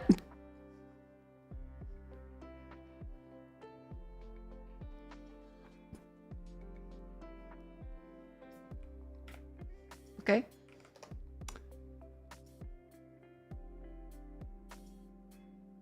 Oh, that's a microphone. I thought that was like a spaceship. Oh.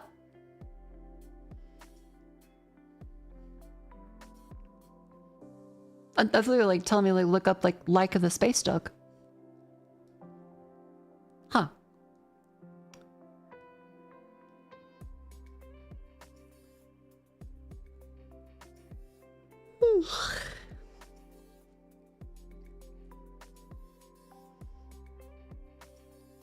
Anyways, I guess I can put it on the throne for the fucking Shure SM7dB. It's not like an immediate thing. Yeah, like the DB version just covers all the bases, which is fine. I guess technically the SM7B does look better than the SM7dB, but it's a minimal difference.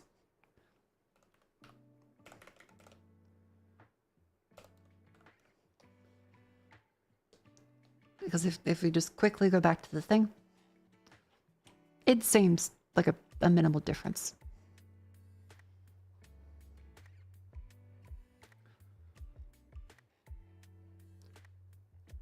Especially in comparison here, like it's a darker black. I will see it. I don't care too much about the logo. It has the added benefit of being like, you know,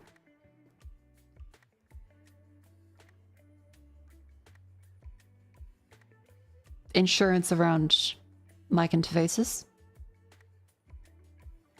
It sounds the exact same from like all the reviews. They've said the sound signature's the exact same. It's just, it has a bigger butt. It otherwise fits everything the same. It has a logo on the side, which some people get really upset about, which I guess it makes sense if some people are upset. Otherwise, doesn't really matter. The price, however, is $819, which is somehow cheaper than the other ones, but you know. So I guess I'll put that on the wish list. So I go like add. Let me just make sure it's not showing on screen. Cool.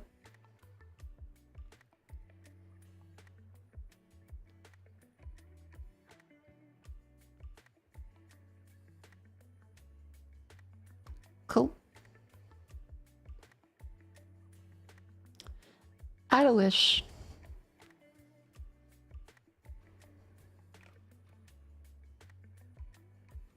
This store is not verified in your country. Okay. 819 AUD? Yep. This mic, as decided via a torturous 4-hour process, is the best one for the specific case of internal shock mount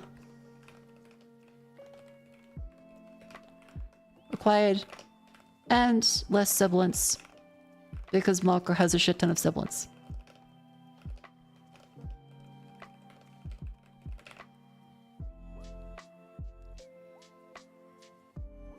Allow crowdfunding.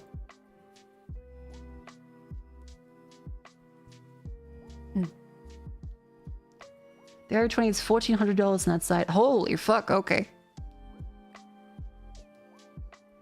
Yeah, so DJ is at least realistic. Thank you to everyone for all of the help with this. I understand audio stuff is hard and I do not know anything. So thank you very much for the help. I apologize if I got very basic stuff wrong. I probably did. Thank you for the help.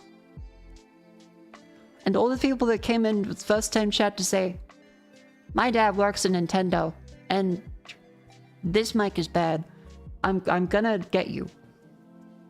I'm gonna like grab the jumper cables and wish you a good day.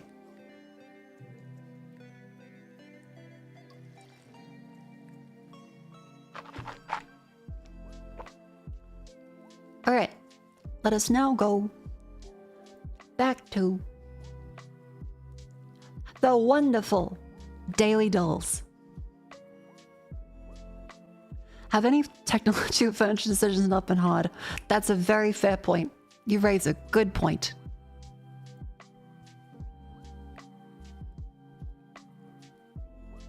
But yeah, what should I call it? I put it on the phone. It'll get there, it won't get there. It's fine.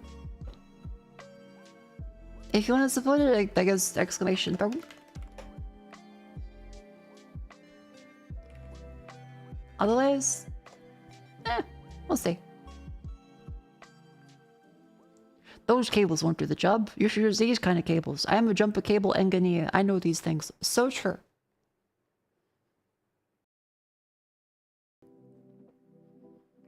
Now, where was I going? Waddle.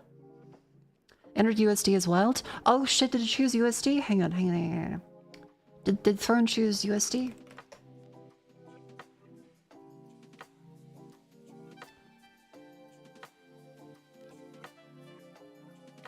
No, it's 80.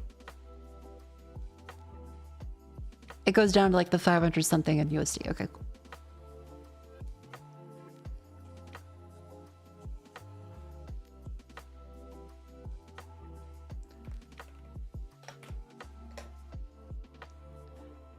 Let us now do waddle.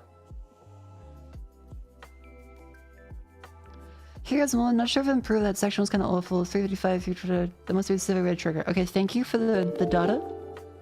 Sent via throne.com. Thank you, Valoran, for the $10 ideas towards the microphone. Thank you, thank you, thank you very much. Appreciate it. Thank you. How you see your 2 levels? About 1,000 parts per million. I opened up a window before. And I have... I'm gonna kill Discord. I swear to God. I posted this in my like offline server as a copy paste message to refer to back later, and some piece of shit has an emote for timestamps, so that my timestamps with 5.6 get changed to 5.6 as the 100 emoji. I fucking hate.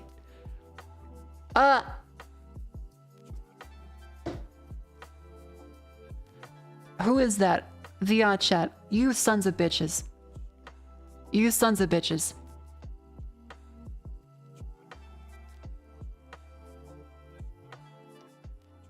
Leave server.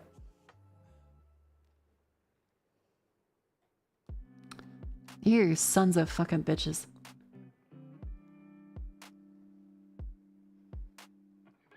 I'm gonna repaste that fucking message now.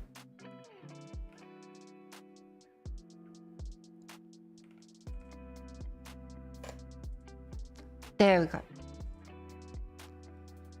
Alright. Very fitting, today is audio. Why? Who? Oh, okay. There goes the font.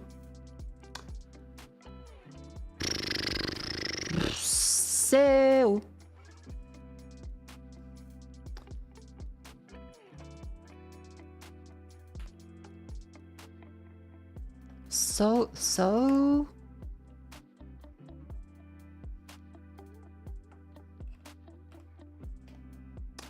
Suck. Sucky. Bucky. Ducky. Okay.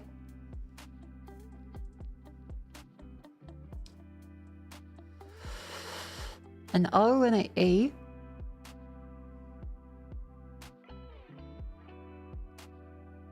An S is a good idea to chuck in as well. S-O-A. Saw. Can't be that. Spore. Does that fit? Hold on. Oh. Yep.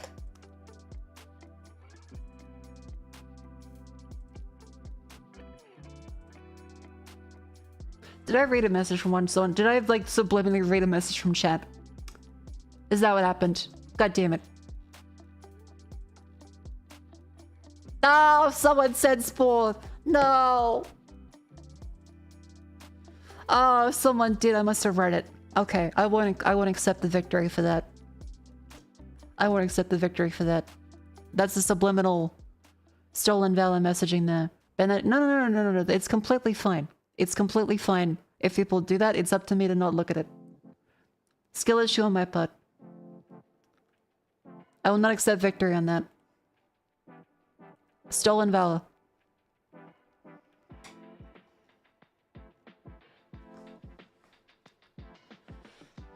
My headphones are running out of battery again.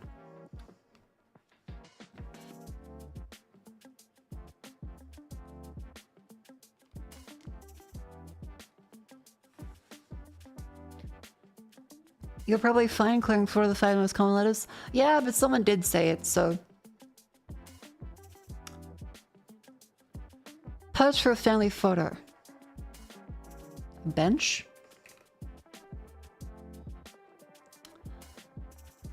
Banana with a variety show. I don't know. Plenty yields mezcal. Maze? Deceptive ploys. Trick. Wait, it's gonna be a plural. Plots. You're kidding me. Yikes. Her leap of faith might feel bumpy.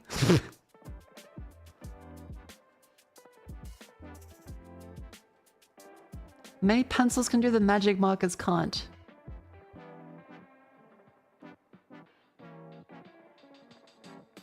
Because magic markers erase. Pencils also erase. This is flesh and blood. That's definitely flesh and blood. Hold steer. Covet. Okay, so we're back to getting rid of this one. It's also not bench. Hang on, fuck. It could be. It's likely covet, but CF doesn't work. God damn it. We're back to the drawing board with this one. Planet yields mezcal. If it's not maze, it could still be maze. How a leap of faith might feel. Scary. I think. Dutch seated government with the. I don't know. Pencils can do the magic markers can't. Magic markers erase. Pencils can be erased. Draw? Right?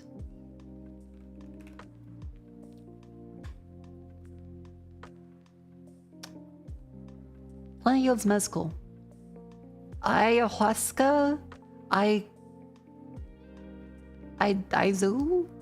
Agave? It doesn't fit with right though. Suwuf. Okay, I don't think it's right because suwuf isn't really a word. We'll go with agave. Deceptive ploys.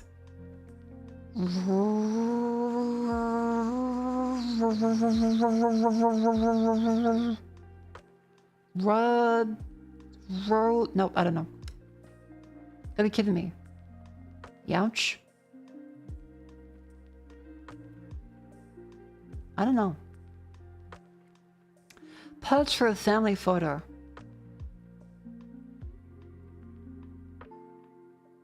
A perch for a family photo. A bench?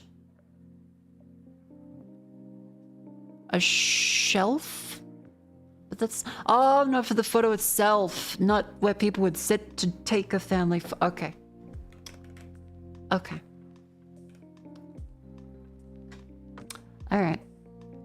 That's EA. That's gotta be erased. That doesn't make sense though, because like... Pencils can be erased. Magic markers can also be erased. I don't think that really makes sense, but alright. Just to go into the fucking hags. Deceptive ploys. RSS. Holds dear. Love. Love. Is it fucking yeesh? Okay, that's gonna be Carol. Is it the fucking Hague?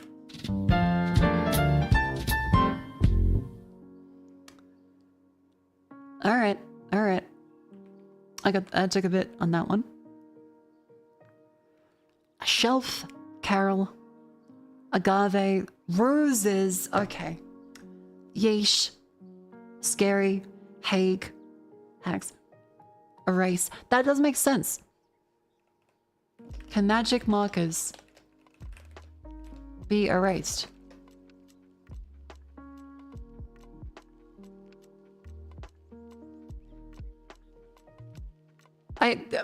Is this not like the fucking...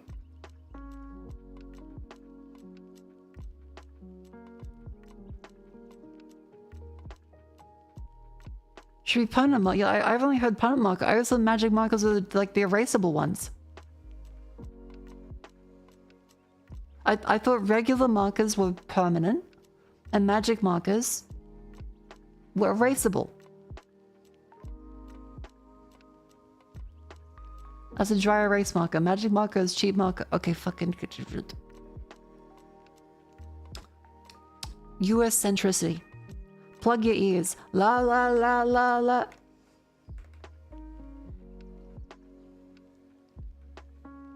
Labs. Salt. Gold. Golshi.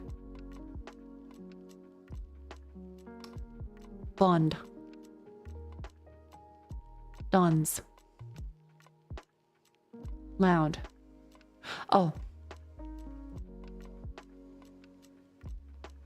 Okay. Goob. Damn it. Is the music still in the background? The headphones turned off like motherfuck. Technology.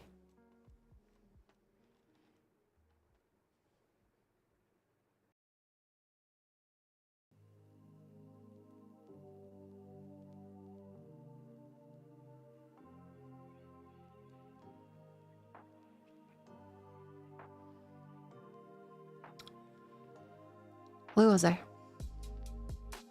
Loud sing.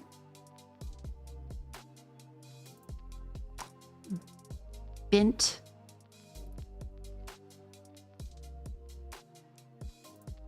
Sound. Noisy. Labubu.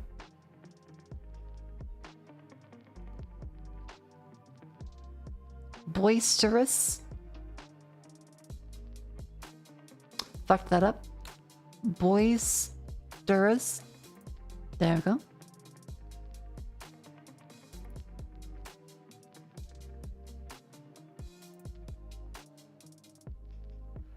Blasting. Bus. Baboosh.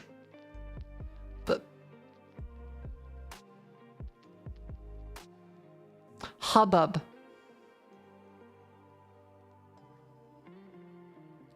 Stir.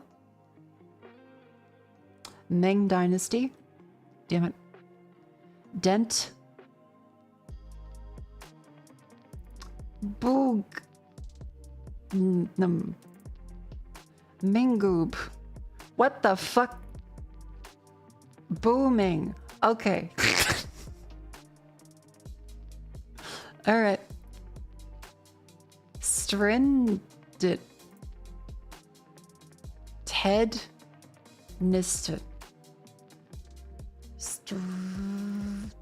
Strident. Okay. There we go. Wonderful. It's now time for Vandal.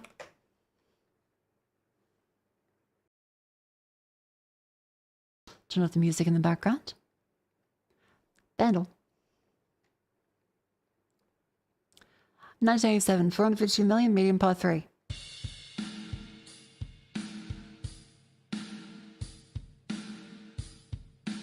It's awfully quiet.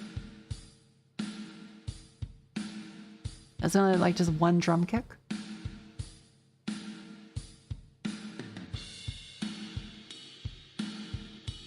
Oh, my headphones turned themselves off again.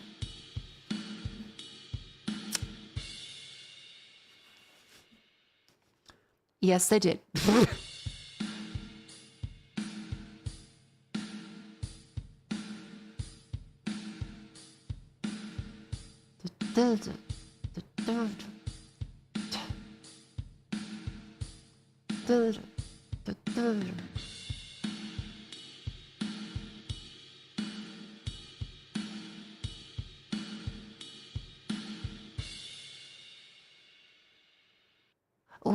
that sounds familiar.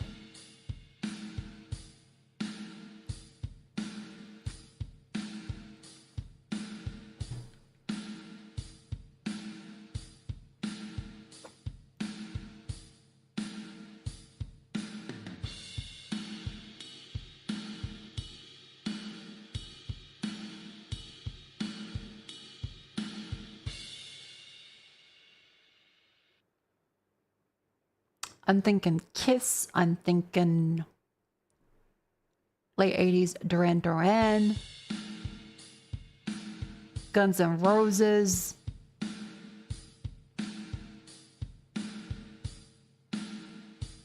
PATRON City is a decent guess. Take me down. Okay, might be a little slow for that.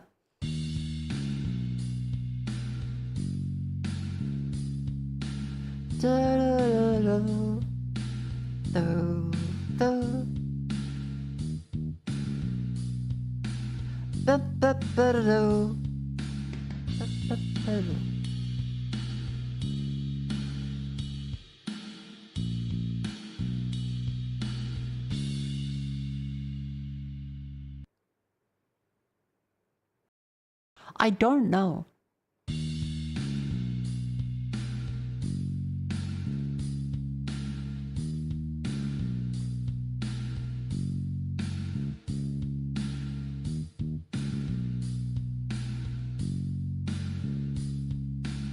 Da, da, da, da.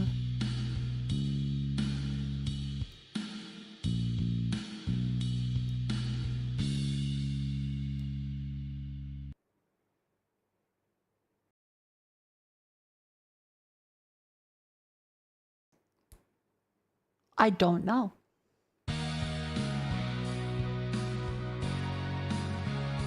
Oh my foot.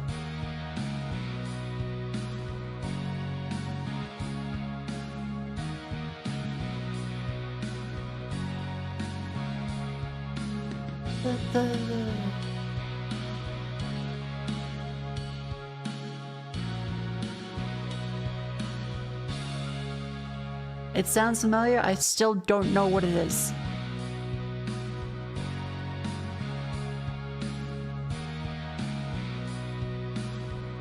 My headphones turned off again. Motherfuck.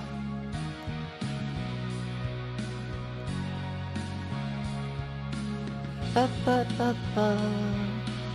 Ba, ba. Oh no.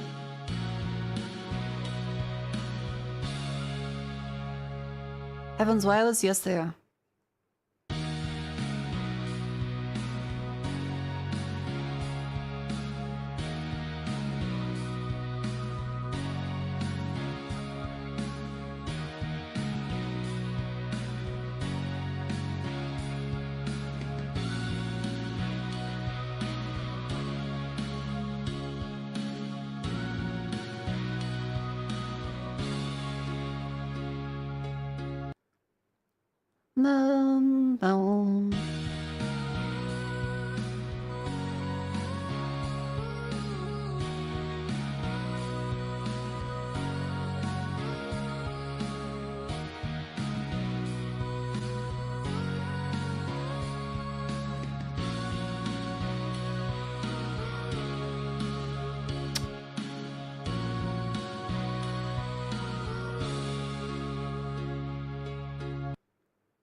On your own. On your own. By yourself.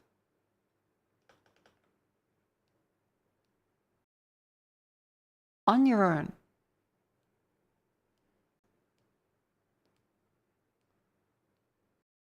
Alone. Not better off alone. I alone? Never walk alone.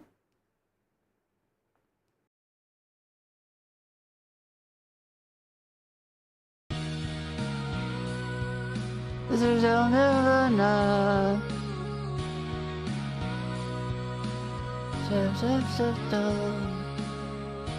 By myself? All by myself? Heart alone. God damn it. Heart alone.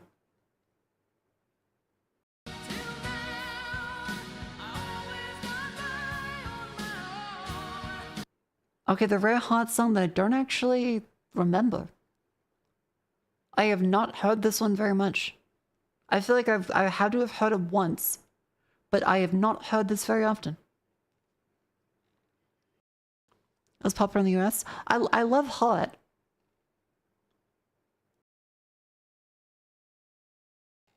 But I genuinely don't remember this.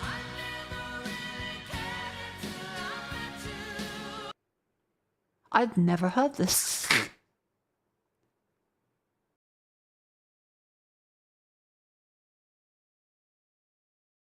Huh. The world is full of beauty. Did you do connections? Did I do connections? Oh, fuck, I didn't.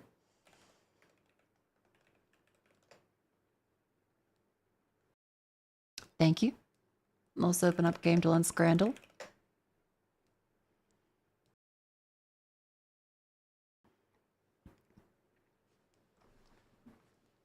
Connections.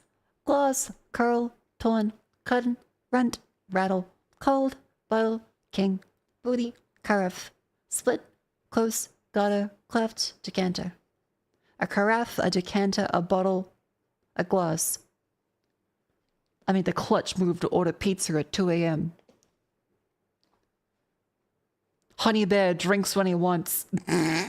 That's such... That fucking tweet is load-bearing.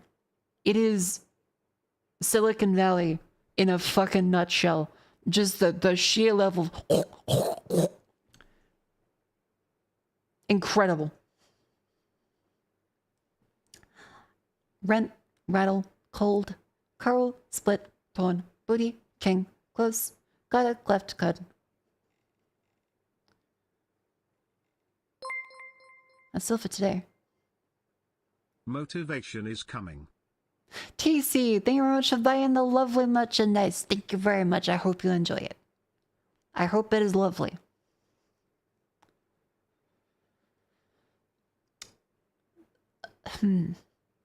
Shake, rattle, and roll? Nope. Carl? Could be corral?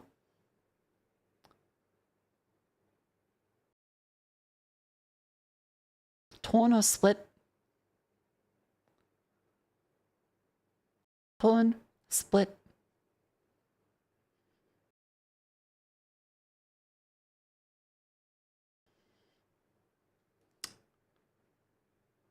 A cleft chin?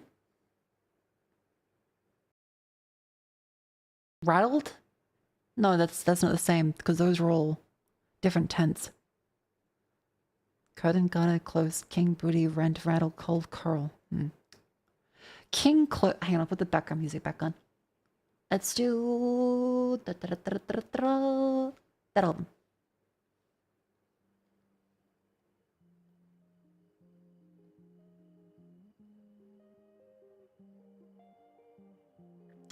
Split, torn, booty, king, rent, rattle, cold, curl.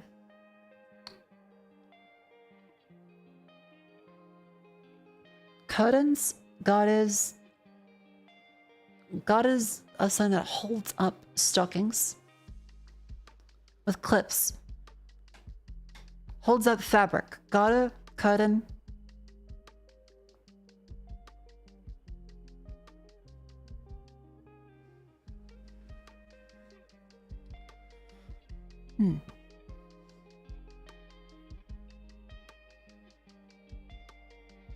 I don't know.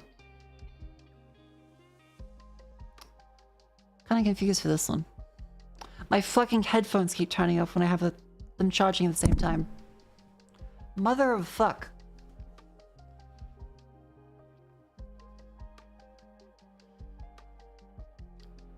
The booty holds up fabric.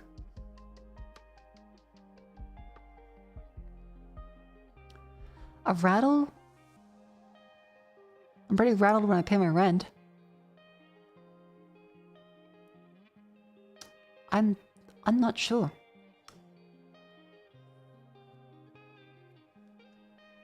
Because rattle can be like the baby rattle, like rattle be like snake, like rattle is in fear.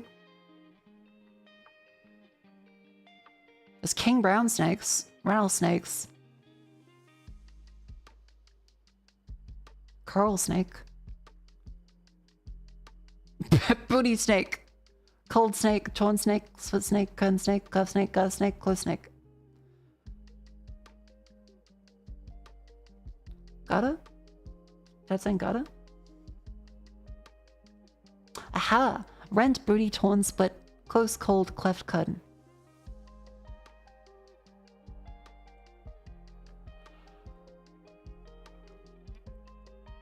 Curtain call, booty call, cold call, close call. Nice. What does this one mean? Oh, rent, torn, cleft, split. Oh, like rending. Like rending from fucking Diablo and all of the ARPGs. Okay. Gotcha. Past tense of rend. Alright. I've never seen it used like that. It's like fucking rent in twain. Past tense of rend. The past participle is rent. Okay, I've not used that or heard it be used very often. Because rend asunder would be what you would do. Rent asunder would be past tense. Alright. Gotcha. Time for Gamedle.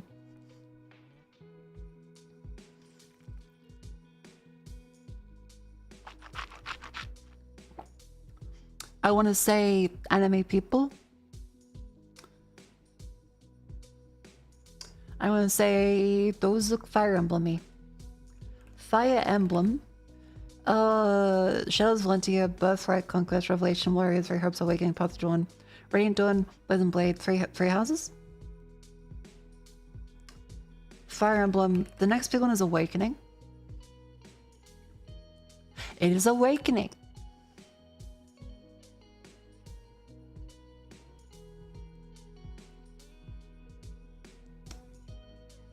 Okay.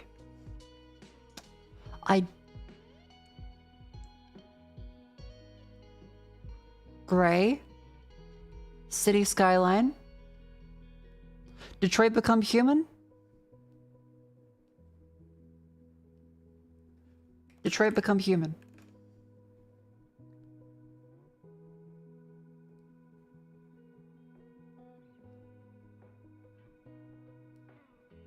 I don't know. Just Cause? Free?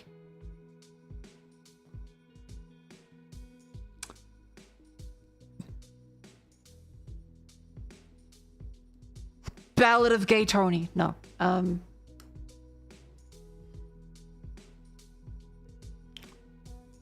Crackdown's one. No, what the fuck is that? Is that Final Fantasy? Final Fantasy is like the retrograde Bibida Boopa remake? Or is it Rebirth? It's not Final Fantasy, okay. Who? Zine Dragon Final? No.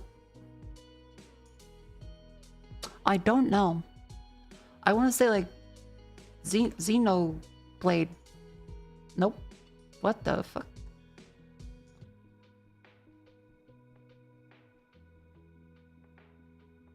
Ferris wheel? Portals?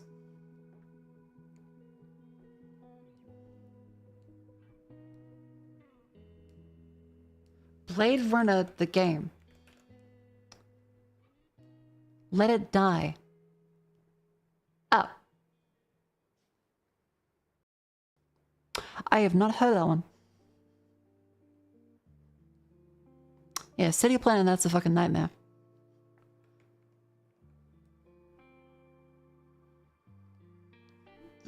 Valkyrian. Gallus... Gal...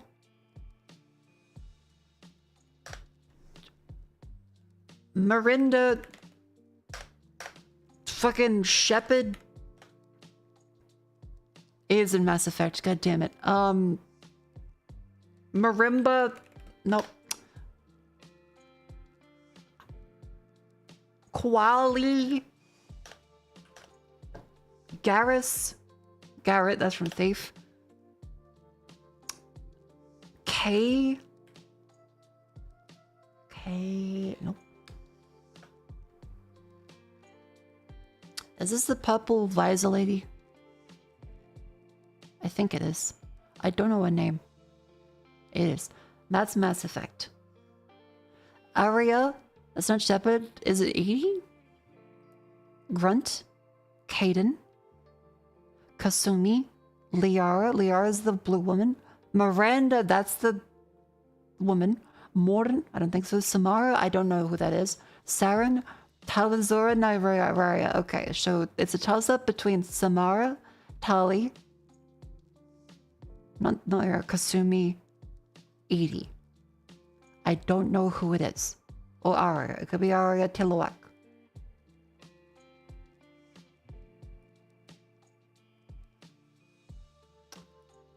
It was Mass Effect. Tali. Okay, I've never played Mass Effect. I was waiting to see how the trilogy ended, and then everyone said bad.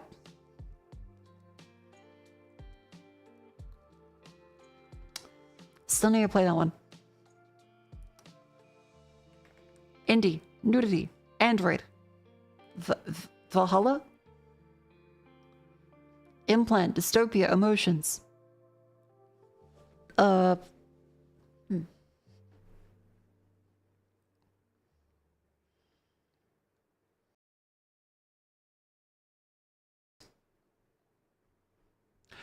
I do think of Haiti, like the big butt. No, okay. Signalis? Does Signalis have nudity? Bartender cocktail set. What the fuck? Bartender cocktail Cyberpunk. Is it that new one? Like that new one I see on Twitter all the time, where they show like an image of the person smoking on a balcony in VR?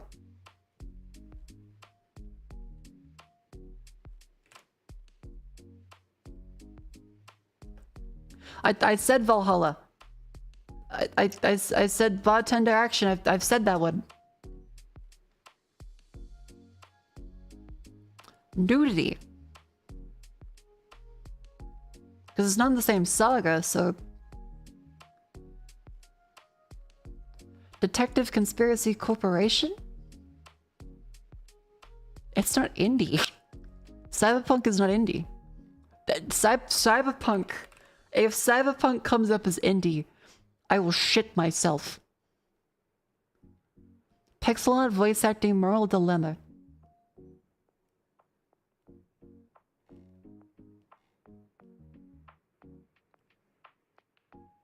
Corporate sabotage. I don't know. The Red Strings Club. Oh, thank God that's not actual nudity on the cover. Okay. Huh.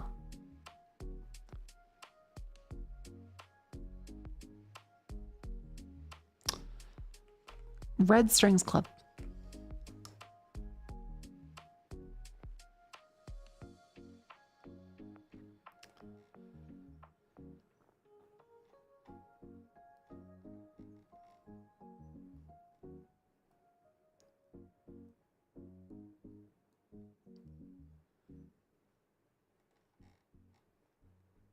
Cyberpunk narrative experience about fate and people. Okay. That's a narrative kind of one. It seems fine. I'm sure it's good. Is the music still playing? I can't tell. My headphones keep turning off.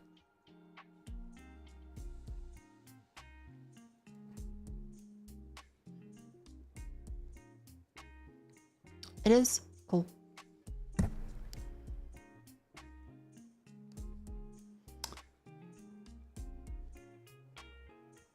Ah, there. Left 4 Dead 2.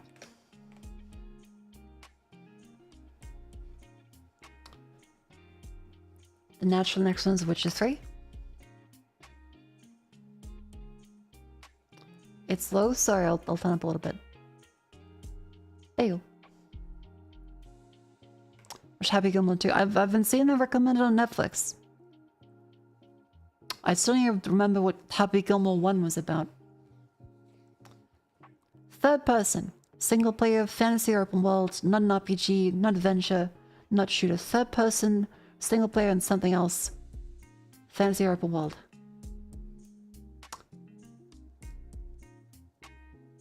It's about golf.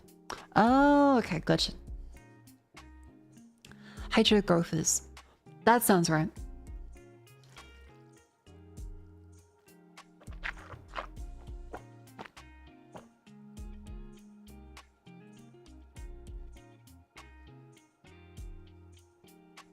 I do want to see the new Naked Gun.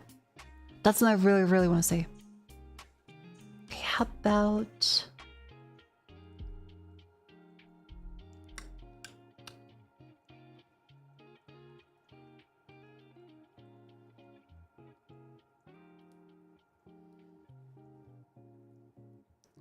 I don't know what else goes with this. We could say like Animal Crossing, New Horizons. Not on the Switch, not a Sim, not Sandbox, not Kids. Before 2020. Oh, that's isometric, right. 2016 to 2019, third person. Oh, my throat.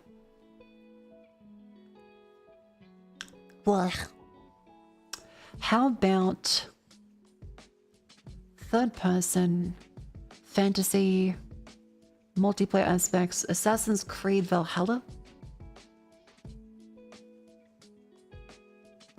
That was 2020.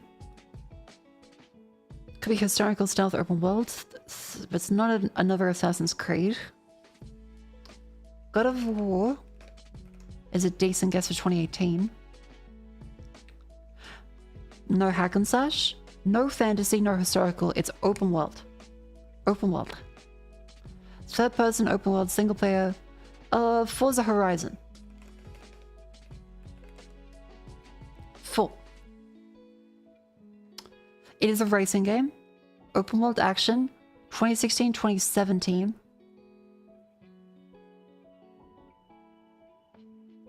The Crew. That was 2014. Third person only racing game. Open world 2016, 2017.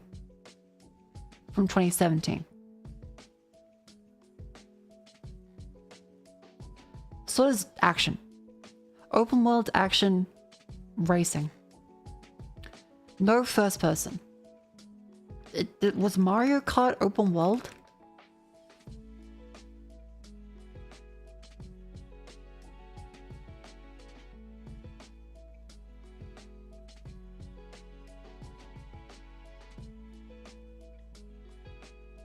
Because this is the new one's latest one. Sonic Boom? No, that's on the Wii U. Single player, multiplayer, 2017, open world, third person. Not on the Switch.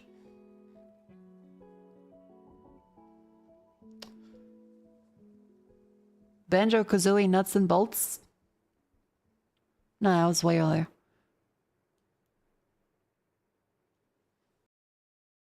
It's not Nintendo.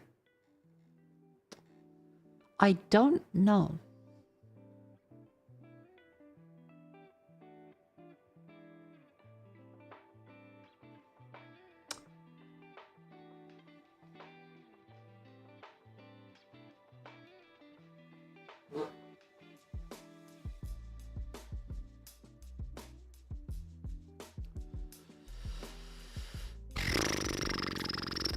We could say Gran Turismo.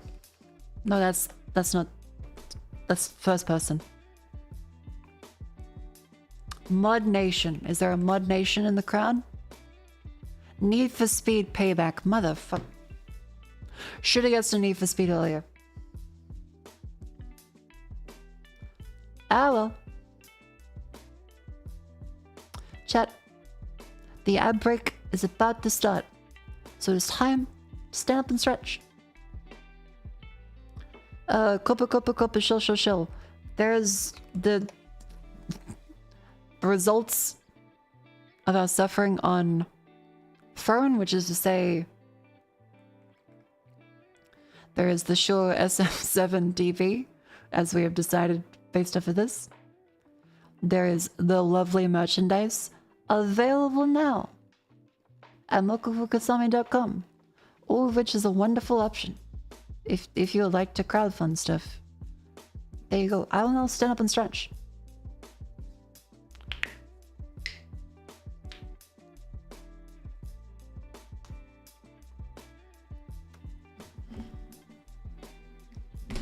And open windows.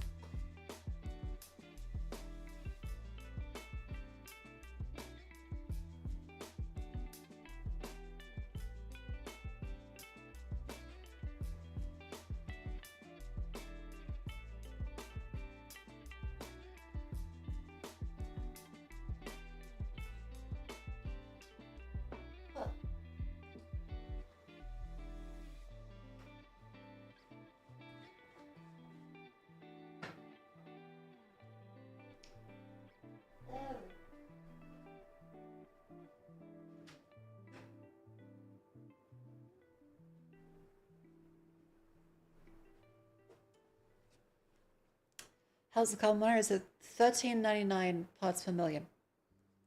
So it's a good time to grab my vitamins and leave those windows open for a little.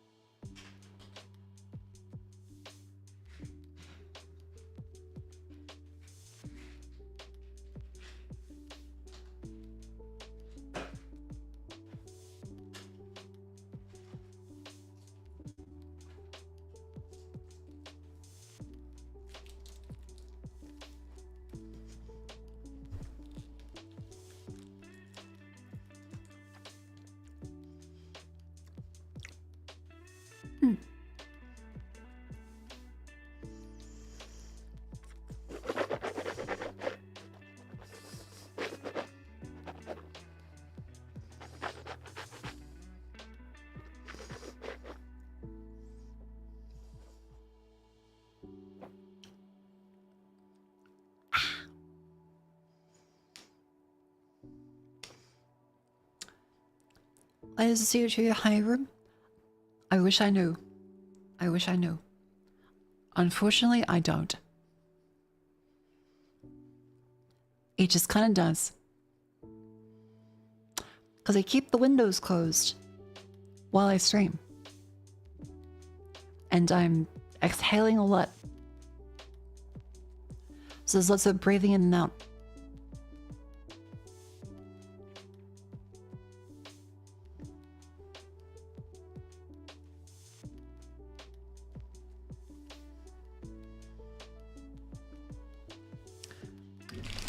I said I wasn't gonna have a chip. I said I wasn't. But I kinda do.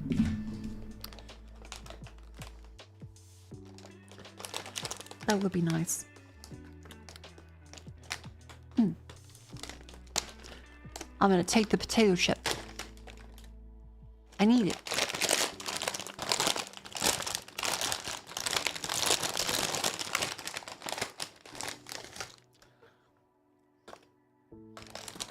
That one's a little green. I'm gonna not eat that one.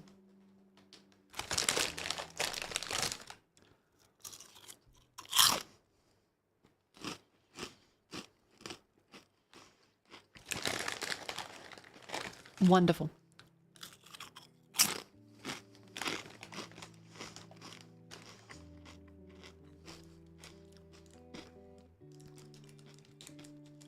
And yes, fear not.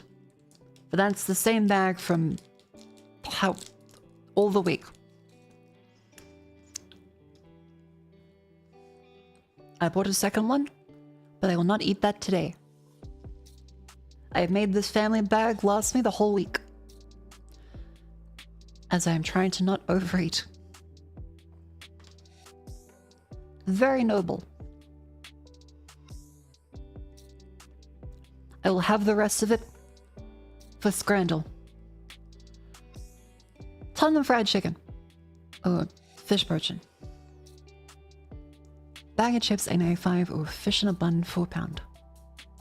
I'm also speaking softer because I don't want to anger the neighbors. And I don't want to be rude.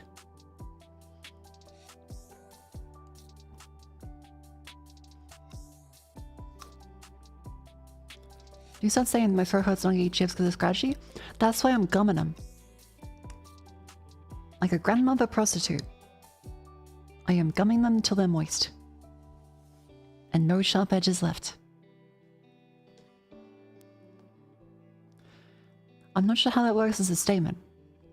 But I'm gonna go with the Tottenham fried chicken. So, yay. I think kebab wins that one. It's not a great choice because the pies, peas and mushy gravy, not that good. Hot dog, most foods going in 2023. Or Prego. I'm gonna go with a hot dog. These people are deranged.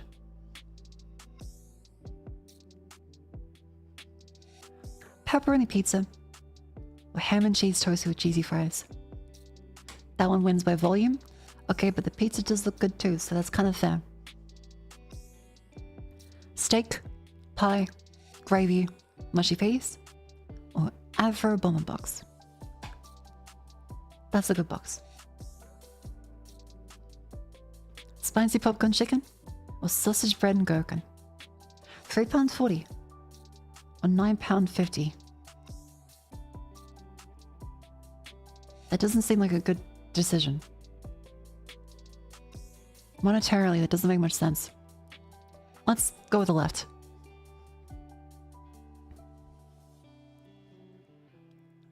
Gaffer burger or pulled beef and gravy top chips. I think that one wins. Burger bias.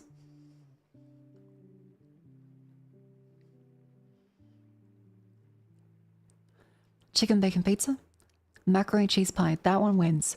That's a good deal. That's a very good deal. With a drink? Ooh. Even better. Hot dog or hot dog?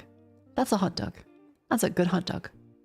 Quite like it's a little weird, but 8 out of 10? Not bad. Nice.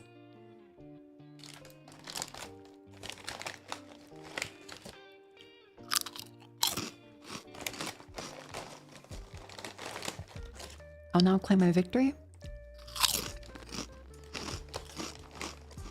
with some chips.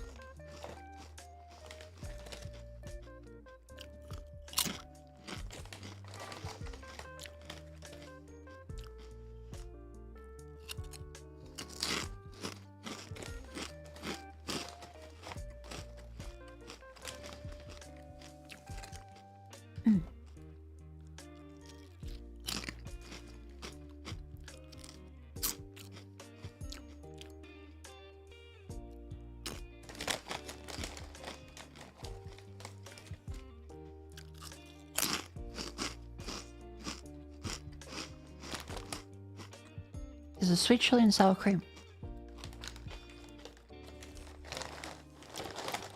They're very good.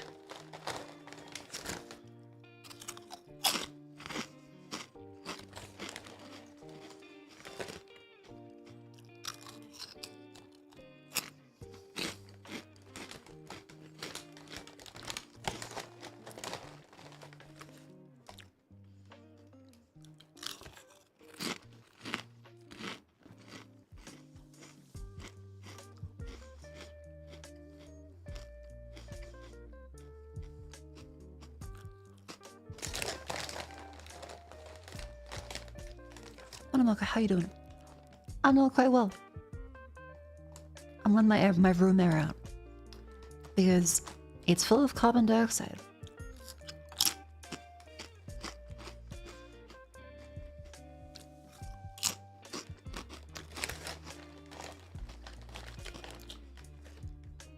I'm also eating chips.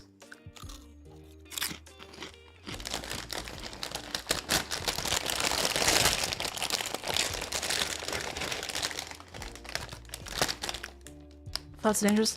No, that'd be methane.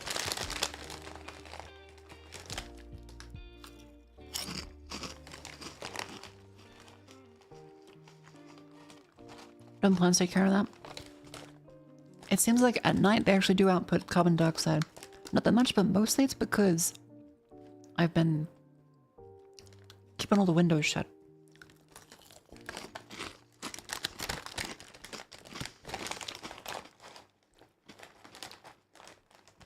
Did noise levels.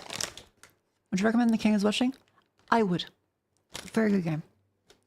Do recommend.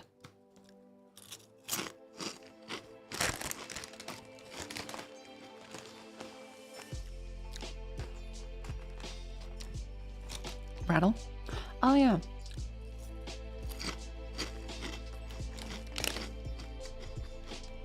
Does Rattle roll over?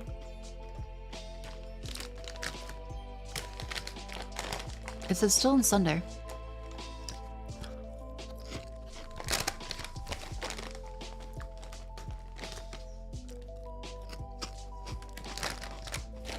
From Banana's Split.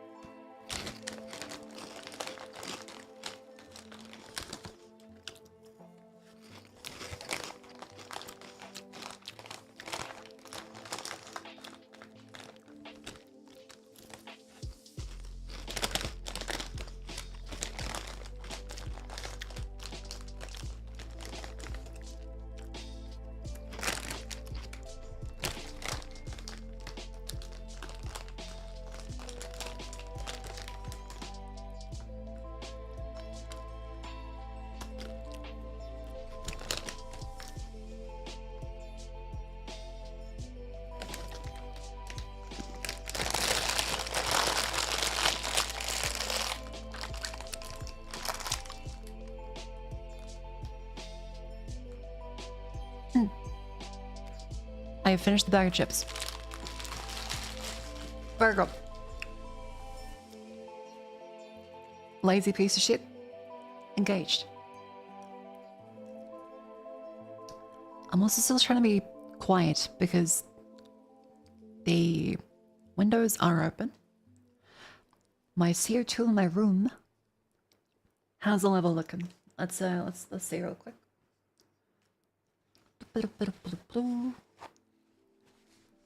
Okay. It says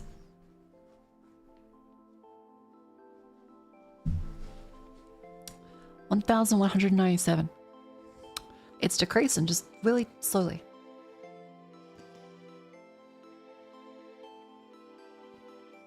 Oof.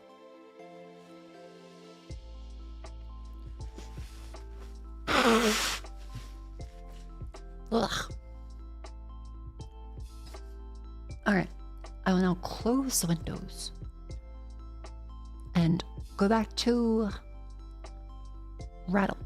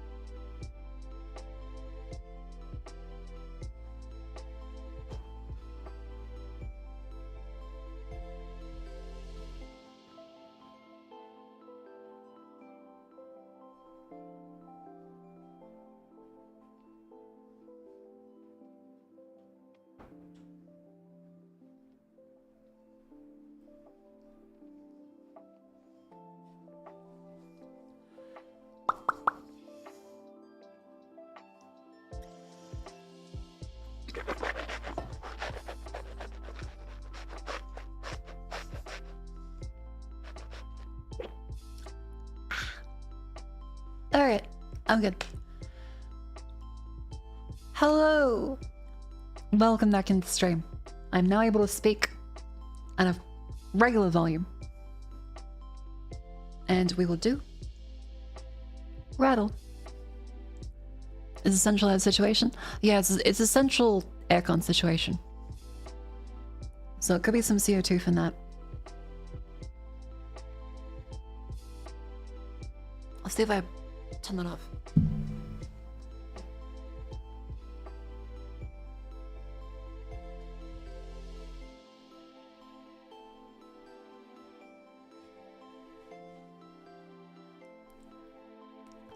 There we go.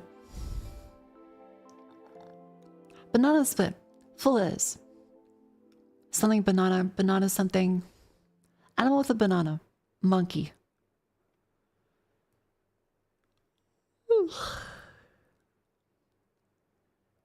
Banana boat. Da, ba, da, da. Damn it. Peel? Full is. Something peel. Animal with a peel. Brand of brother rhymes with peel. One learn appeal to gaze into. P. Alias. Not anyone hit P. Hairstyles worries. Peer pressure. Five letters. Under pressure. 1981. 6 letters. Under. I am under. Move the first sort of under to the. Superhero underpants? The unders.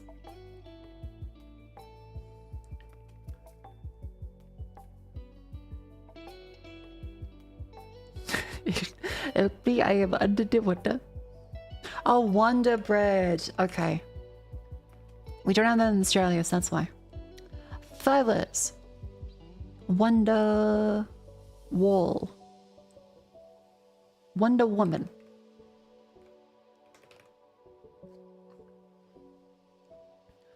Full letters. Animal with a woman. King Kong. Hairstyles worries. All woman.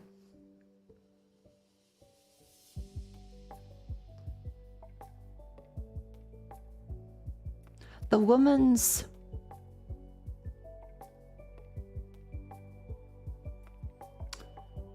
Move the first letter of woman to the end? Back? I am woman, hear me. I thought that was I am lion, hear me roar. Is that a fucking Katy Perry reference?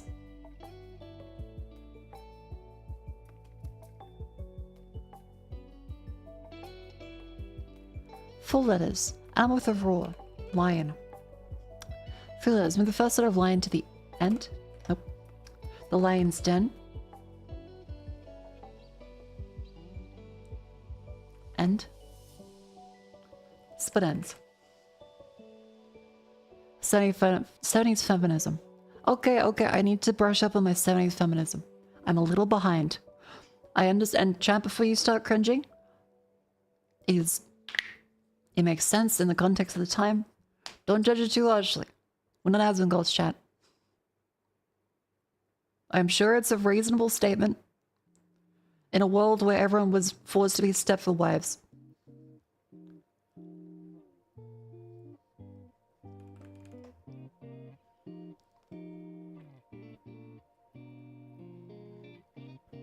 A little behind. I'm a little behind. I'm kind of like in the, you know, the happy end of, oh yeah, you know, like the suffragettes, they're onto something like burning the bras. I'm kind of happy with that. They're onto something.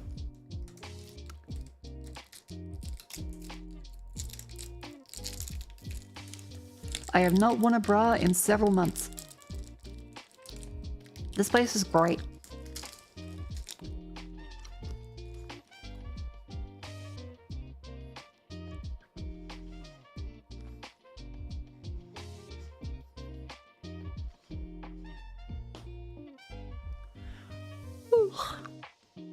I also said I was gonna play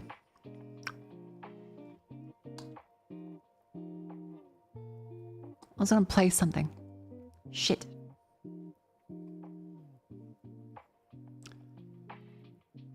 It's 12:30 a.m.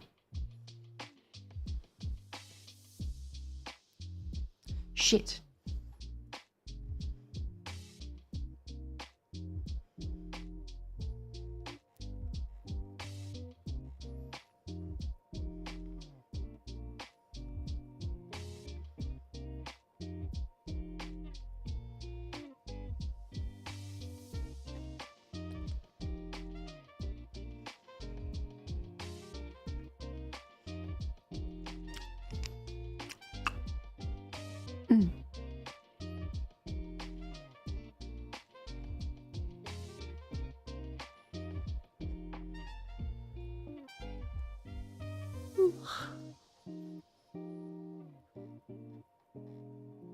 Sorry, I'm just kind of gazing off into the distance.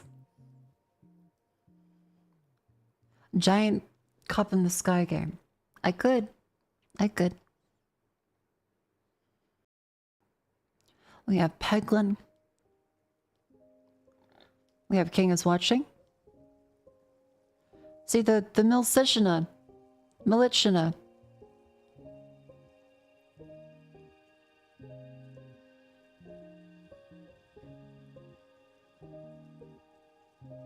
Might be a little long. And I want to give that thing the fair shake it deserves. So I feel as though playing in the last like hour of stream would be unkind to the developers. I'm not paid for the record. I want to give like an indie game like a fair try, especially since I was like, huh, this looks like an asset flip. What the fuck is this? So I wouldn't want to give it an unfair go.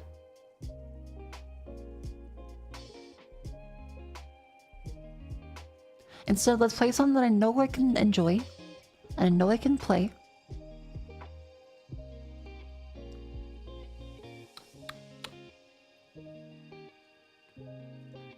The King is watching. Peglin. 40k Dawn of War. Darkest Dungeon.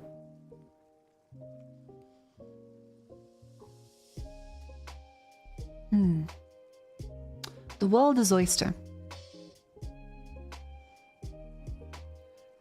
Europa Universalis? I gotta buy the 5th one, so I gotta keep up with Cleo. What are you feeling like playing? That's a fair point. What do I feel like? Hot dog. I bought some of those actually. Because last week I bought the buns, but I forgot the hot dogs. So this week I bought the hot dogs, I'll use those buns. I hope they're still good. I don't want to waste food.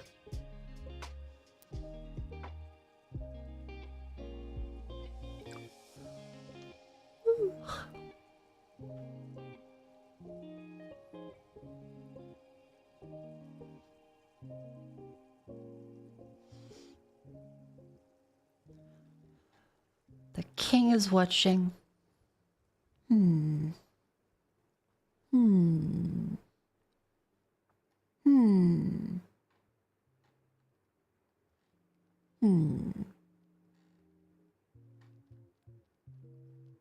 I kind of expected to not have the energy to yap for so long today. But I'm glad that we narrowed down the microphone and stuff, right? Like, definitively fade out a bunch of concerns I had specifically in a very systematic way. Despite all of the hiccups. I'm happy about that. Now let's progress today. Buying the thing is another matter entirely, but we will get there. We will get there.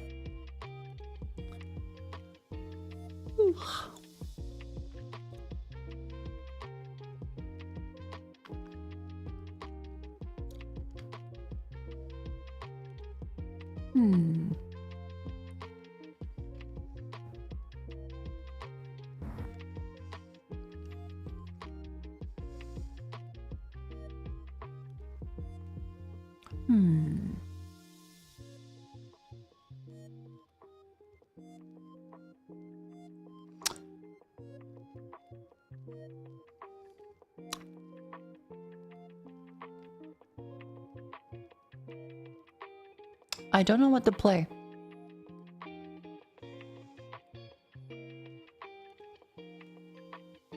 I said today is the day we play a game.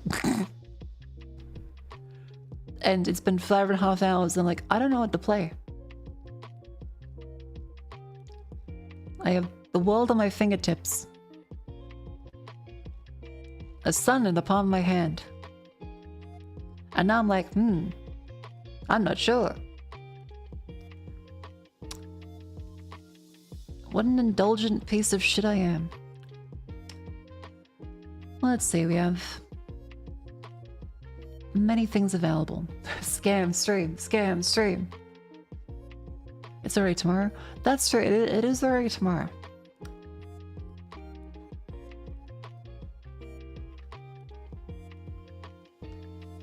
Also, I'm just having a throat drop to make sure my throat does not get too injured.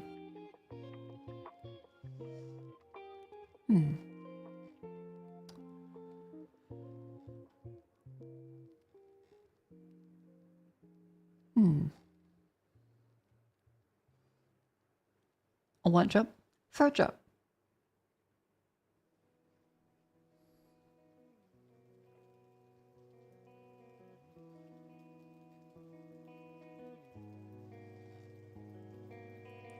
Okay, I will spin a wheel. I'll spin a wheel. I'm too indecisive. Spin the wheel.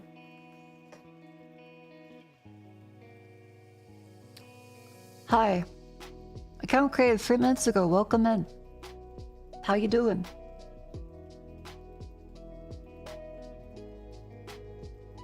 In a cough drop? It's possible that it's a cough drop, a throat lozenge. But I said throat drop. I choose to believe it's a throat drop. King is watching. Darkest Dungeon.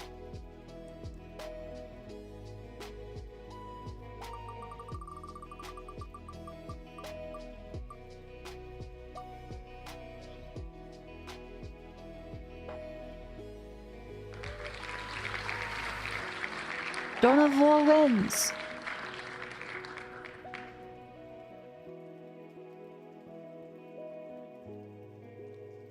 We get to play one match of Necron forces.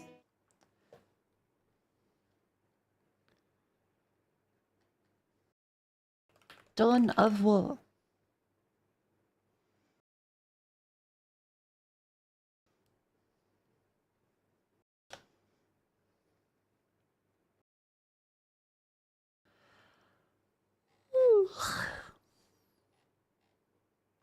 That's right, chat. We'll play in a video game.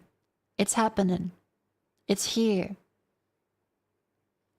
It's starting.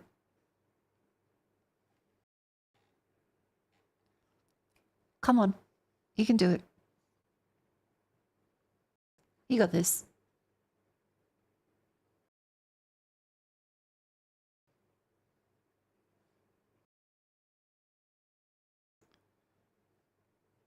Come video game.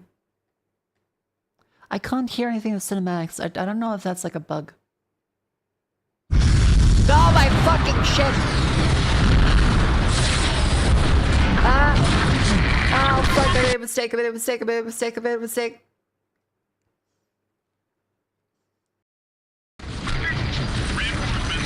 It's frozen.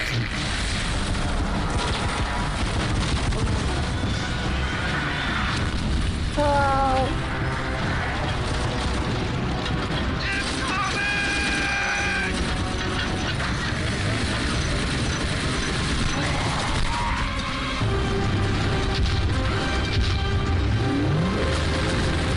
It's a great opening though.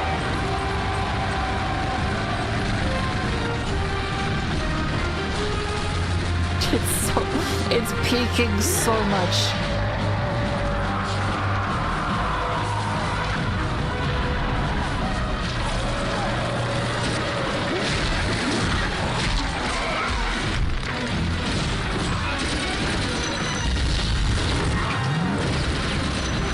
I love it.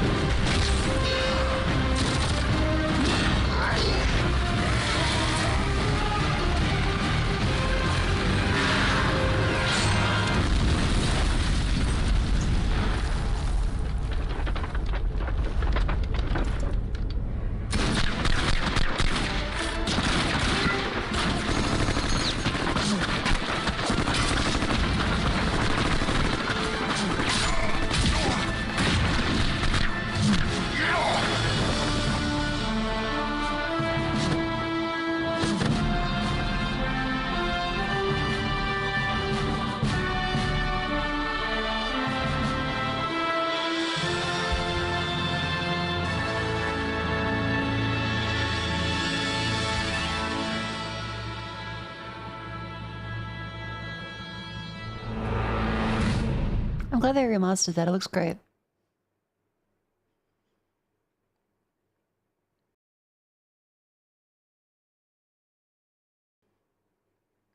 Shouty man.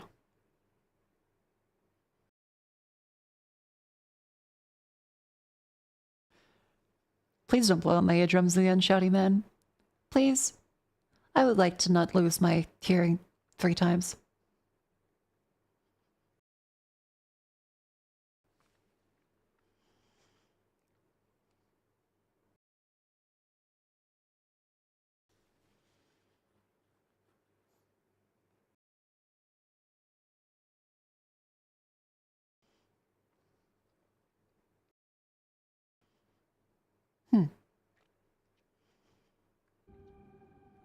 Oh my god, hello.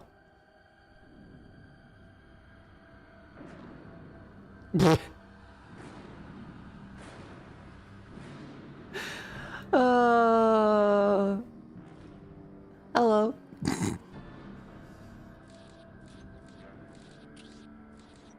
Run Dark Crusade now. Hang on, I've increased the audio again.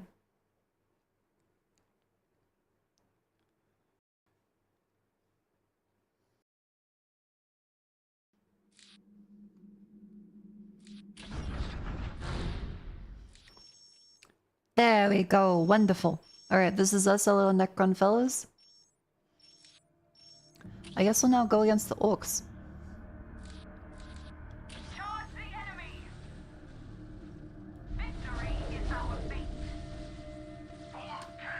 And Dawn War 4 is coming too, which is cool. We still finished Dawn War 1, but we'll get there.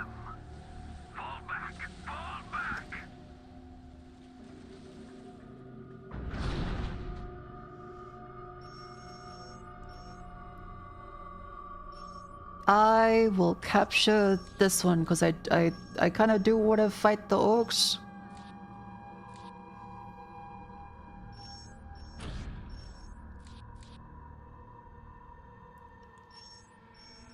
I do wonder about reinforcements because that mission did take 7 years.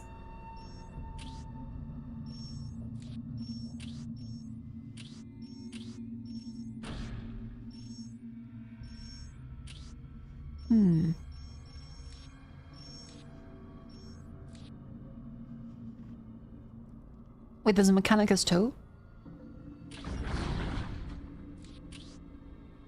Let's get these fillers.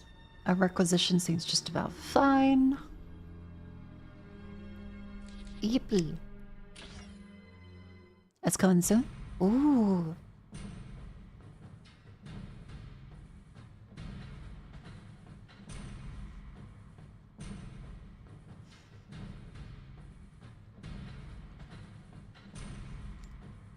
The Janus Savannah, where we play the Necrons and our foolish enemy, other orcs. My game is frozen. This happens every time it loads. It needs to like simulate 10,000 years of history like Dwarf Fortress.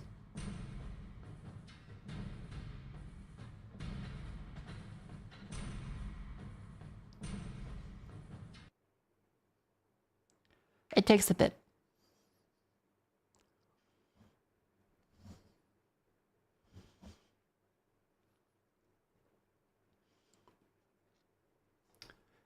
Come on, you'll get that.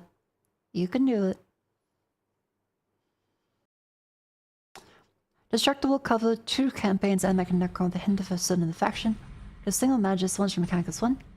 And still have some choose 1 of 3 decision making. Ooh, okay. Because I did really enjoy the first one. Okay, let's Why can't I select things? Why can't I select anything? Okay, my mouse cursor just like disappeared briefly.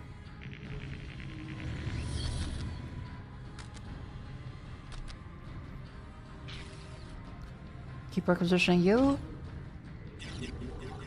Move you guys up to here. Move you guys up to here, I think, because that's the only real attack point, isn't it?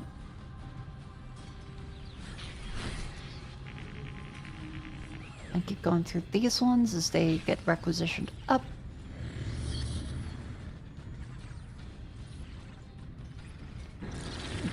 here. Beautiful. Alright, you requisition these ones and capture there. You requisition up there. And I think this orc's gonna be like up around this way. That's definitely where the orc... That's definitely where they are.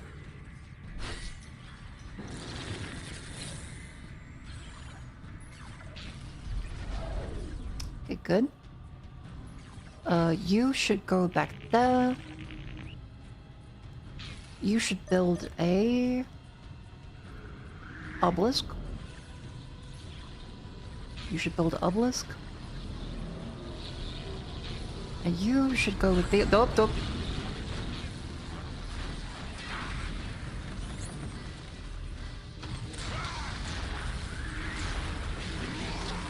Kill this. Kill him. Kill him. Get that one. Okay, good. Good.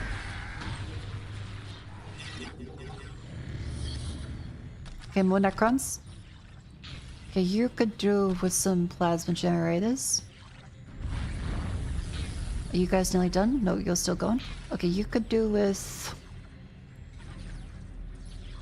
I want to say it's summoning core. Keep that back there. Good, good. Oh, that poor little forward.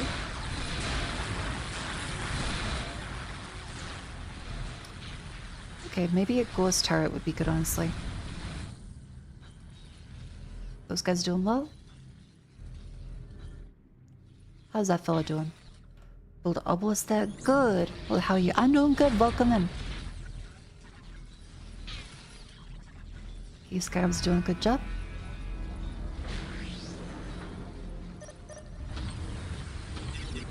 Keep them up there. Now the orcs are also coming from around this way, so it's possible they went like that. So let's send you guys over there. Let's have wraiths and flayed ones getting ready. We need more generators, god damn it. Build that. Cool.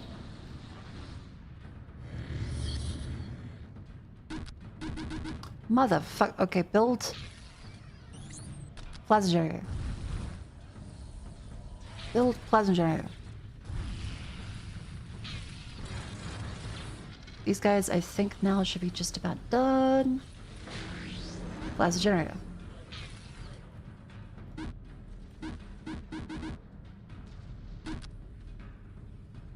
I need 60. Okay, the more you do, the more you get it. Great. That's right. That our hands on up there. Okay, good shit. In the meantime, it's probably a good idea to move some of you over there and some of you over here.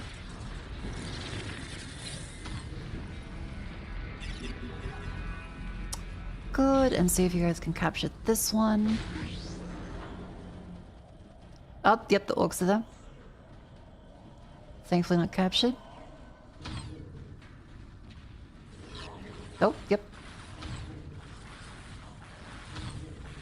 Capture up there. They could be going around. Let's check if that one has been capped yet. Oh, send them over there. These guys are still making the plasma generators. Of which we definitely need a few more. Okay, good, they're still going there. Back away from them. Back down there.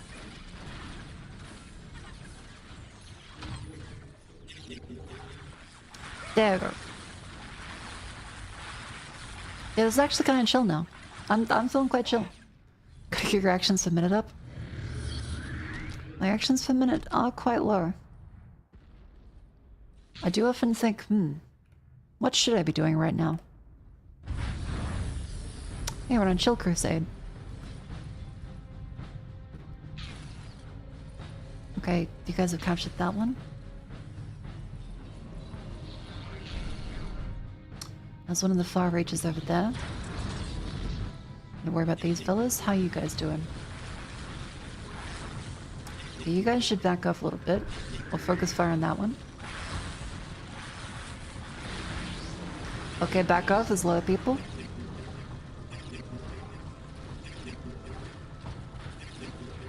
I think some flayed ones would probably help. Okay, go. Hit them.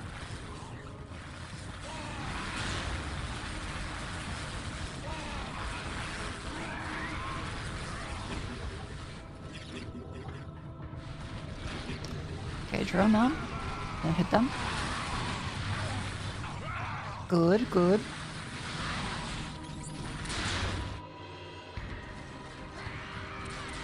Oh fuck, I didn't realize that was... See, I'm not very observant. Okay, we'll requisition them up. Requisition.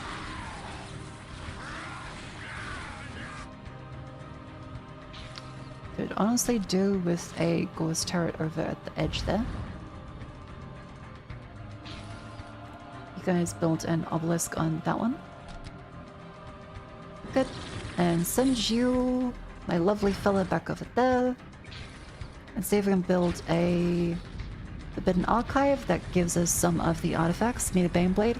Fair, if we can mind control one, that'd be good. You're still fucking building the plasma generator, goddamn.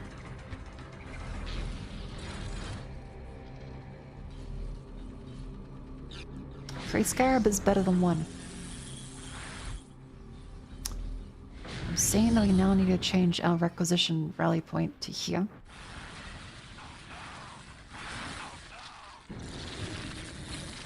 The glory kills is still good. Does this campaign have multi? I think it might have multiplayer. I don't know though.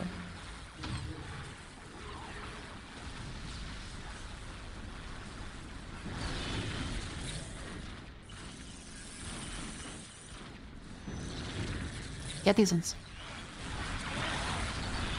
Okay, yeah, they should all be dead. Then to give them so much up this way.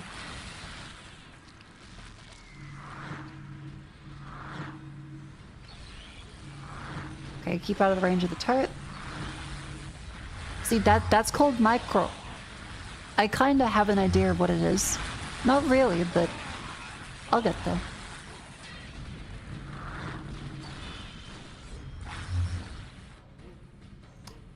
You guys done with that one? Okay, yes you are.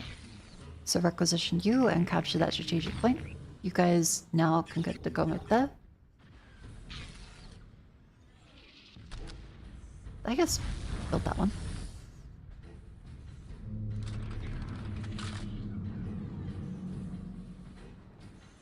And then where are other builder units? I think we clicked this one. That's it there. What's your actions per minute? 6. Because I'm a big StarCraft nerd. No, we bought StarCraft and then returned it because Dad didn't like it. Got Diablo instead.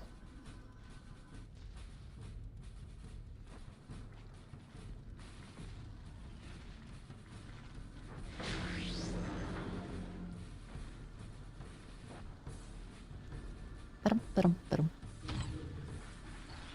Okay, come on, up this way. Get down, get down, get down.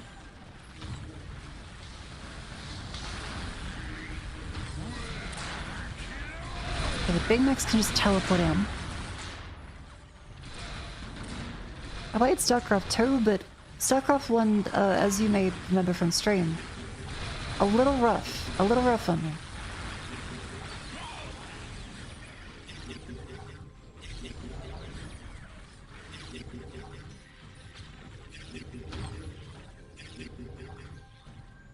You guys hold your ground? Good. You stay there and you also hold your ground. A burn stance. Ah, okay.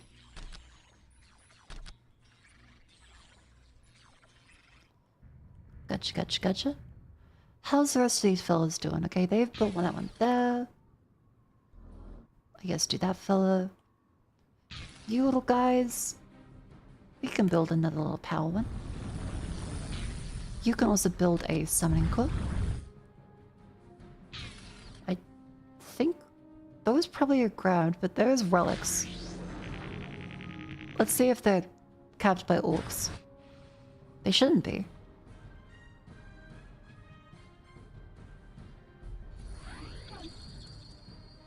Hooray! Alright, capture that one. Now you guys capture this one. Now you guys march onto this. As well as you. Takes a long point to cap that one.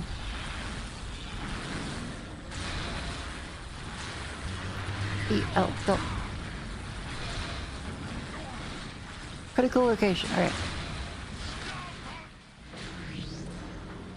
You guys do a good job there. As you killed that one. And, okay. Oops. Oopsie daisies. Stay arranged there and regroup. And you guys go up to kill that one, while you capture this fella. Yeah, Dark Crusade is quite fun. I guess let's see if we can upgrade this one. And get the...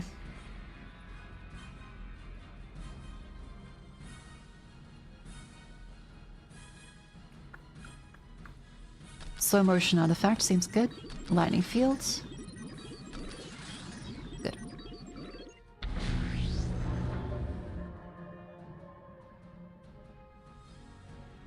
Improve warrior Necron health and damage. That seems like a good idea. Wraith flight. Improve Wraith movement speed. Provides awaken monolith. That's what we're getting to. How are these fellas doing? Oh, okay, we might need a little bit more of them getting ready for flayed ones. I'm just gonna whacked. It does appear like that.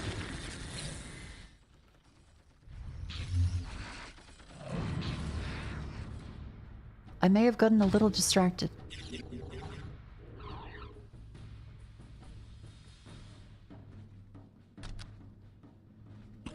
Summon you guys back to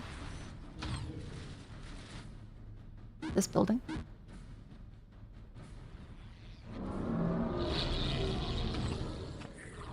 That one there. You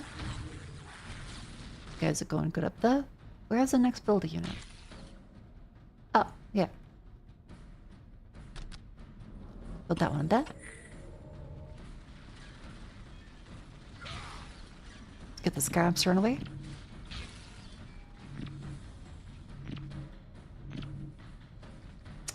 Back off of these ones. How are we doing here? Okay, so we have a bunch in the hold. I say we then get regular Necrons ready.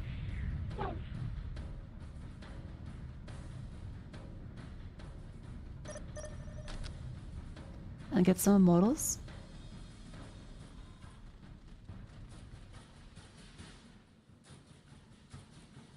Oh, that's you, you fucking idiot. Well, it's my fault. I did leave him to die.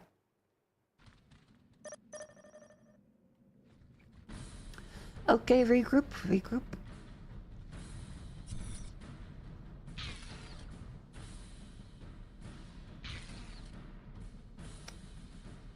We built into the slag deposits. Do we have a slag deposit anywhere? I can't see a slag deposit.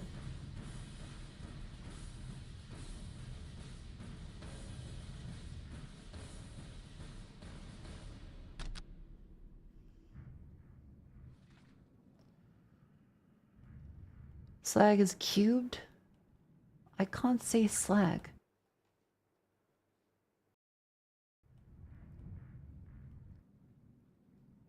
Might that be one? Seems kind of likely. Let's capture that bit. Requisition these ones, requisition these ones. Move these fellas up here.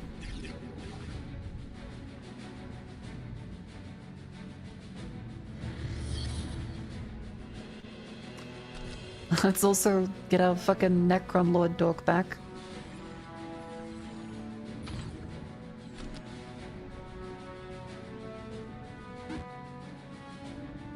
And summon them back to here.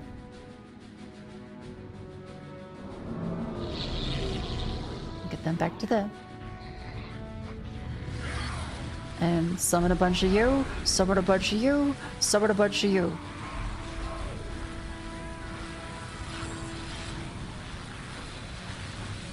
Go, keep requisitioning, keep requisitioning.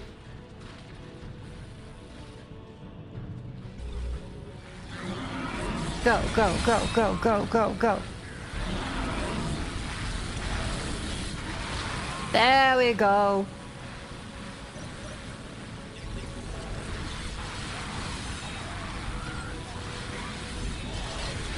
I think I'm Makoing. Yeah.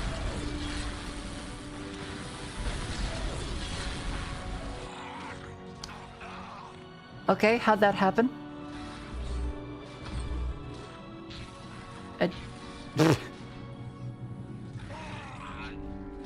Go, you guys captured that one. Is this really not...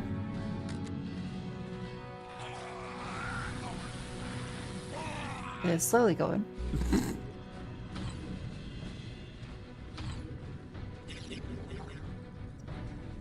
Where else is our commander unit?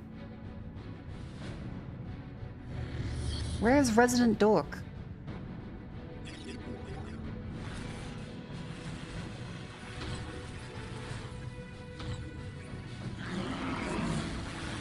I can't see him.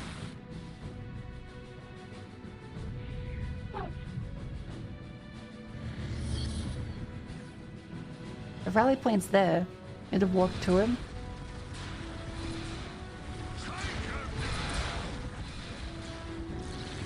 Oh, he's just there. He's gonna die again.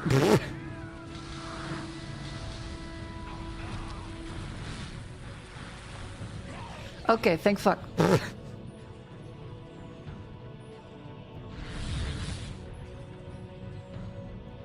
Okay, we'll let you just, you know, regen health a little bit. You fucking dork.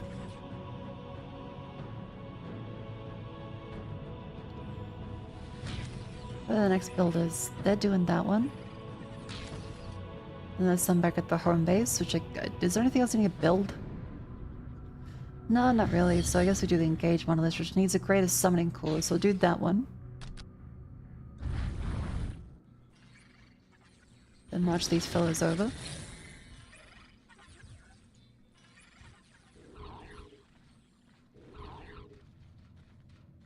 Carefully.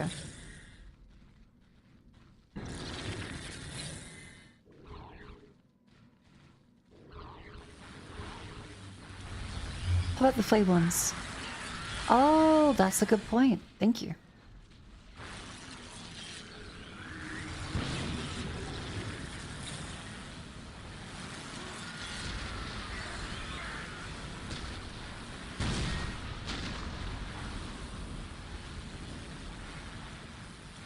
Okay, so we take that one. We say control 2. Over here. 2J there. 2J there. I put them back into the building. And then we can just teleport them on top of people. Okay, that's great. Good tip, thank you.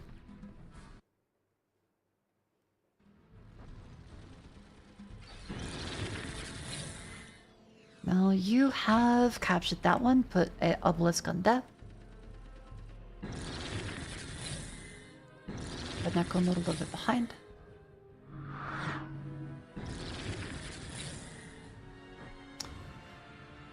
There's the rest. You guys built that one. Then you build a engage monolith. There's destroyers and tomb spiders. That's the next one I want to get.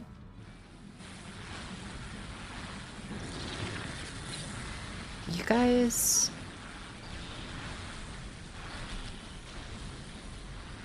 Okay. Show that one off. Don't get killed.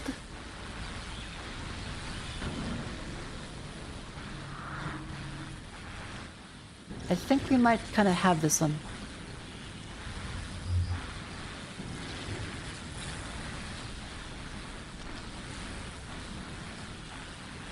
Back. What are you doing?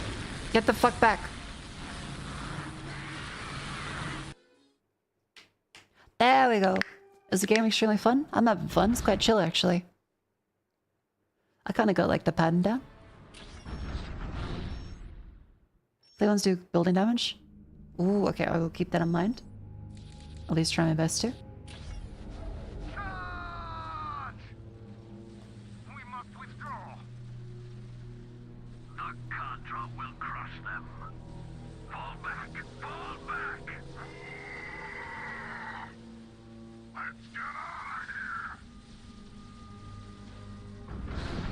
Just a shoot mode, you don't want to run in. Gotcha. Okay, well this one's against Chaos. That one is...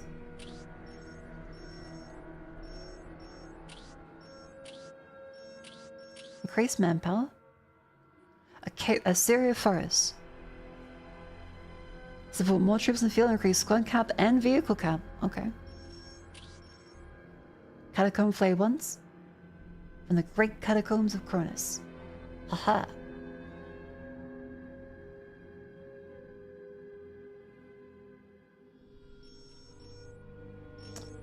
You do a lot of requisition.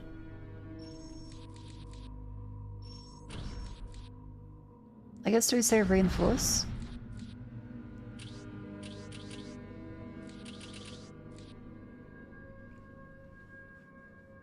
Because when do we actually reinforce? Because it doesn't seem to actually increase the strength of the tile, does it?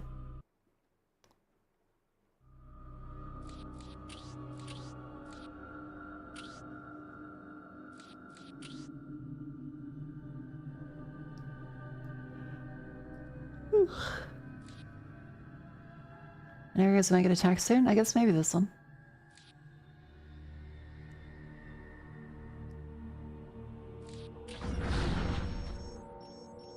Oh, okay, it goes up then. Alright.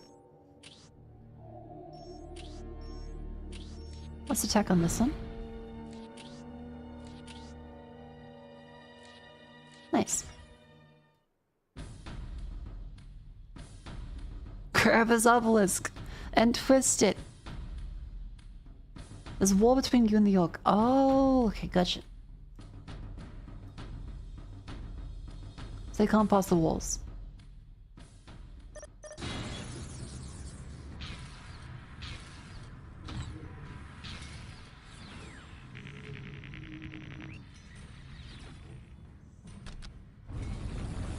You do that one.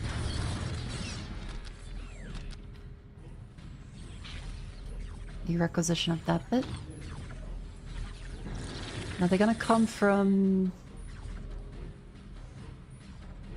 Actually, it's only there.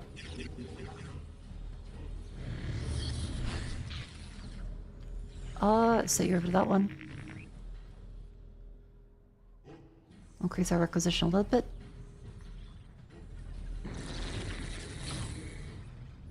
Cool, cool, cool.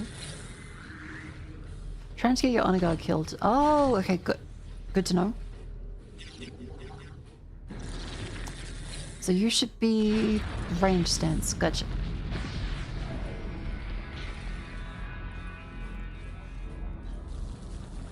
Get another one there. And... oh!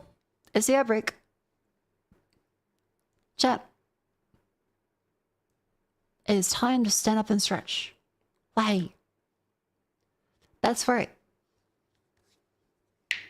You too need to worry about your limbs not working properly. Ow. So, up ye go. Raise thy limbs. Move thy feet. Twist thy spine.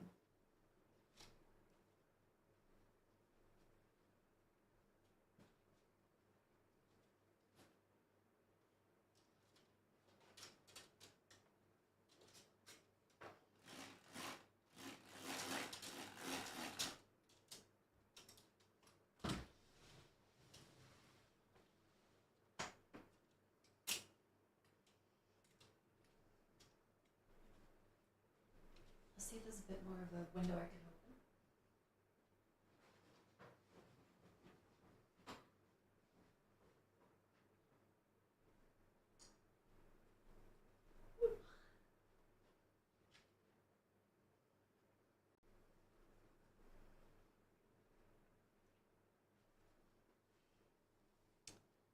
Alright, lean to the right.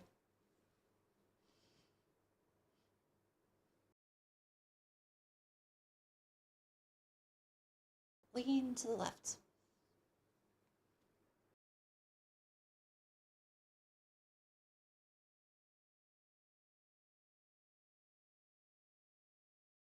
Just the spine. And the other way. Raise the knees. Up. Bend up.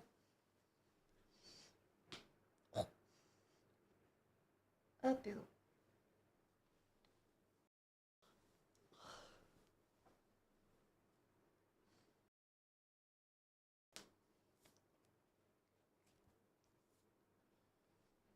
Palms out, little circles. Go in the big ones.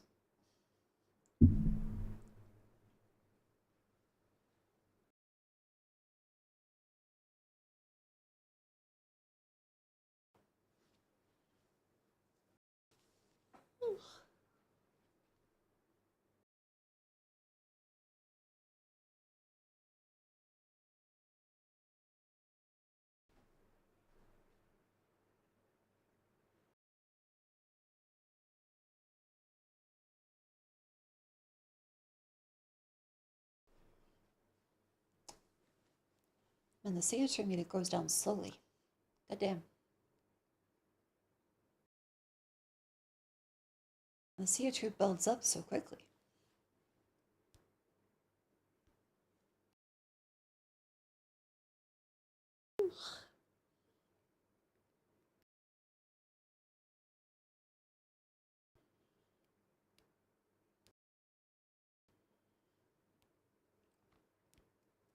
Alright. I think I'm good.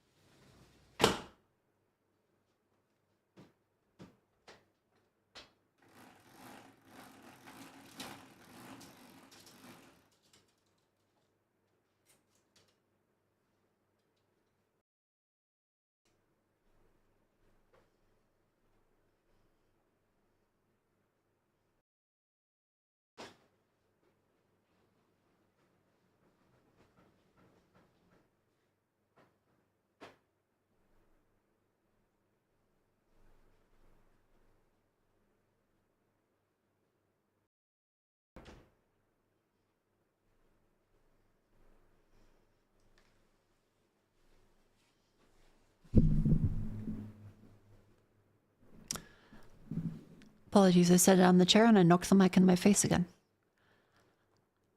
Hello, I opened up my room, I let it air out, so hopefully that's a little less CO2. We'll now go back to don't know what. I should also lower the brightness in my room. Hang on.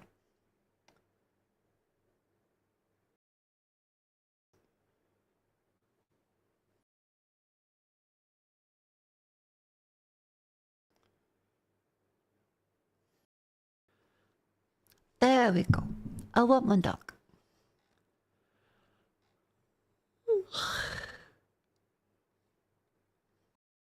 Alright, back to the game. Now let's back up these fellas because those are Chaos Marines. Okay, yeah.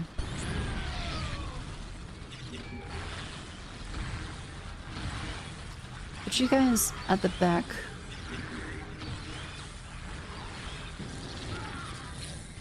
Okay, good trade, good trade. Okay, keep going, keep going.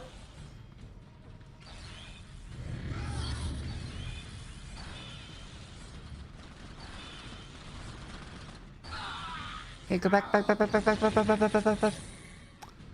Stay there. What are you doing? Don't pathfind. The pathfinding issues get really annoying because they're so fucking slow. I guess that's kind of intended. We then want the obelisks on each of these, don't we? You guys go there. Blood on that one.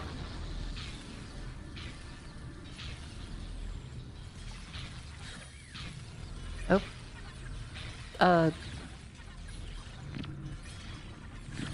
I can't select them. There we go. For some reason, sometimes they seem to bug a little out. Is there a regular summoning club? Let's see if we can get some flay ones going. And you guys will see if we can get this capture point. Because they're definitely down there. So if we can go over here for now. That would be nice.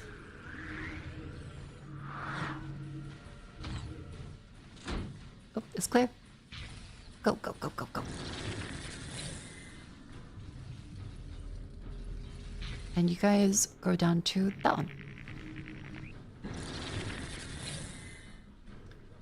And put these Necrons at the front. What the fuck was that? Is that a fucking landmine? Holy shit, okay.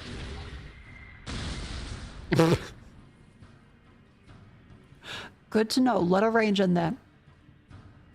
Heavy bolted turrets. Alright, fair enough.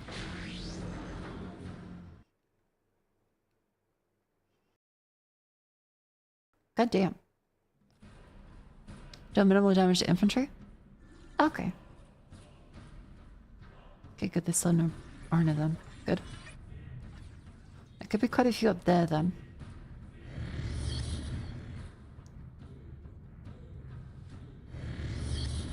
Okay, what makes it that the UI stops showing up?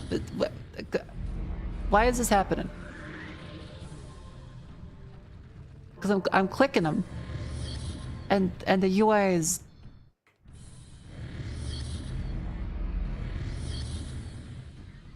I think my game's bugged.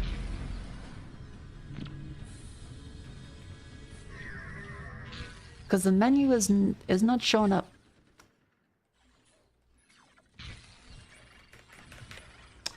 Huh. How do I fix that? Scale the button? Oh, okay. Thank you.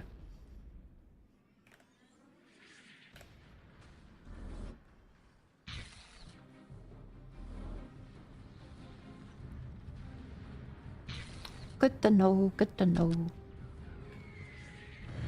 Now we're gonna do a bunch of flay ones. That's easy to accidentally press. Oof. Okay, then we'll send you guys with these fellas.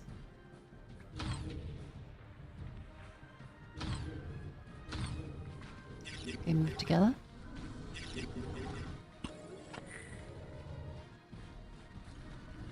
No, I played the original ones like, I want to say a year and a bit ago. Played them quite a bit ago.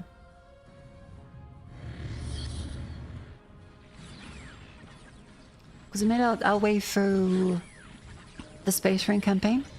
Then we played the Imperial Guard campaign, which I thought was very slow. And every mission took a million years of just suffering. Which is fair to Imperial Guard, but still. Ouch. Get a Wraith then. I guess get more fucking power things. The flesh is weak, the flesh is weak. Damage system doing war is rock, paper, scissors. Yeah. Build in vehicle infantry.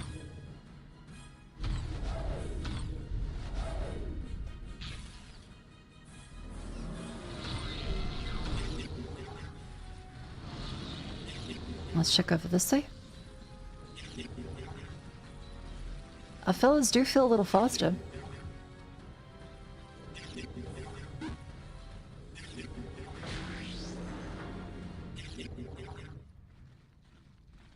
Okay, so there's nothing of it that way, so we should be clear on this side, so they're just down there then.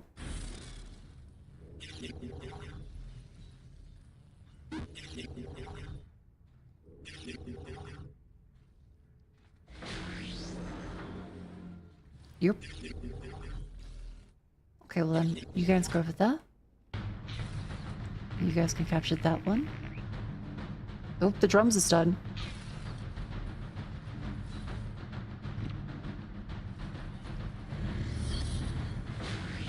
Bum ba bum ba bum ba bum ba bum ba bum ba ba ba.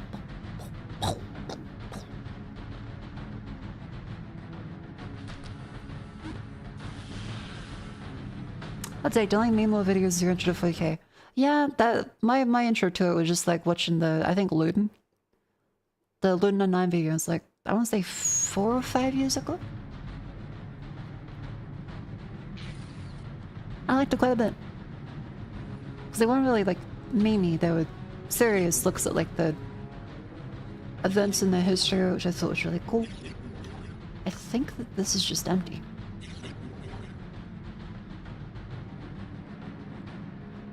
Seems like they're only there. Half law of these are implied Donal anyway. Yeah, because Donal law was a lot earlier than a lot of recent law.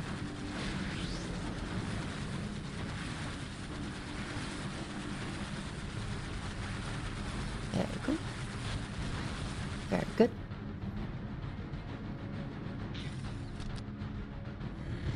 Okay, you need to build this upgrade for Awaken Monolith. Zunberg Priest, I don't know specifically all the people there.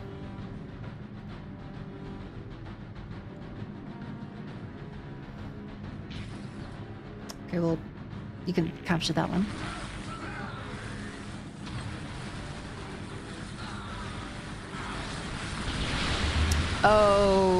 Okay, yep, that is a...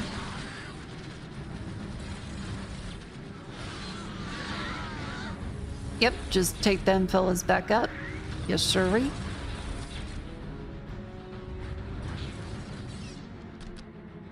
Probably a good idea to put some turrets up.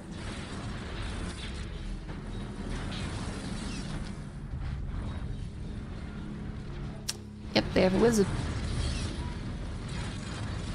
Once this upgrade's done, we should have some more heavy units, like the Immortals. Let's get some of them fellas up.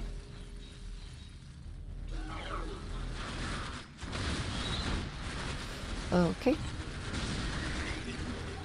All of you back the fuck off right now.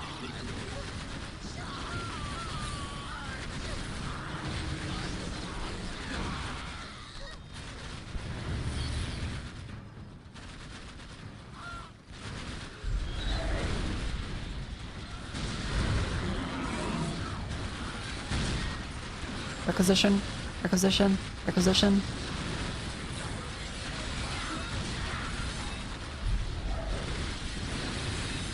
Good, good, good, good, good, good, good, good, good, good, good. Hit that fella, hit that fella, hit that fella.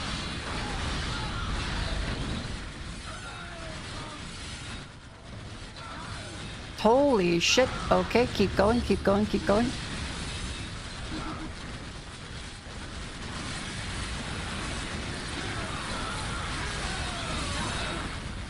Okay, so come on, unit. Go, go, go, get him, go, go, get him.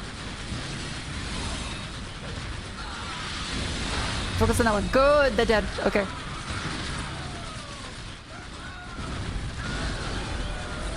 My commander's still being a dork.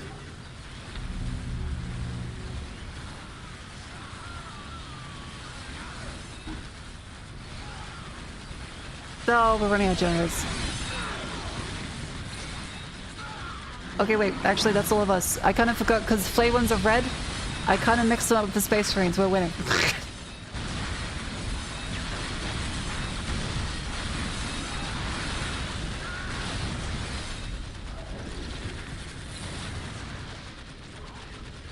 Okay, get that one.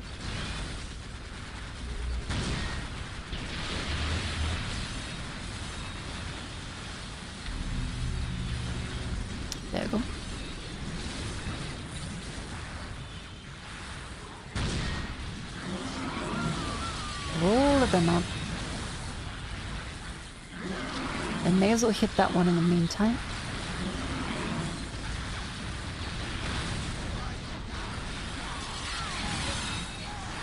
Beautiful, and this is the stronghold. I think with this should be a win.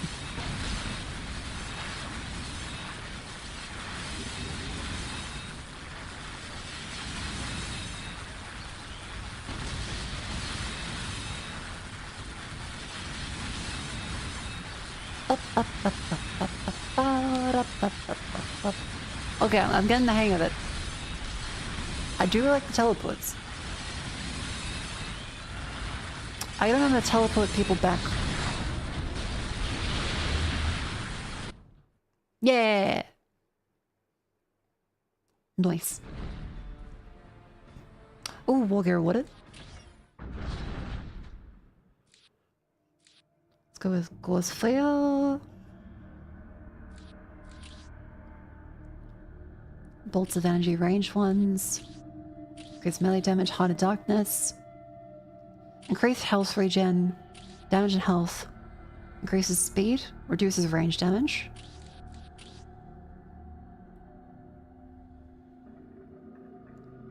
I guess the Gauze Flare probably makes the most sense.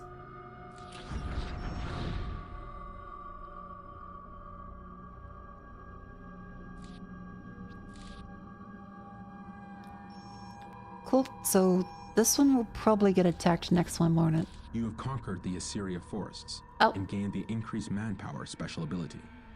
When you fight on the battle map, you will start with an increased squad cap and vehicle cap, allowing you to field a larger force. Yay! Oh, we should save, that's right.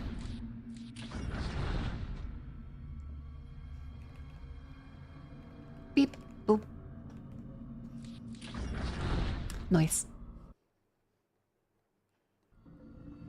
So going strong? I'm going strong, welcome in.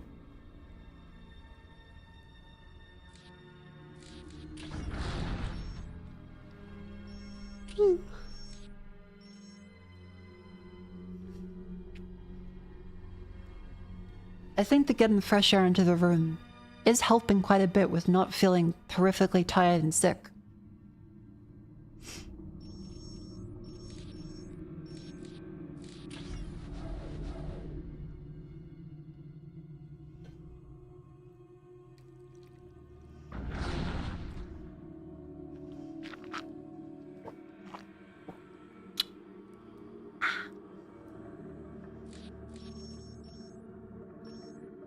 Okay, so it's these people's. Oh, that's a lot of honor guard.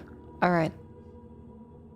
Heavy weapons teams, Casgrim, guardsmen's, and sentinels. Yeah, that's a no.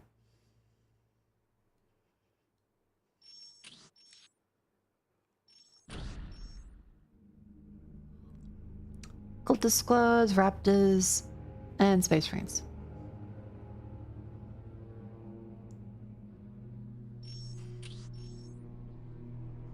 Slugger boys. I mean, there's honestly not that much in the way of this one. We could try killing the end game. Or we could just go for this one. Oh, we can't actually attack them. Okay, let's do this.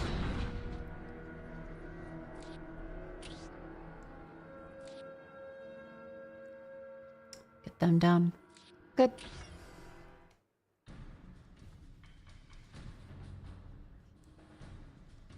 Worried about the towel. Ah, the towel schmal. They won't do nothing. Okay, capture the point.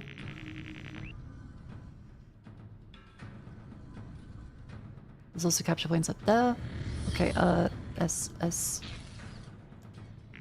Right there.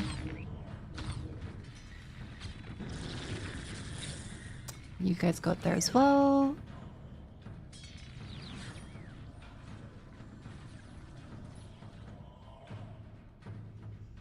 I get the feeling they're along this way in the middle.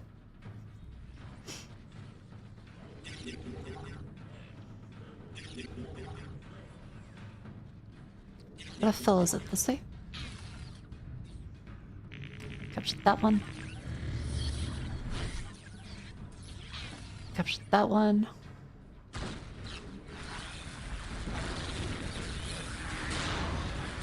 Good, good.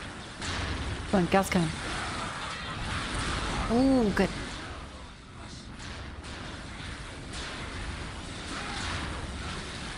Something up there, and then in the meantime, Necrons, and set the rally point to be over there.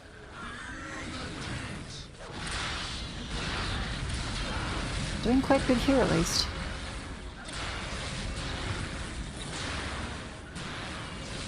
All four still available.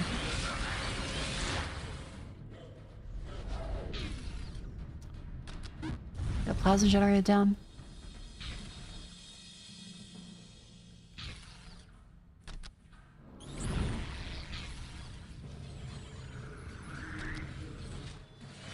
You guys up there.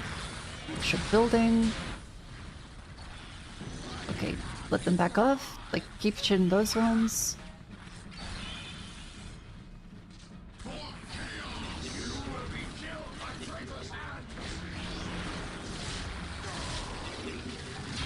Good glory kill. Very cool. Back off.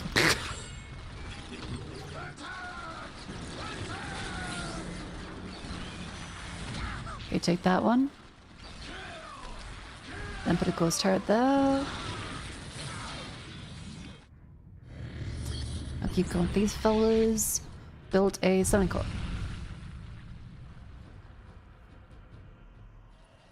Oh yeah, the battle suits did kind of suck. We do have to rush flame ones for that, don't we?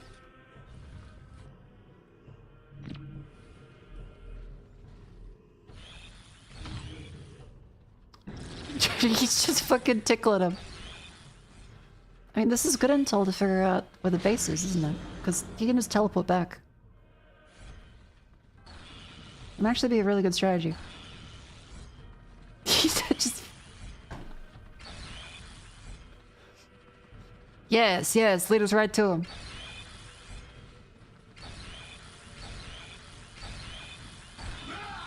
I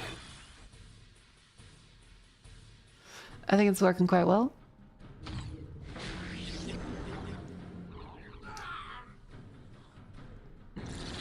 Okay, well, you end up getting him in the end.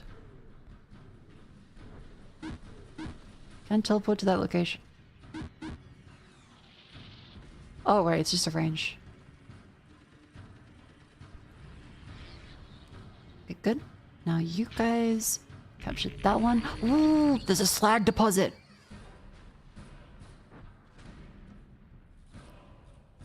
Finally, the words I've finally been looking for. Slag. Okay, so that's the pink one on the display. Okay. Gotcha. That needs an awakened monolith. God damn it. Okay, but once we have the slag, that's when it gets good.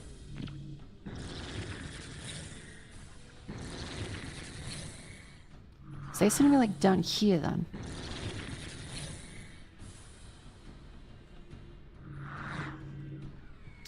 Do control 1 for that.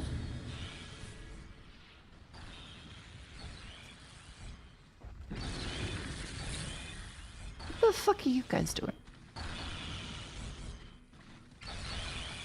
This fucking Looney Tunes shit.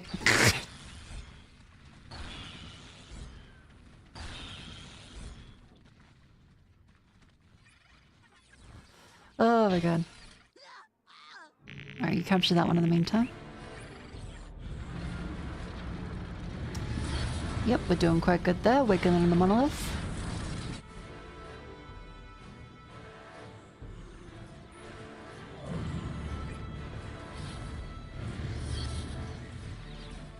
Okay, in the meantime here is probably a good idea for new units. Move chat a little to the left so you see unit cap. Oh, a little to the left? Alright. Fair point.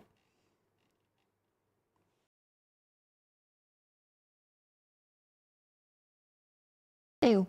I hope that's good.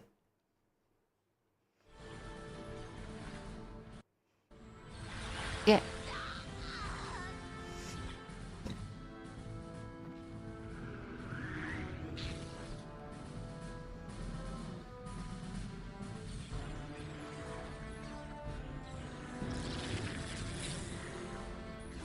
Protect our little scarab fellas. Yeah, fuck you. Get out of there. Okay, you guys build some plasma generator eventually. You guys head over there. Actually, no, you stay. You stay. You stay.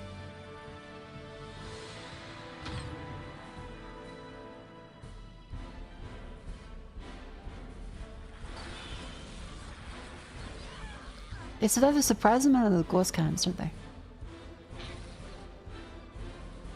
Come on.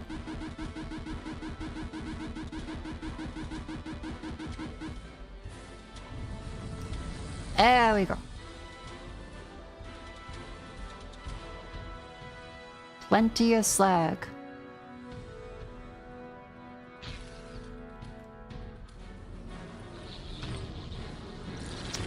They're coming more from this direction, so maybe they're like in the middle?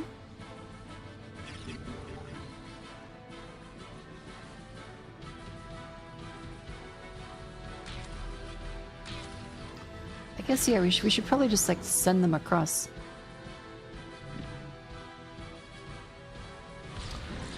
Oh, okay. That's a case of fucking leave. Immortals now, please. Heavy artillery? Yeah, immortals would be good for them.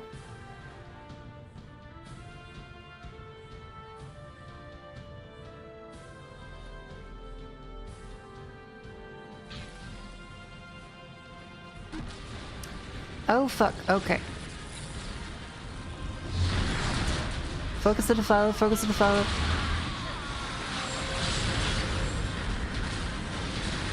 Holy shit. Okay, immortals.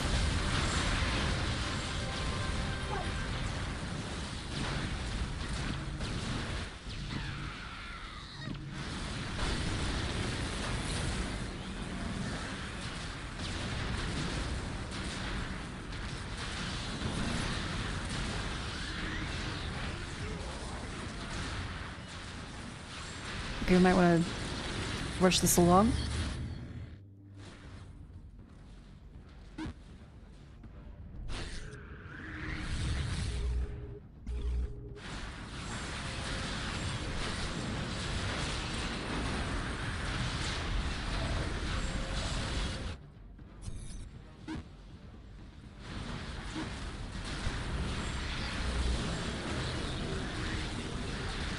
Okay, there's 2 defiles.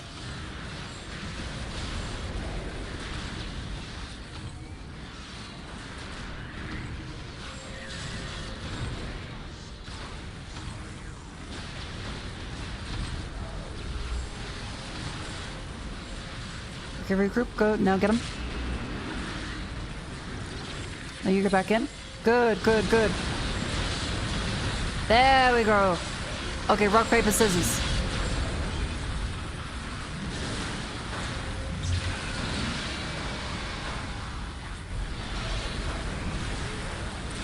That's their commander unit.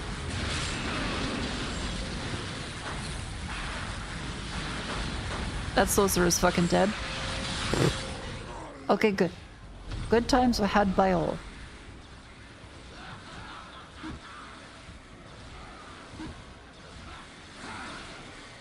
Oh dear.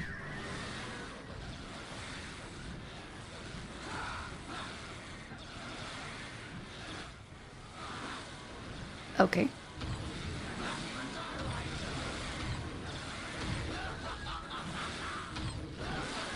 Tell you what, you guys teleport there, and the rest of everyone walks over. Could probably do with some flave ones. Okay, we need more fucking requisition.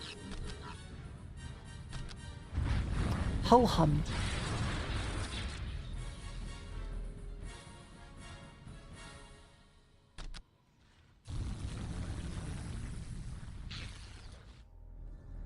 No, you guys back there. It's no match part of the campaign. It's part of the campaign. It's like our game of Risk. It is to kind of keep going.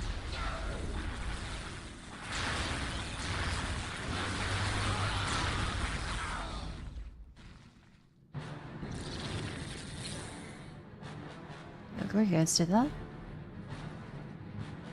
Remember, you keep using the teleports. Keep assembling that one. Stop continuing to make that. Good. Okay, so we have some flayed ones coming.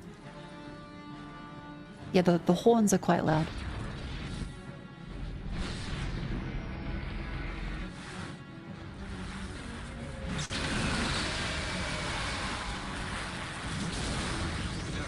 The sorcerer is so mean.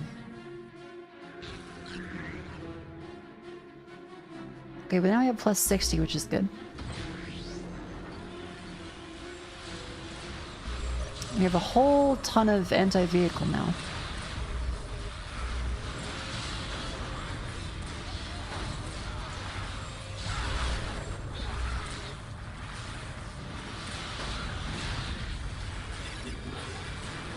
There we go.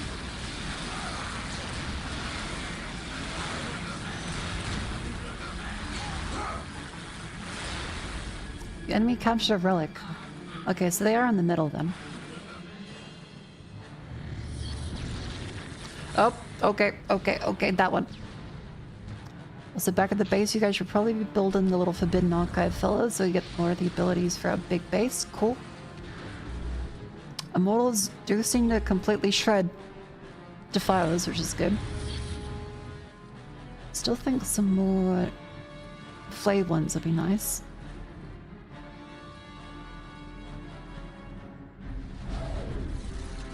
I think requisition each of these.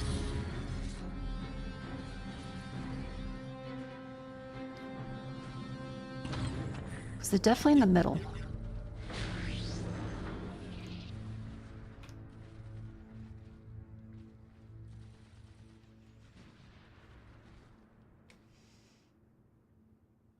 Defilers aren't rotating a bit out of the vehicles? Oh, okay. So you guys keep requisitioning. And that way we'll have a whole bunch.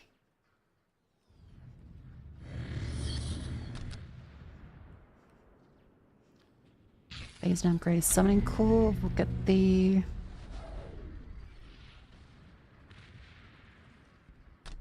phylactery. Crunchron. There, now you guys are repair scarabs. He's a little stinky, but you get him repaired.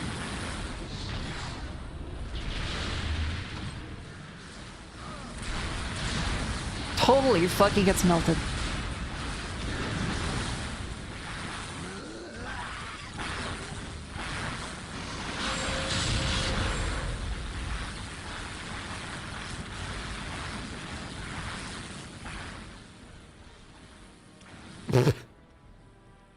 I love when they just have to run away.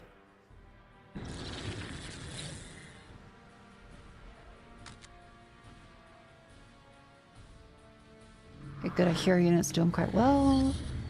How's everyone doing?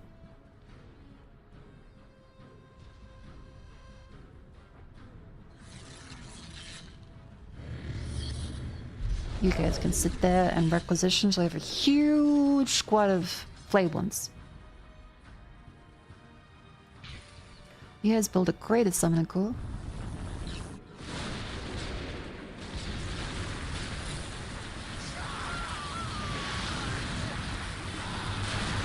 Absolutely melted.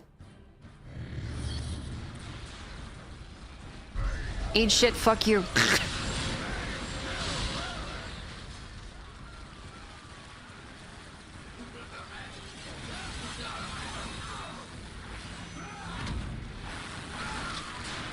Nice. So are they down there?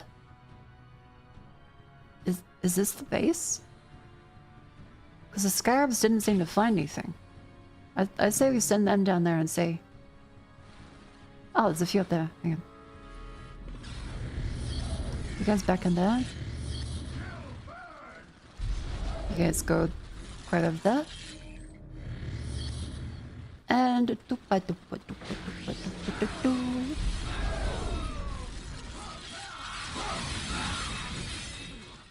I love the flayed ones.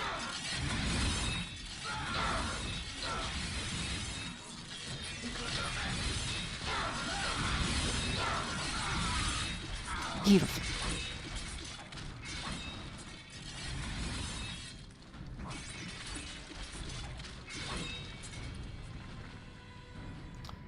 Okay, and teleport them back in. That is fucked, isn't it?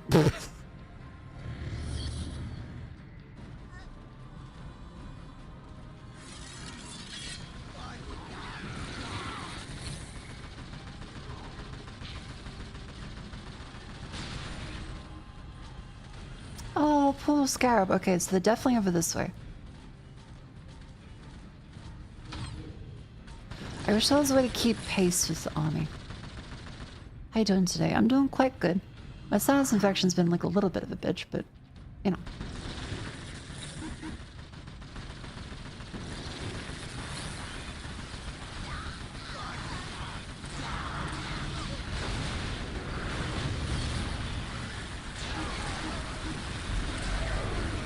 Eat shit, fuck you.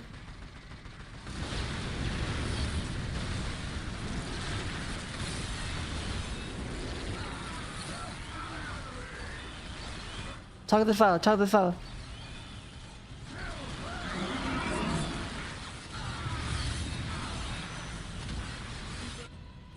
Beautiful.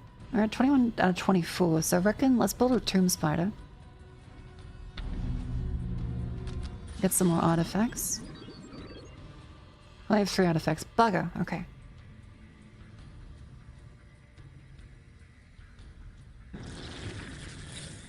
There's a little scarab boy. Could come down here. That would be nice for teleportation, in case we get screwed.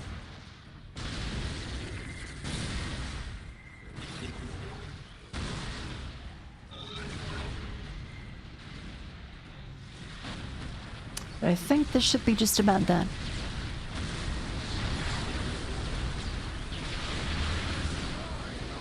Because we don't have to worry about like any vehicles, do we?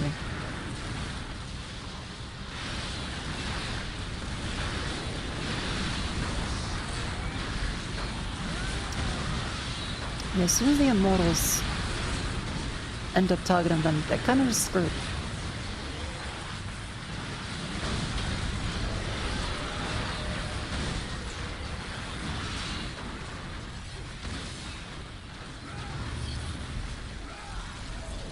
Alright.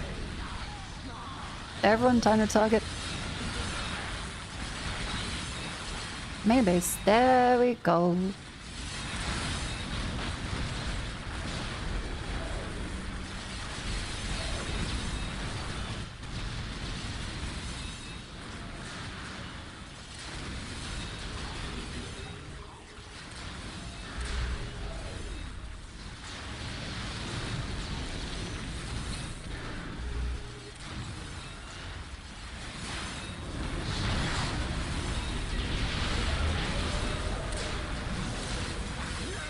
Beautiful. The difficulty.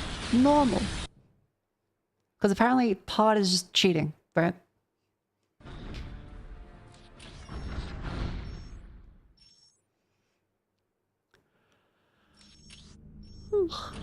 There, we should be able to technically kill him next turn, couldn't we?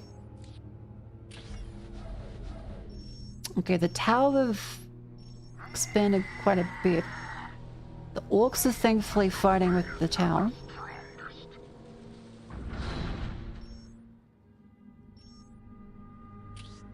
Do you think we can kill them this time?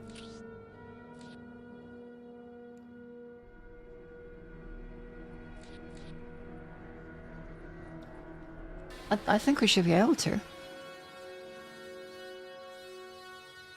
Stasha UK, thank you very much for the raid. Welcome in. We're playing some Risk but 40k themed. It's quite fun. I hope you had a lovely stream. Welcome, raiders.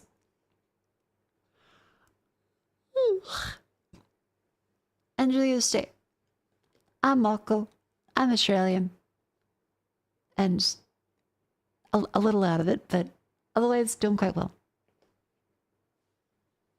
Have a good one. Thank you for the rate. Let's see. I think a summon and cool straight up in a plasma would probably be a good idea.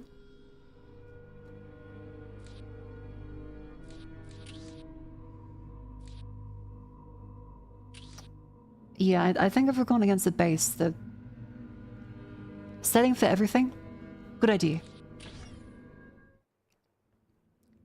In a foul shrine in the Deimos Peninsula, lost Oh, we have voice souls acting. summoned the Black Apostle Eliphas to Cronus. There, the word-bearers raised their black temples and launched their assault on the world. Eldritch energies split the earth with abyssal fissures and remade the lush jungles into a nightmare landscape, pulsing with ruinous energies. A master demagogue, Eliphas made an advantage of the fractious nature of those bent to chaos. Instead of relying on a unified defense, he allowed his champions and cult leaders to establish their own satellite temples, where they could pursue their own dark rituals. Any attacker who hoped to defeat the Word-Bearers would have to run a bloody gauntlet of heretics, including some of the Legion's most veteran Chaos Space Marines. Indeed, killing the heretics on Cronus was pointless so long as the Great Black Portal in Eliphas's Bastion remained open. The dark spells of the sorcerers Amphion and Zethus maintained this massive rend in the fabric of creation, granting Eliphas It's called Rent, endless apparently, according to our wordle for the day. so long as the Deimos portal remained open, there could be no victory on Cronus. Okay, kill the portal. Understood. With the 37 keys of Oh, fuck Zinch, dialogue. we open the way for our brothers. With the 1,000 whispers of Slanesh, we call to them. With the 12 plagues of Nurgle, we fell their enemies. And with the mighty axe of Khorne, we cut open the world for them. Yes, come forth to bear the word of chaos. Hear my warnings, unbelievers, carried to your minds by the power of the Prince of Excess himself. We have raised altars in this land, so that we may sacrifice you to our gods. Veterans of 10 millennia of unholy shit. war wait to grind you beneath the treads of their mighty boots. The chosen of Khorne hunger to add you to their bloody tally. It's a real Discord kid voice, isn't it? Has marked this land and will claim your skulls for his throne. There is no hope in opposing the inevitable. Put down your Yeah, I'm not sure the sacrifice of Necrons will do anything, because didn't they get rid of their souls in the process of Necron tier to Necron?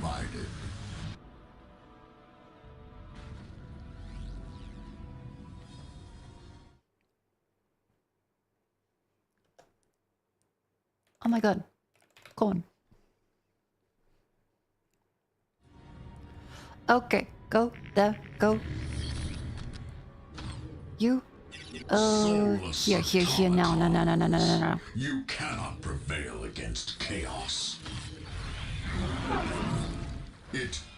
Your soul is gone. I will destroy you. Oh, there he is.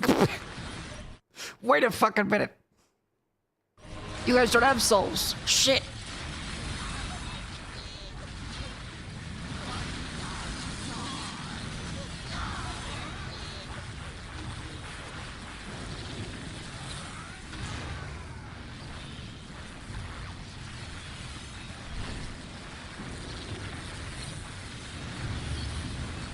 Okay, it is a good time to have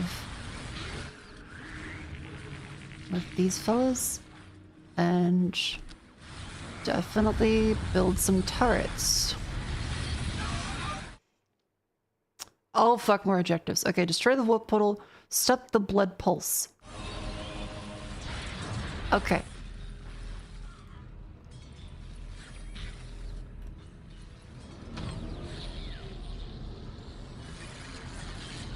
Was that mean? Stop the blood pulse. I will say the extra plasma generators are a massive help. Okay, that is a good note for future missions as well.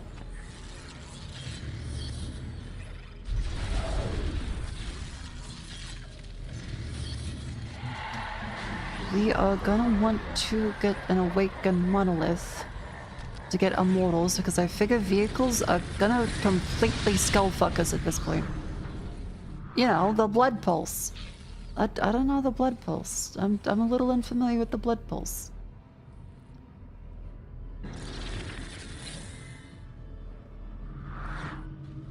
Control 1 for this one. Control 2 for them. Oh my god, okay, another. Rescue the prisoners? Are there fellas here? Okay, there is fellas.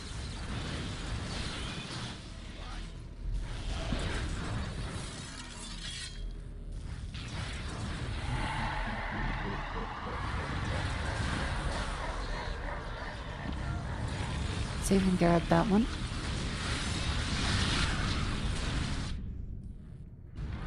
As long as we have this, we should be quite good. You're doing good, little fella. You're doing good. See if you're not that guy.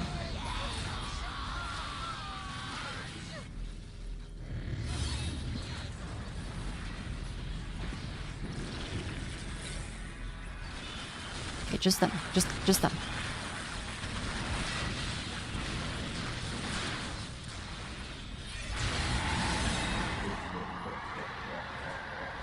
Oh fuck, okay. Yep, good. They're holding the line, good. Put that on there. Another turret would be quite good. This is a case where turrets would be really nice. And we do have to keep getting that requisition up.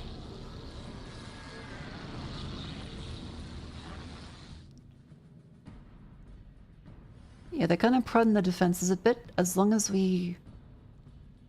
Because that's across all the way around there.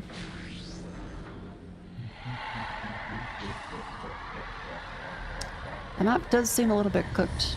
Okay, let's get some immortals down.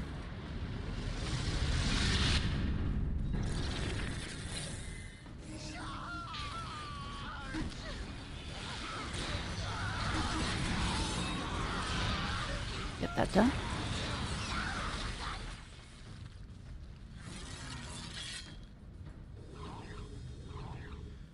Okay, and check up along here. Because we need to also make sure we keep expanding, or else... Holy shit.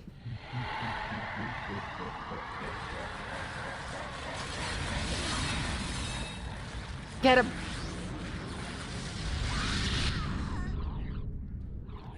And okay, you guys got that.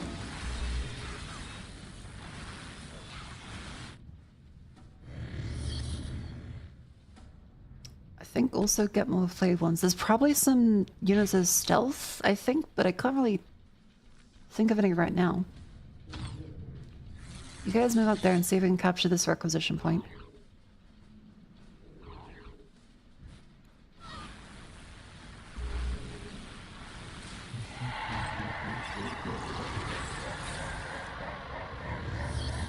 Yeah, more flayed ones, because they have quite a lot of infantry, so I think just more flayed ones. The blood pulse, also a little terrifying.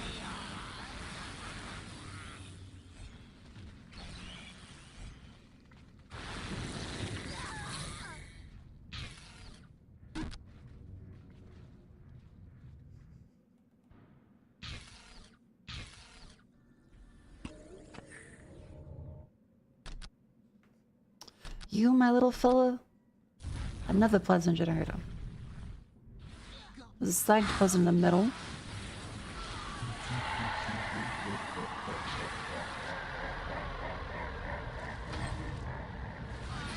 Holy shit, okay. Okay, back away from the gigantic turret.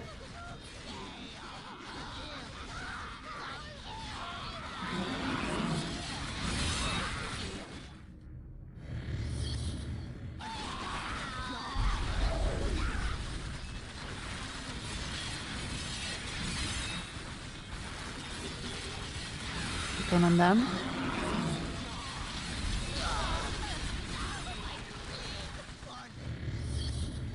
Okay, you could do with another set of peoples. I think maybe create something cool.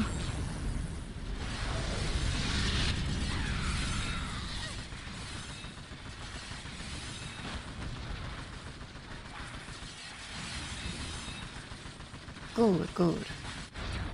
Maybe one group of immortals to go back with them. Our fates are all written in the war. Oh no. And yours is death. That doesn't sound like a pleasant experience.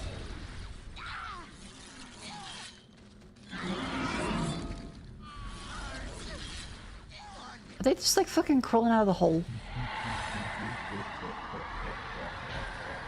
Okay, let's capture that one. But we'll slowly get there.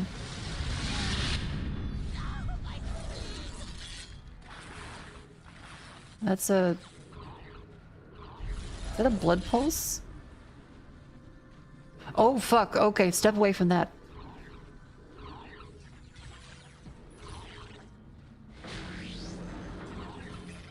How far away from that do we need to be? How do I stop that from happening?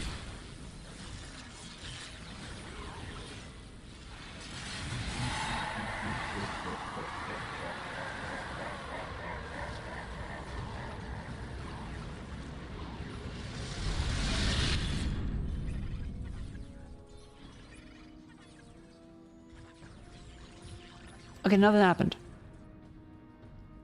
Have a nice Sunday. It's been quite pleasant.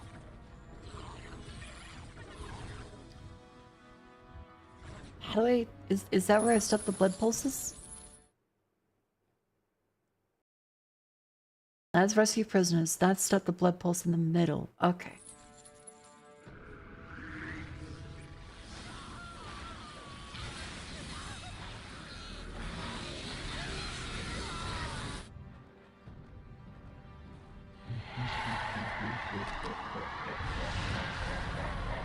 I'll build some more turrets.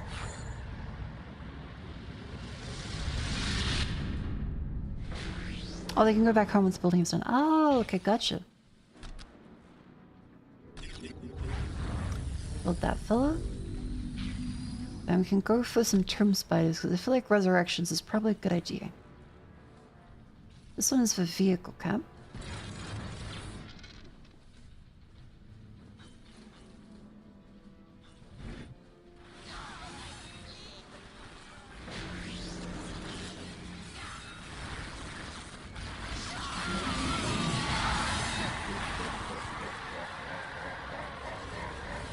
And back away from the pulse, back away from the pulse. Just in case.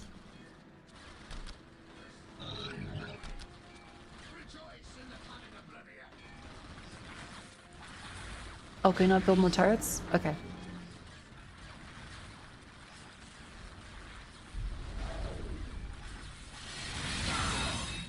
Okay, we'll cut out those marines. The trim spire is sticking with them.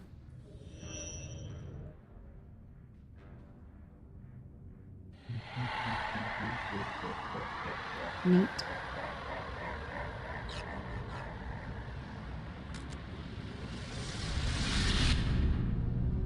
Get that one down.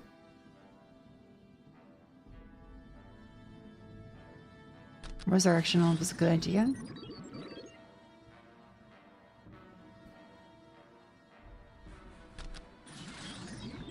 And then phylactery.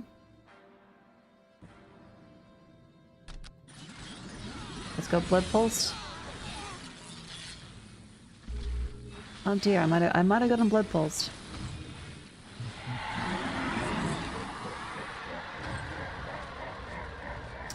Okay, the blood pulse is incredibly annoying.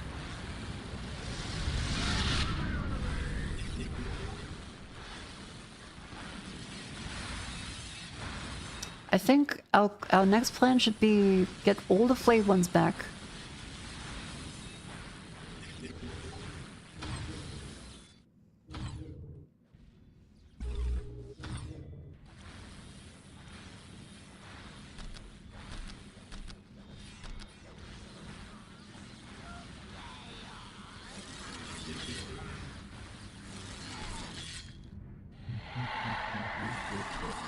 guys teleport back there.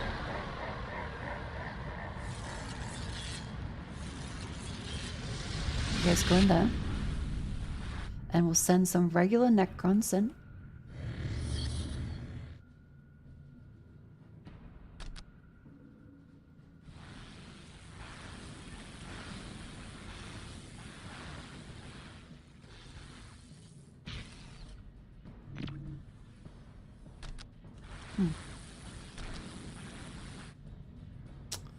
Well, this is otherwise going quite well.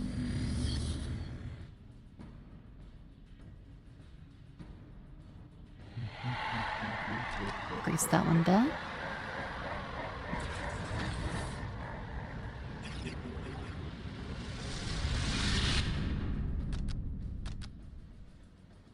Range stance and stand ground stance, so leave them there.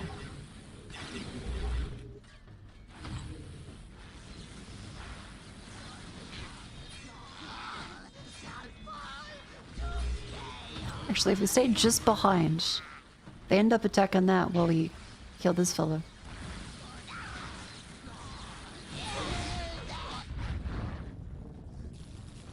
And they're gradually making their way over.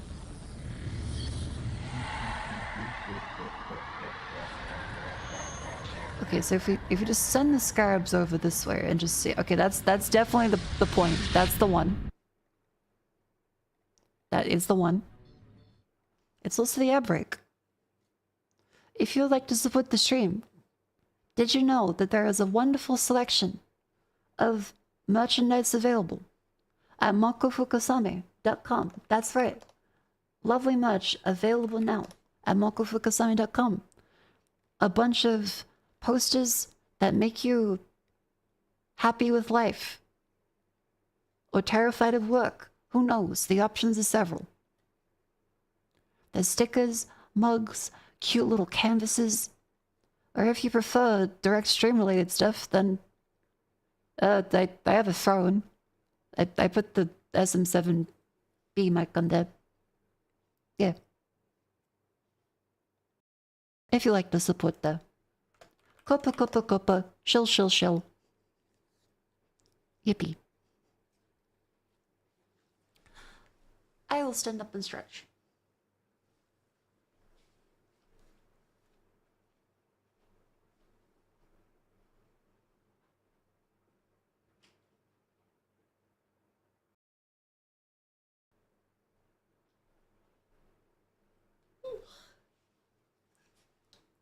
Show the pillow?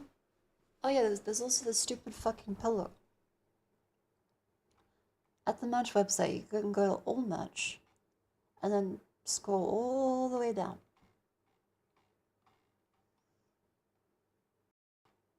And there's a stupid fucking pillow waiting for you. That's right, the stupidest pillow. It's still available. People still buy it.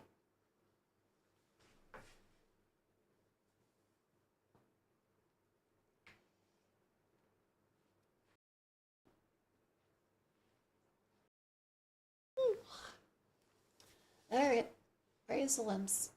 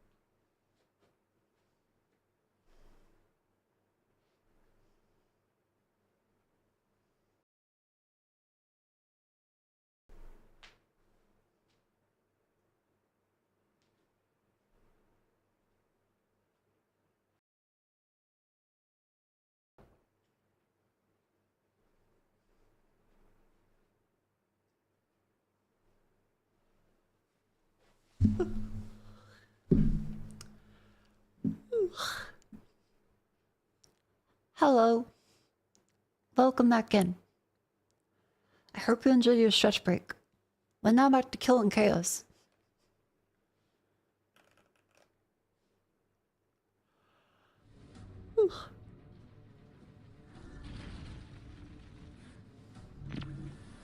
We have these little fellows going across here. Okay, good to know there's a bunch of these turrets.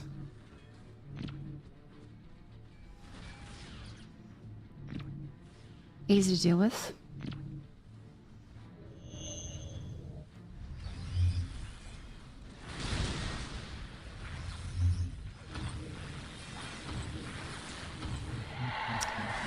This is a little thin, so we might not be able to grab everything.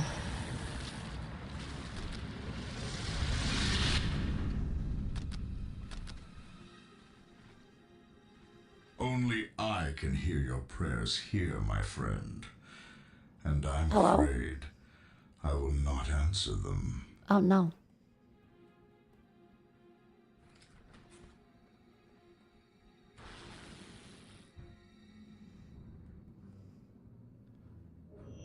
Oh, we'll keep getting these fellas up then.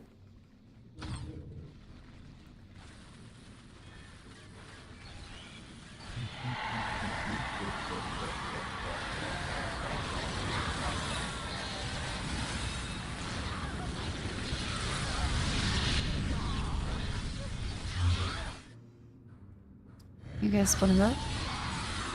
Yes, you can. There we go. Okay, and Monoliths, you guys keep making those as pariahs.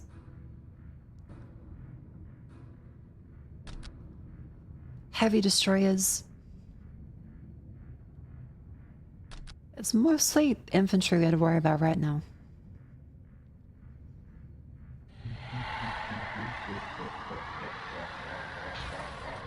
You probably need energy cores.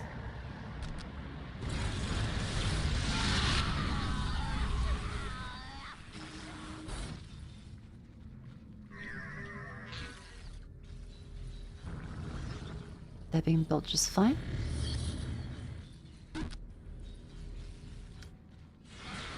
How are you guys doing? Oh, bad.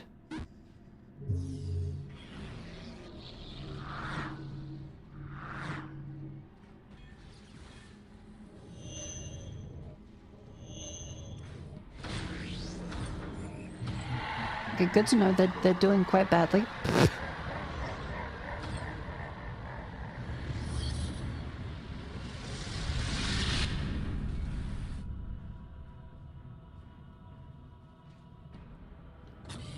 That's where the destroyer is. Alright, cool. Good. Heal them with the scarabs. I keep forgetting I can heal with scarabs. That's an important thing that I'm really stupidly not doing.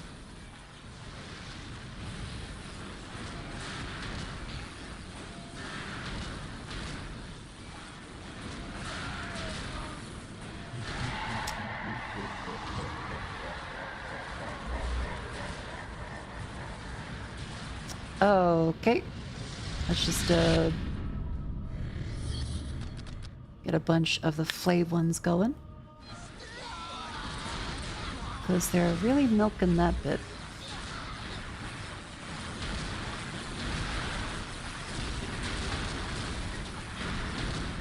And the rock, paper, scissors of in this one should be quite decent.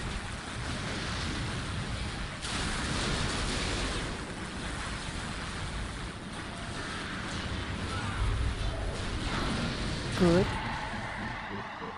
Just want to send some scarabs back.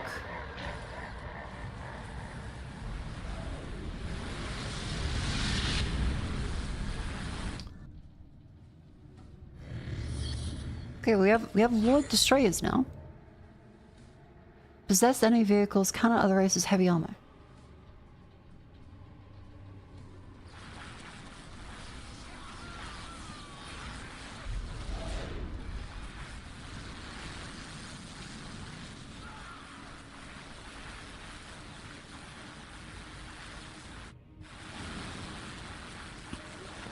Okay, well, we appear to be doing pretty well.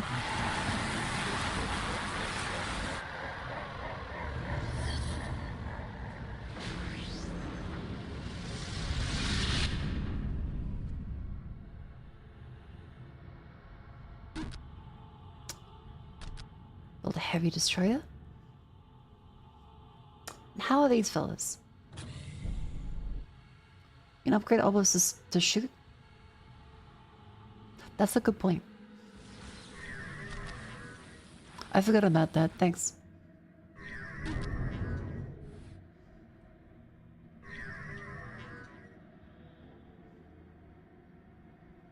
Fortified obelisks have Wailing Loom. You're just trying to get past like this part of the map. It's a bit rough.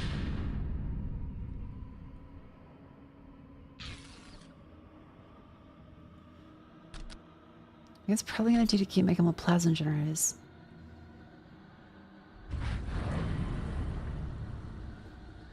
Keep going, little fellas. That's a heavy destroyer. Good.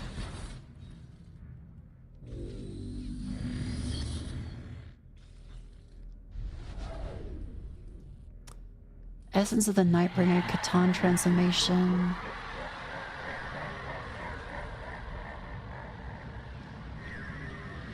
Fortified obelisk, there we go.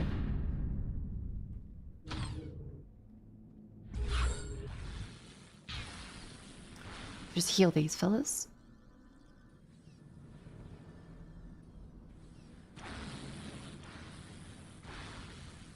Good, heal.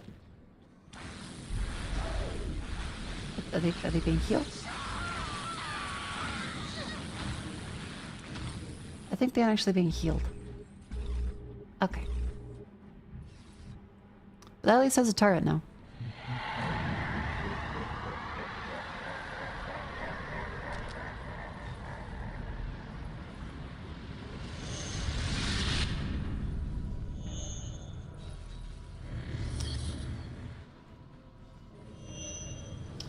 We'll slowly advance up this way.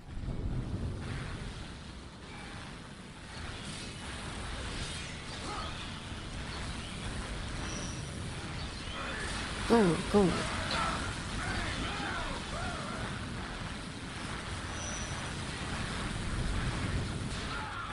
Which that to do assault stance because it has the better cannon for it. Scarabs can't heal infantry. Oh, okay, gotcha. Kill or be killed. It is all a service to chaos. Yeah. You dork.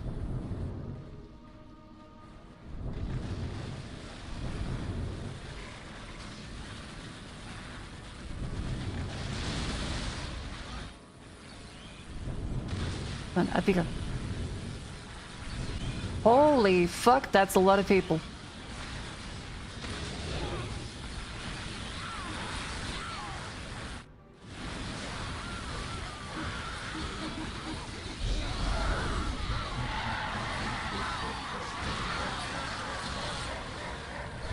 Blood pulse, blood pulse, blood pulse, blood pulse.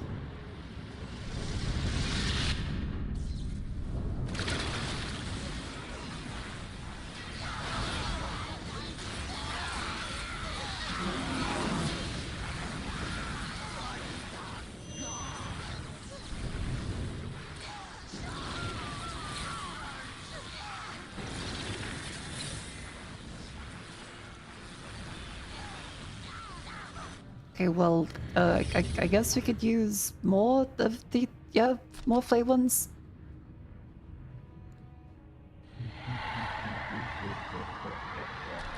More destroyers.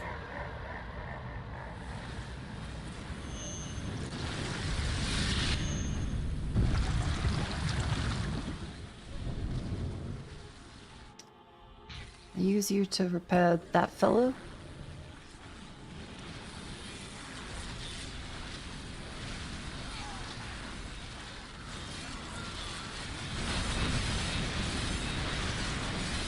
Get the pillbox, get the bolter turret, get the bolter turret. Go, go, go, go, go.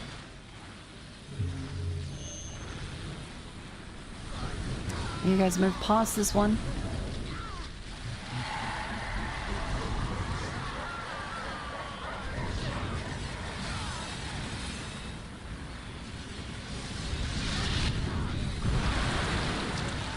Oh, come on. They got stuck in the fucking terrain. Fuck you.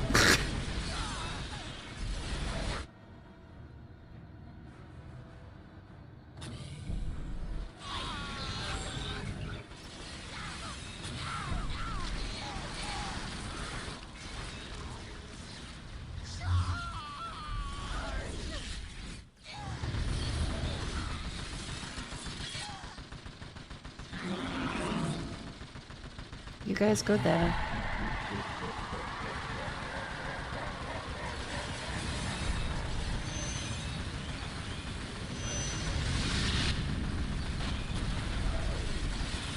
This one's good against infantry.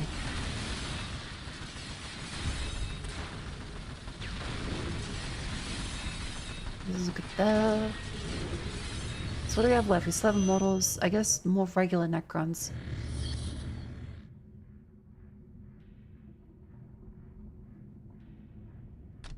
The fucking pariahs out. Sure, Lord Destroyers.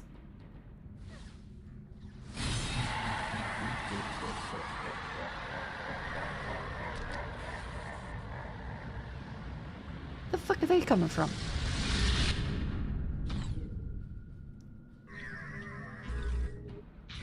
You repaired that one.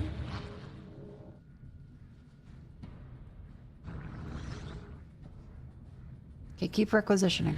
Can we make you into a mobile death fortress yet? Please?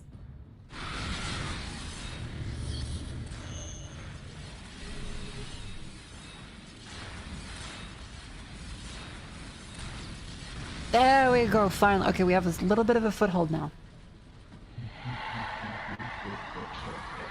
And capture that strategic point.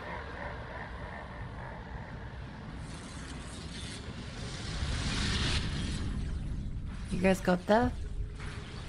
You guys got that. Nice. Now plenty of pariah.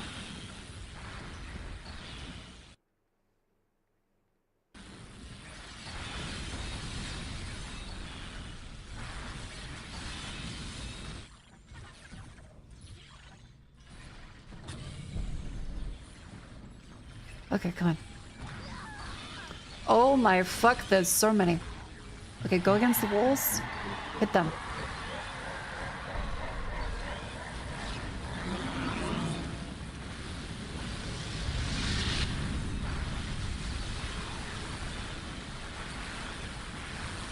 Those are weapon upgrades, so not that important.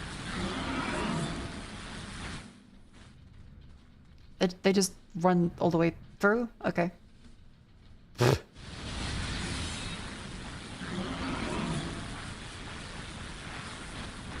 Keep upgrading them. Good job on you guys.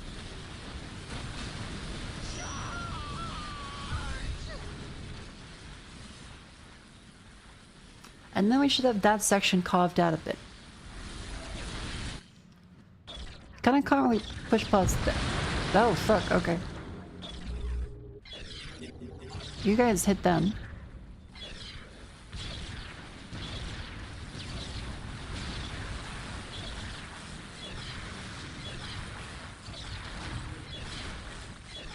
Easy peasy.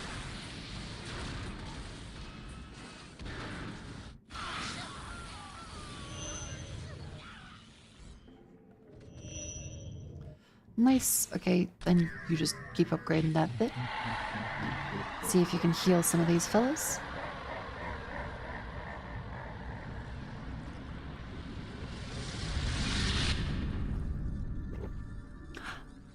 Slag deposit. Nice, that's quite good then.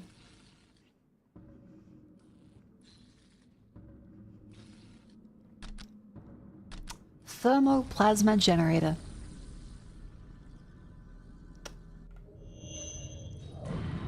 Wonderful. Leave them there.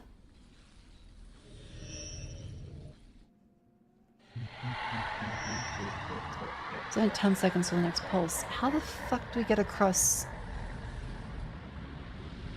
Because we can't go across this way, can we? No. Do we go? What the fuck? None can stand against the coming darkness.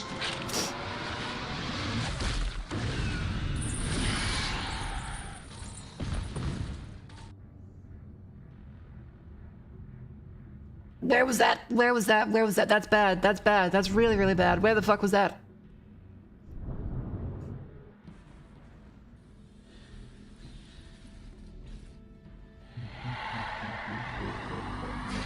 Okay, Essence of Nightbringer upgrade.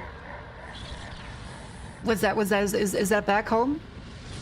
Is this like a get your ass to Mars?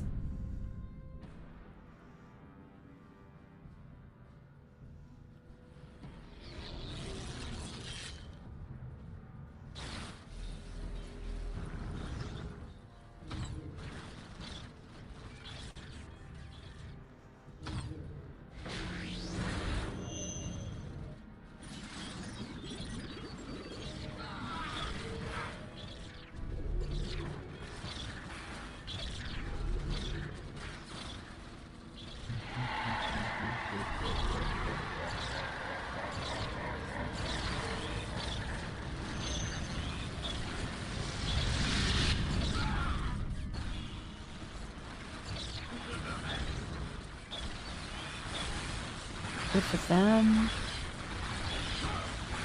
These ones are quite good at anti-infantry, I think. Where the fuck is the Demon Prince?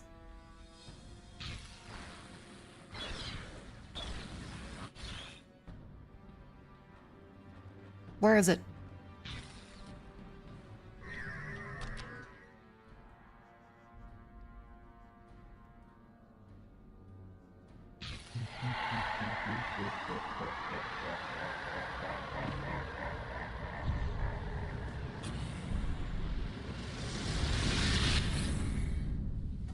I don't know where it is.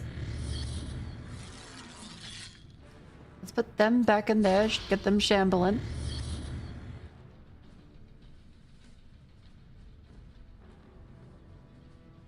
I guess get more destroyers out. Yeah, probably, let's make a save. Go. There we go.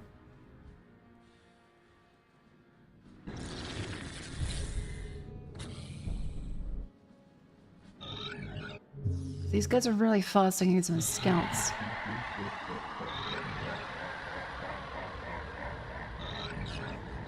Okay, so we have to go across here. Oh, that's where he is. Okay, fuck. All right. Good to know. Good to know. Oh, they're just chilling.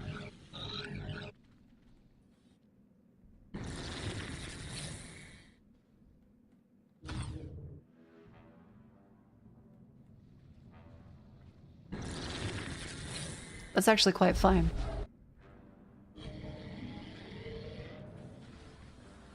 To make sure they sit across for the next blood pulse. If you wait long enough, bloodthirsters will die of boredom. Hell yeah.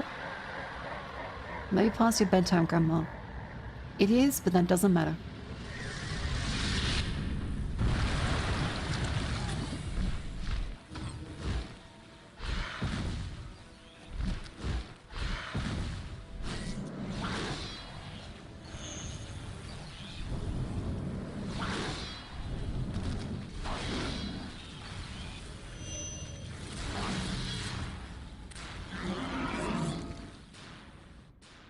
Go, go, go, go, go, go, go, go, go, go, go, go, go, go, go, go, go.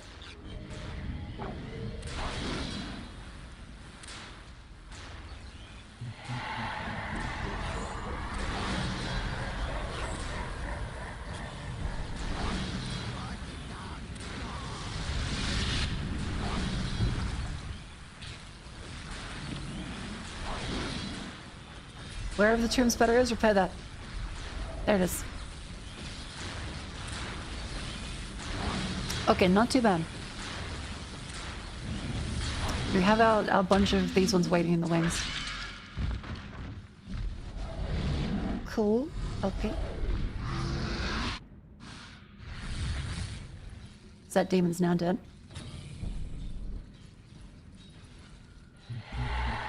Easy peasy lemon squeezy.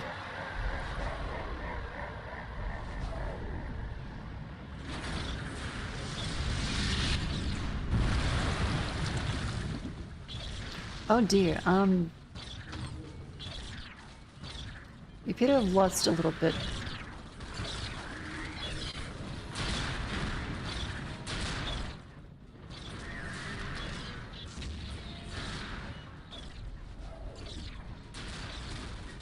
Oops.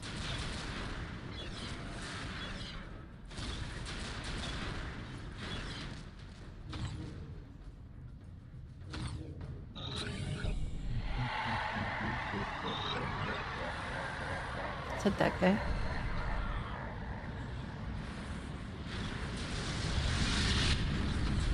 Yeah, we seem to be doing pretty okay here. They have fellas. We're doing good. Strategic plan is completely decayed. That's fine. Okay, now we can safely move up here.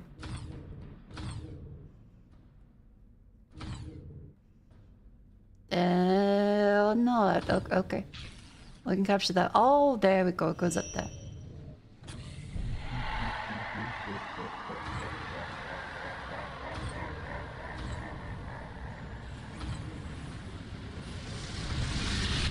Is there another? Yep, there's another one up there.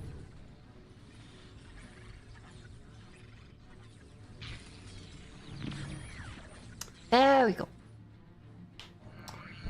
I can't wait to get rid of the fucking blood pulses. The people here have already accepted the Black Testament. So will you.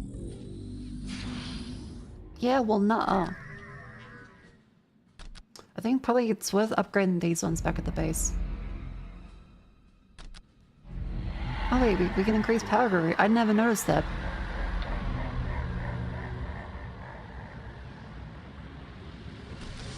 I somehow never noticed we have upgrades.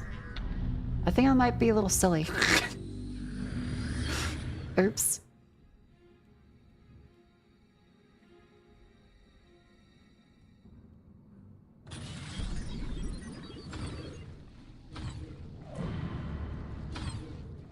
Let's go around to the side.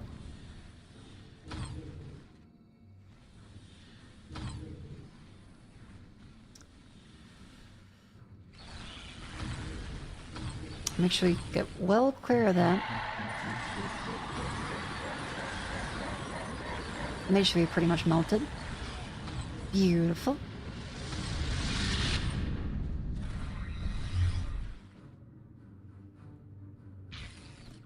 You guys build on that one.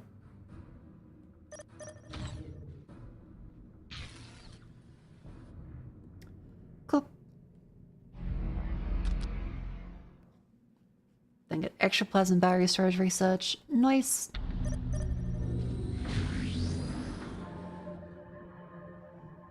And further improves Necron warrior health and damage. Hell yeah.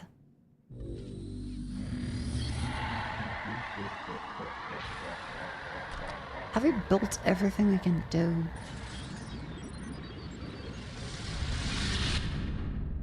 Kinda, yeah.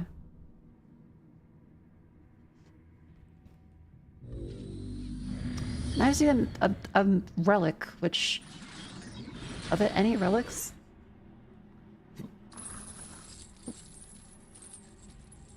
There is over there, then. Okay.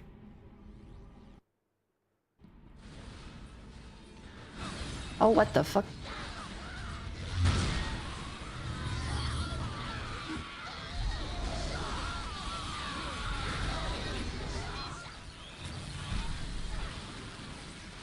Okay, good job, guys. Keep going.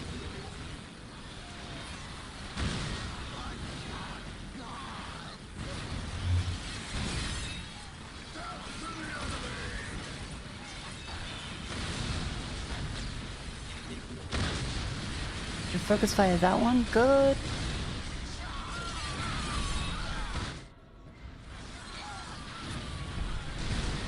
And focus fire on all of the little pillboxes.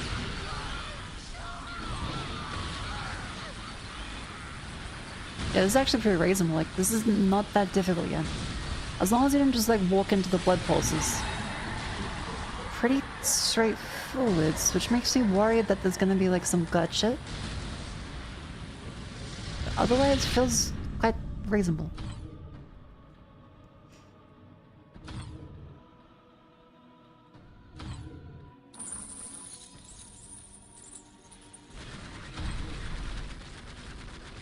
Okay, so we need to go up and around. Up, Terminators. Oh, fuck, okay. Behold the power of chaos. This world is ours now and forever. Yeah, but you're kind of losing, though. Like, you're not doing very well.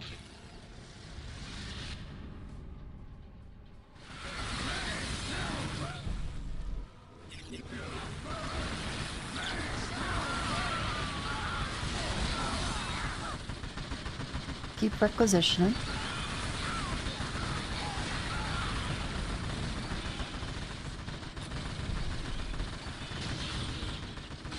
Make our way up this way.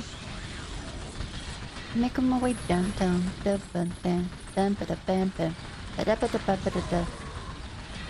Only hard Necron stronghold.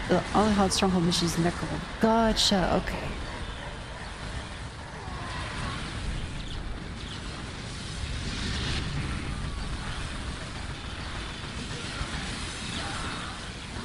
And this should be our relic.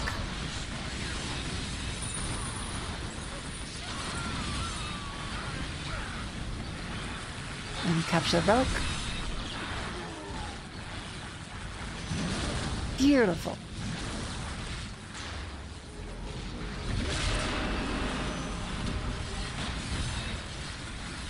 Oh, and I rescue prisoners.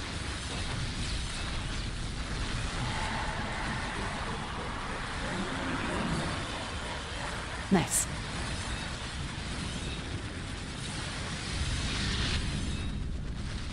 Yeah, that's where the obliterators are coming from.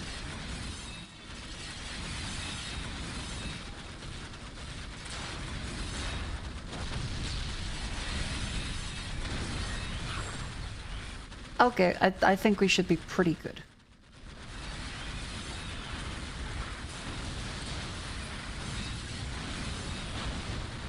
You guys having fun down there? Come on, up you go.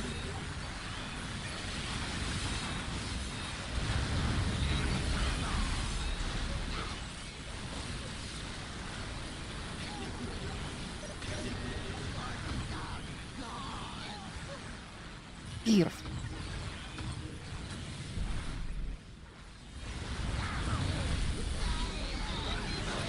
I think this destroyer is stuck. What's your wisdom? Don't get fooled by ancient dragon races promising immortality.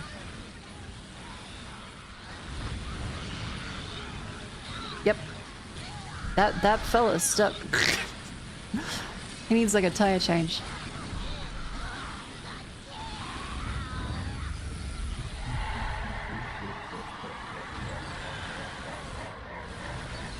Oh, there's a headquarters.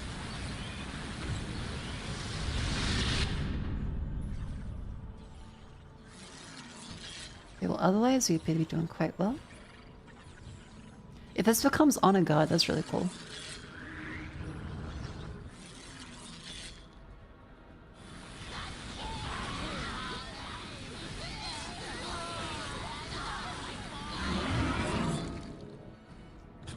I think just paused there and got stuck. Poor fella.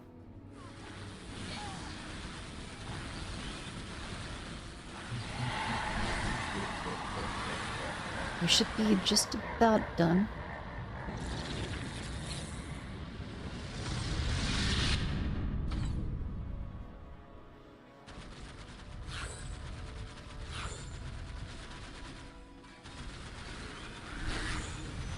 This should then knock out just about everything they have.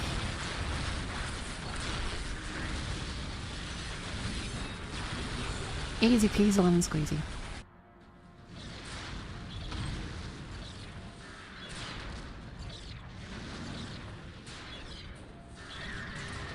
Okay, well, you guys can just repair the building. Yeah, this is enough to hold it. Cool. Oh, fuck, that's a lot of fellas.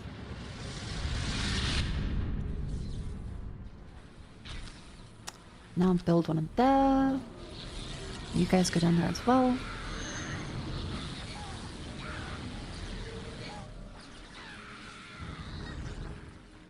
The fuck are you guys doing?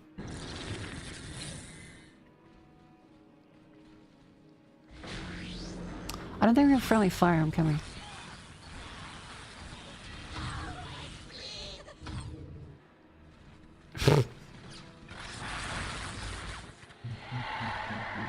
Easy.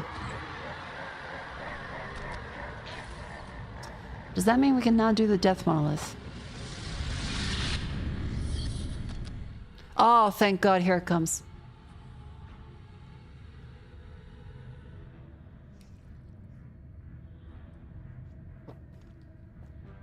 Time for bullshit.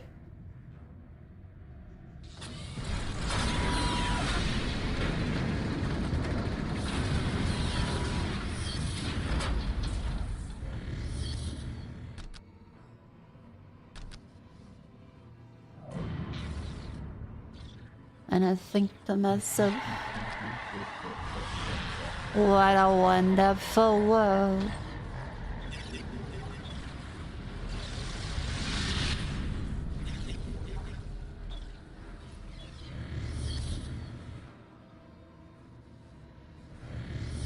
You attack your units and they will get friendly fired? Oh, okay.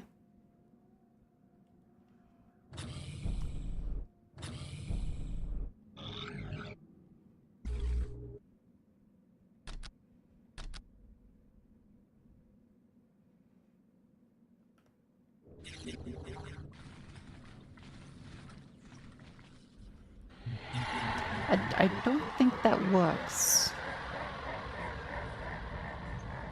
Oh, only artillery fire. Gotcha.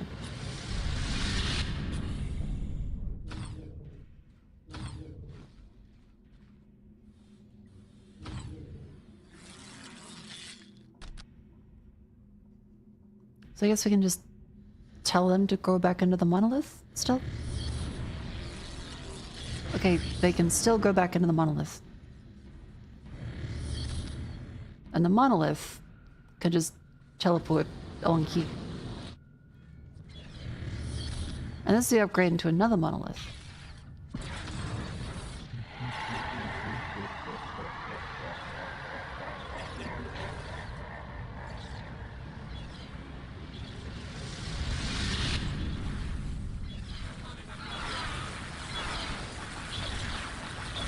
This is going wonderful.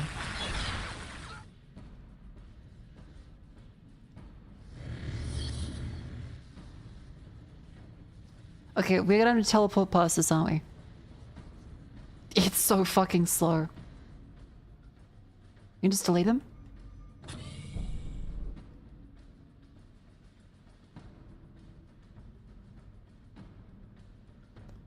How do I delete you?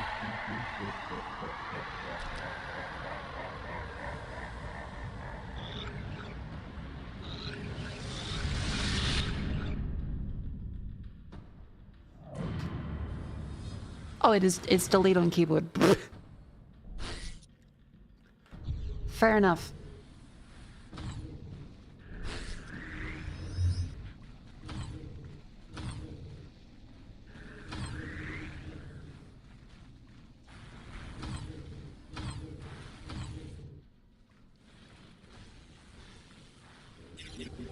Gotcha.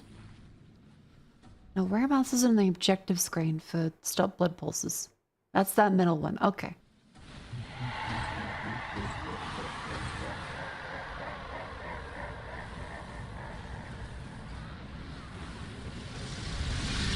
Okay, yeah. I forgot they actually do that in this one.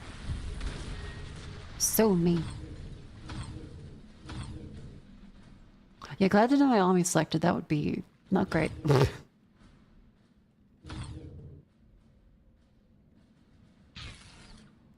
Okay, now I'll send you guys to capture this one.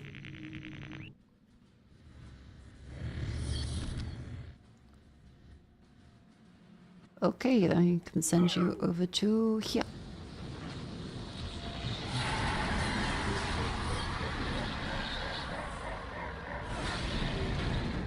Good. And I guess we just wait. That's what that one is.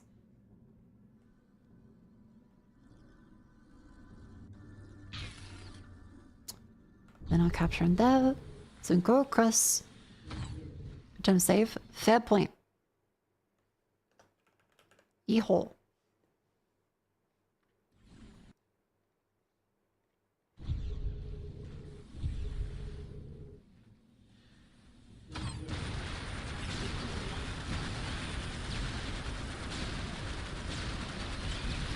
Coming. Get the predator. Wait, don't I have like a... You are intruders here. Your sacrifice will feed the gods of chaos. Which fucking one is it? Oh, stasis field.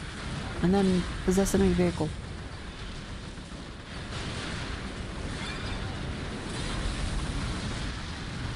There we go.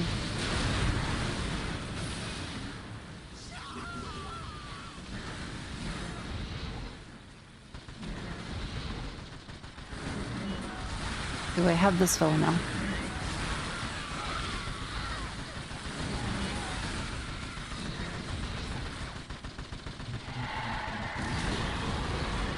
Ain't shit, fuck you. It's my tank now.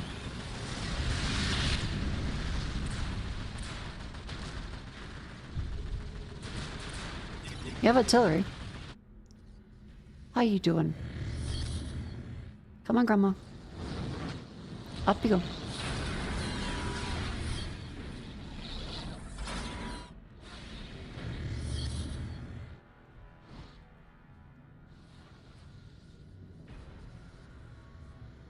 It's so slow.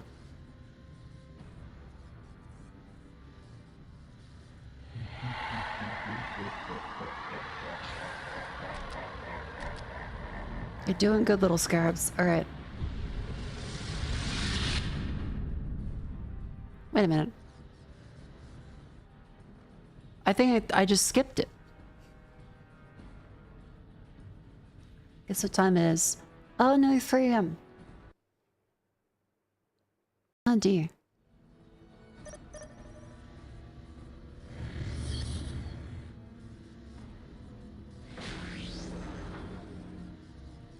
In 10 years when I reach this one, it's gonna be great.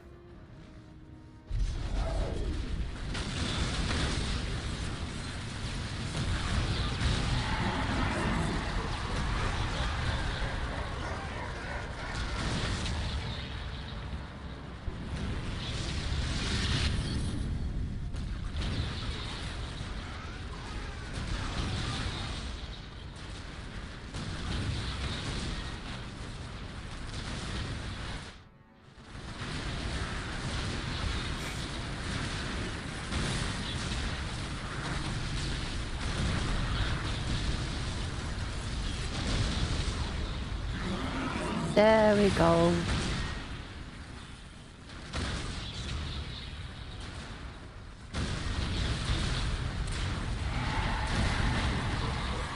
I'm the 3 hours in these 7-hour games. I'm having fun. I know how to play the Necron now.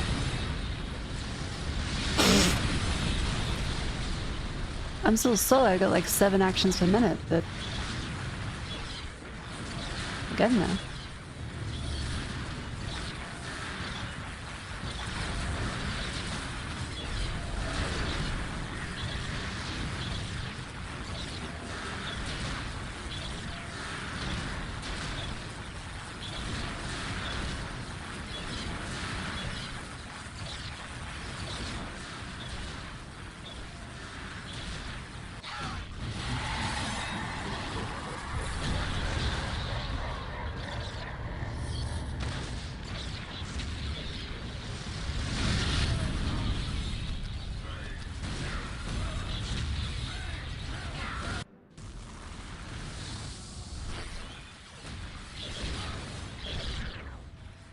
Where's that little scarab? There it is.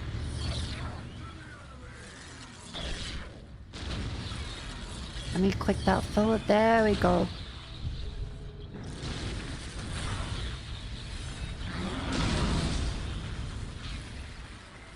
You capture that requisition point.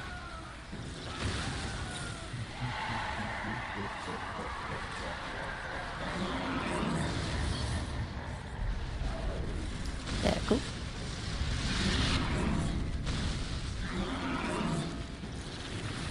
I love flayed ones. Throne in general was attempts plate spinning nature of StarCraft. Yeah, I do feel like I can just like sit and go like hee hee, fun models.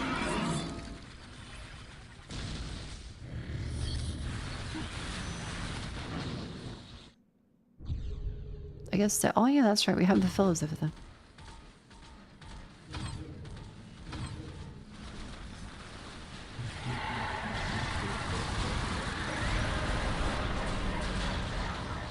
Tank first, tank.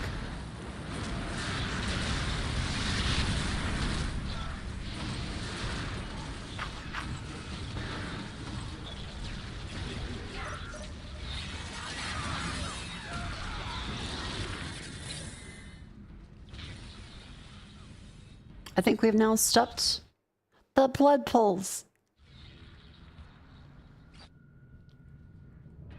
How are these fellas doing? Oh, we only have one limit. Damn it. We only have one monolith.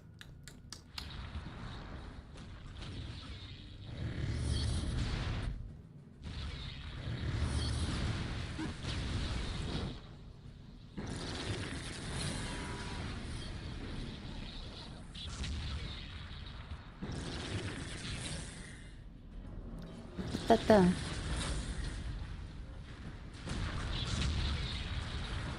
God bless our little defiler.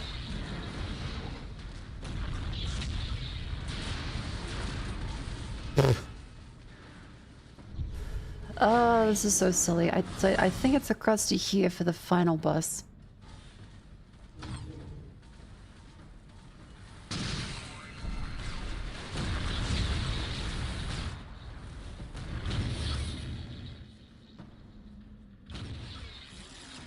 So you guys will now go into the...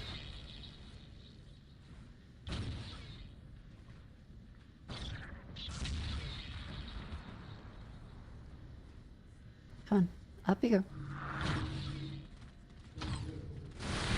Holy fuck, alright. Reverse, put in reverse, Terry. Put in reverse, Terry. Back it up, Terry.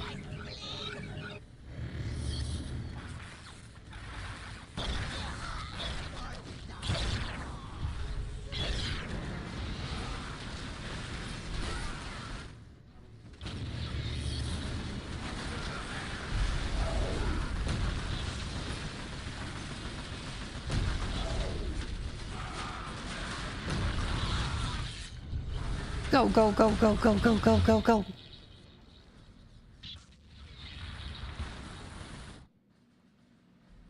the fuck are you guys doing though?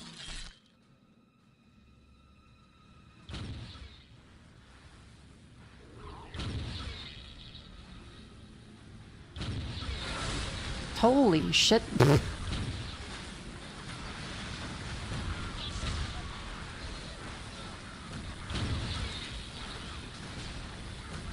We seem to be doing quite well.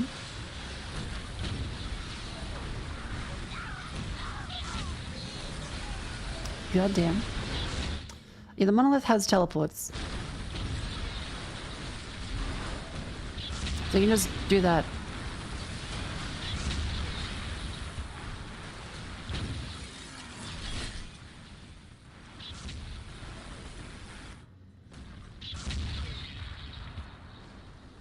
I think he didn't let me.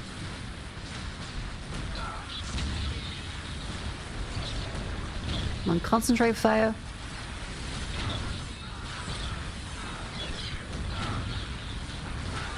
Get that one. Kill these fellas. And that one.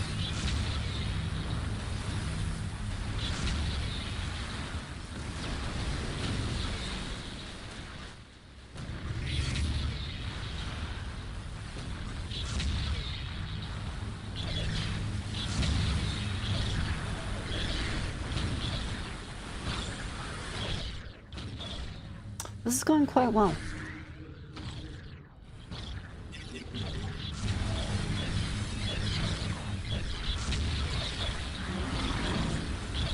The headquarters building should be just about dead. I don't know if that's victory or if you have to do the other stuff.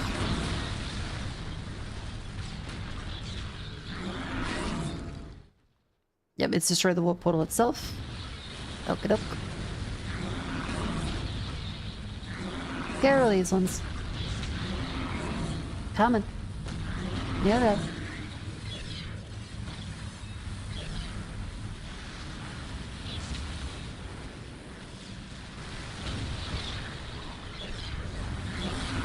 Okay, we just have to target it down.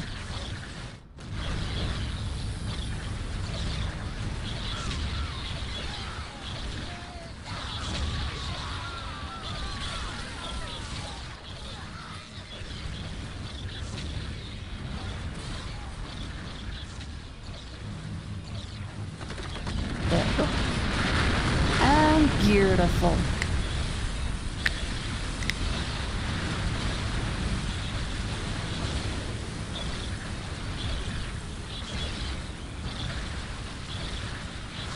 One more.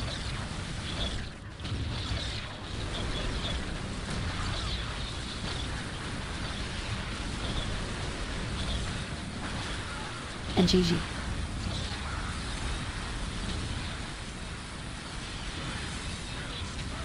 Oh, wait. Okay, all of these are part of the portal.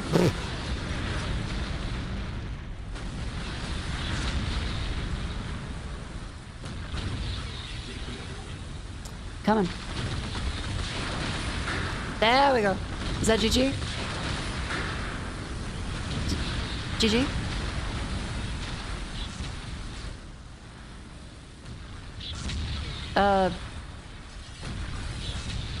Nope. Okay. Oh, yep, GG. Oh my god. Okay, that's that.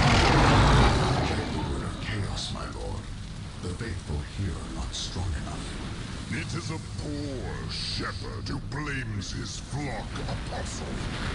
This failure is yours and yours alone.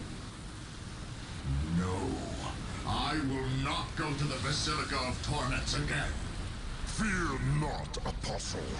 The Basilica is reserved for those who may redeem themselves.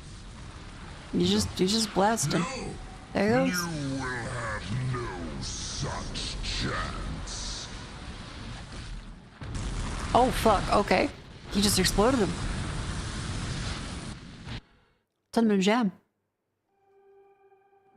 In the most ancient of Eldar myth cycles, there are tales of the Necrons' bloodthirsty deities clashing with the powers of the Warp.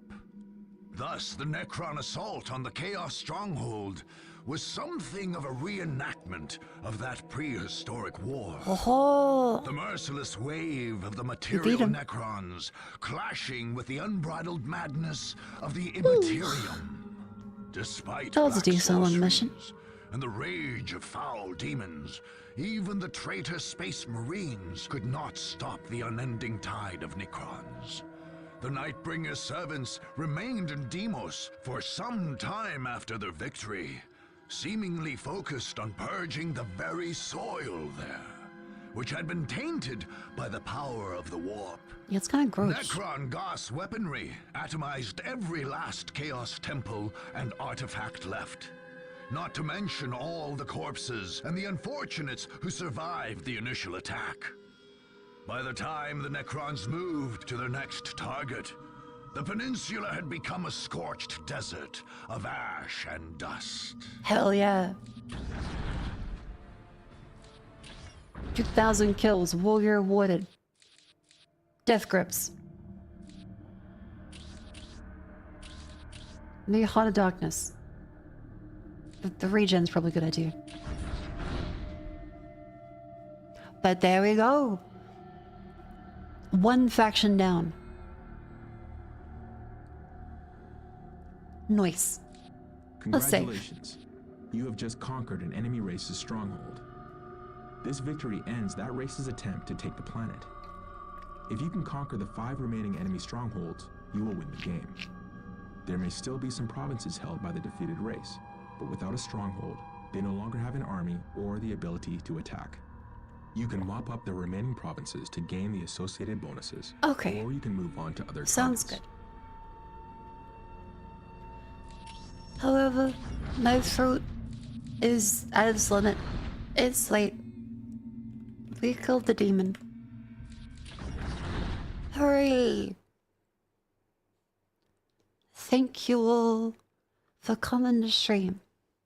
It's late. I had to air out my room because of all the carbon dioxide that's built up with everything closed. Remember, join the Discord if you would like to stay up to date with all the stream stuff. Follow me on Twitter. Subscribe on YouTube. I hope that you enjoy tomorrow. I should be streaming tomorrow. I should be. Whoever's live to raid there is. Oh, Lumi's playing Age of Empires. That's not DS. We'll raid into Lumi. Miss Lemon Woman. Kaneko Lumi. There you go. Only fed is very into the DS. The Butter Lady. The Butter Lady? I must have missed a few things. Why's she the Butter Lady?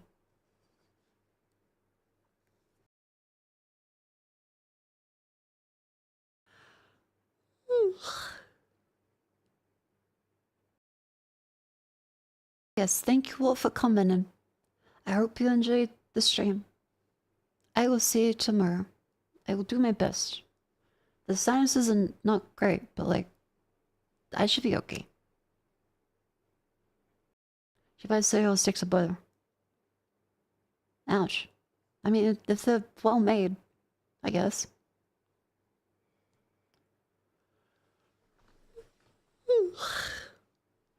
Good night. Sleep tight. Don't let the bed bugs bite. My throat is not in the best shape. Ooh. Yes, I'm blessed by Nurgle. Dang it.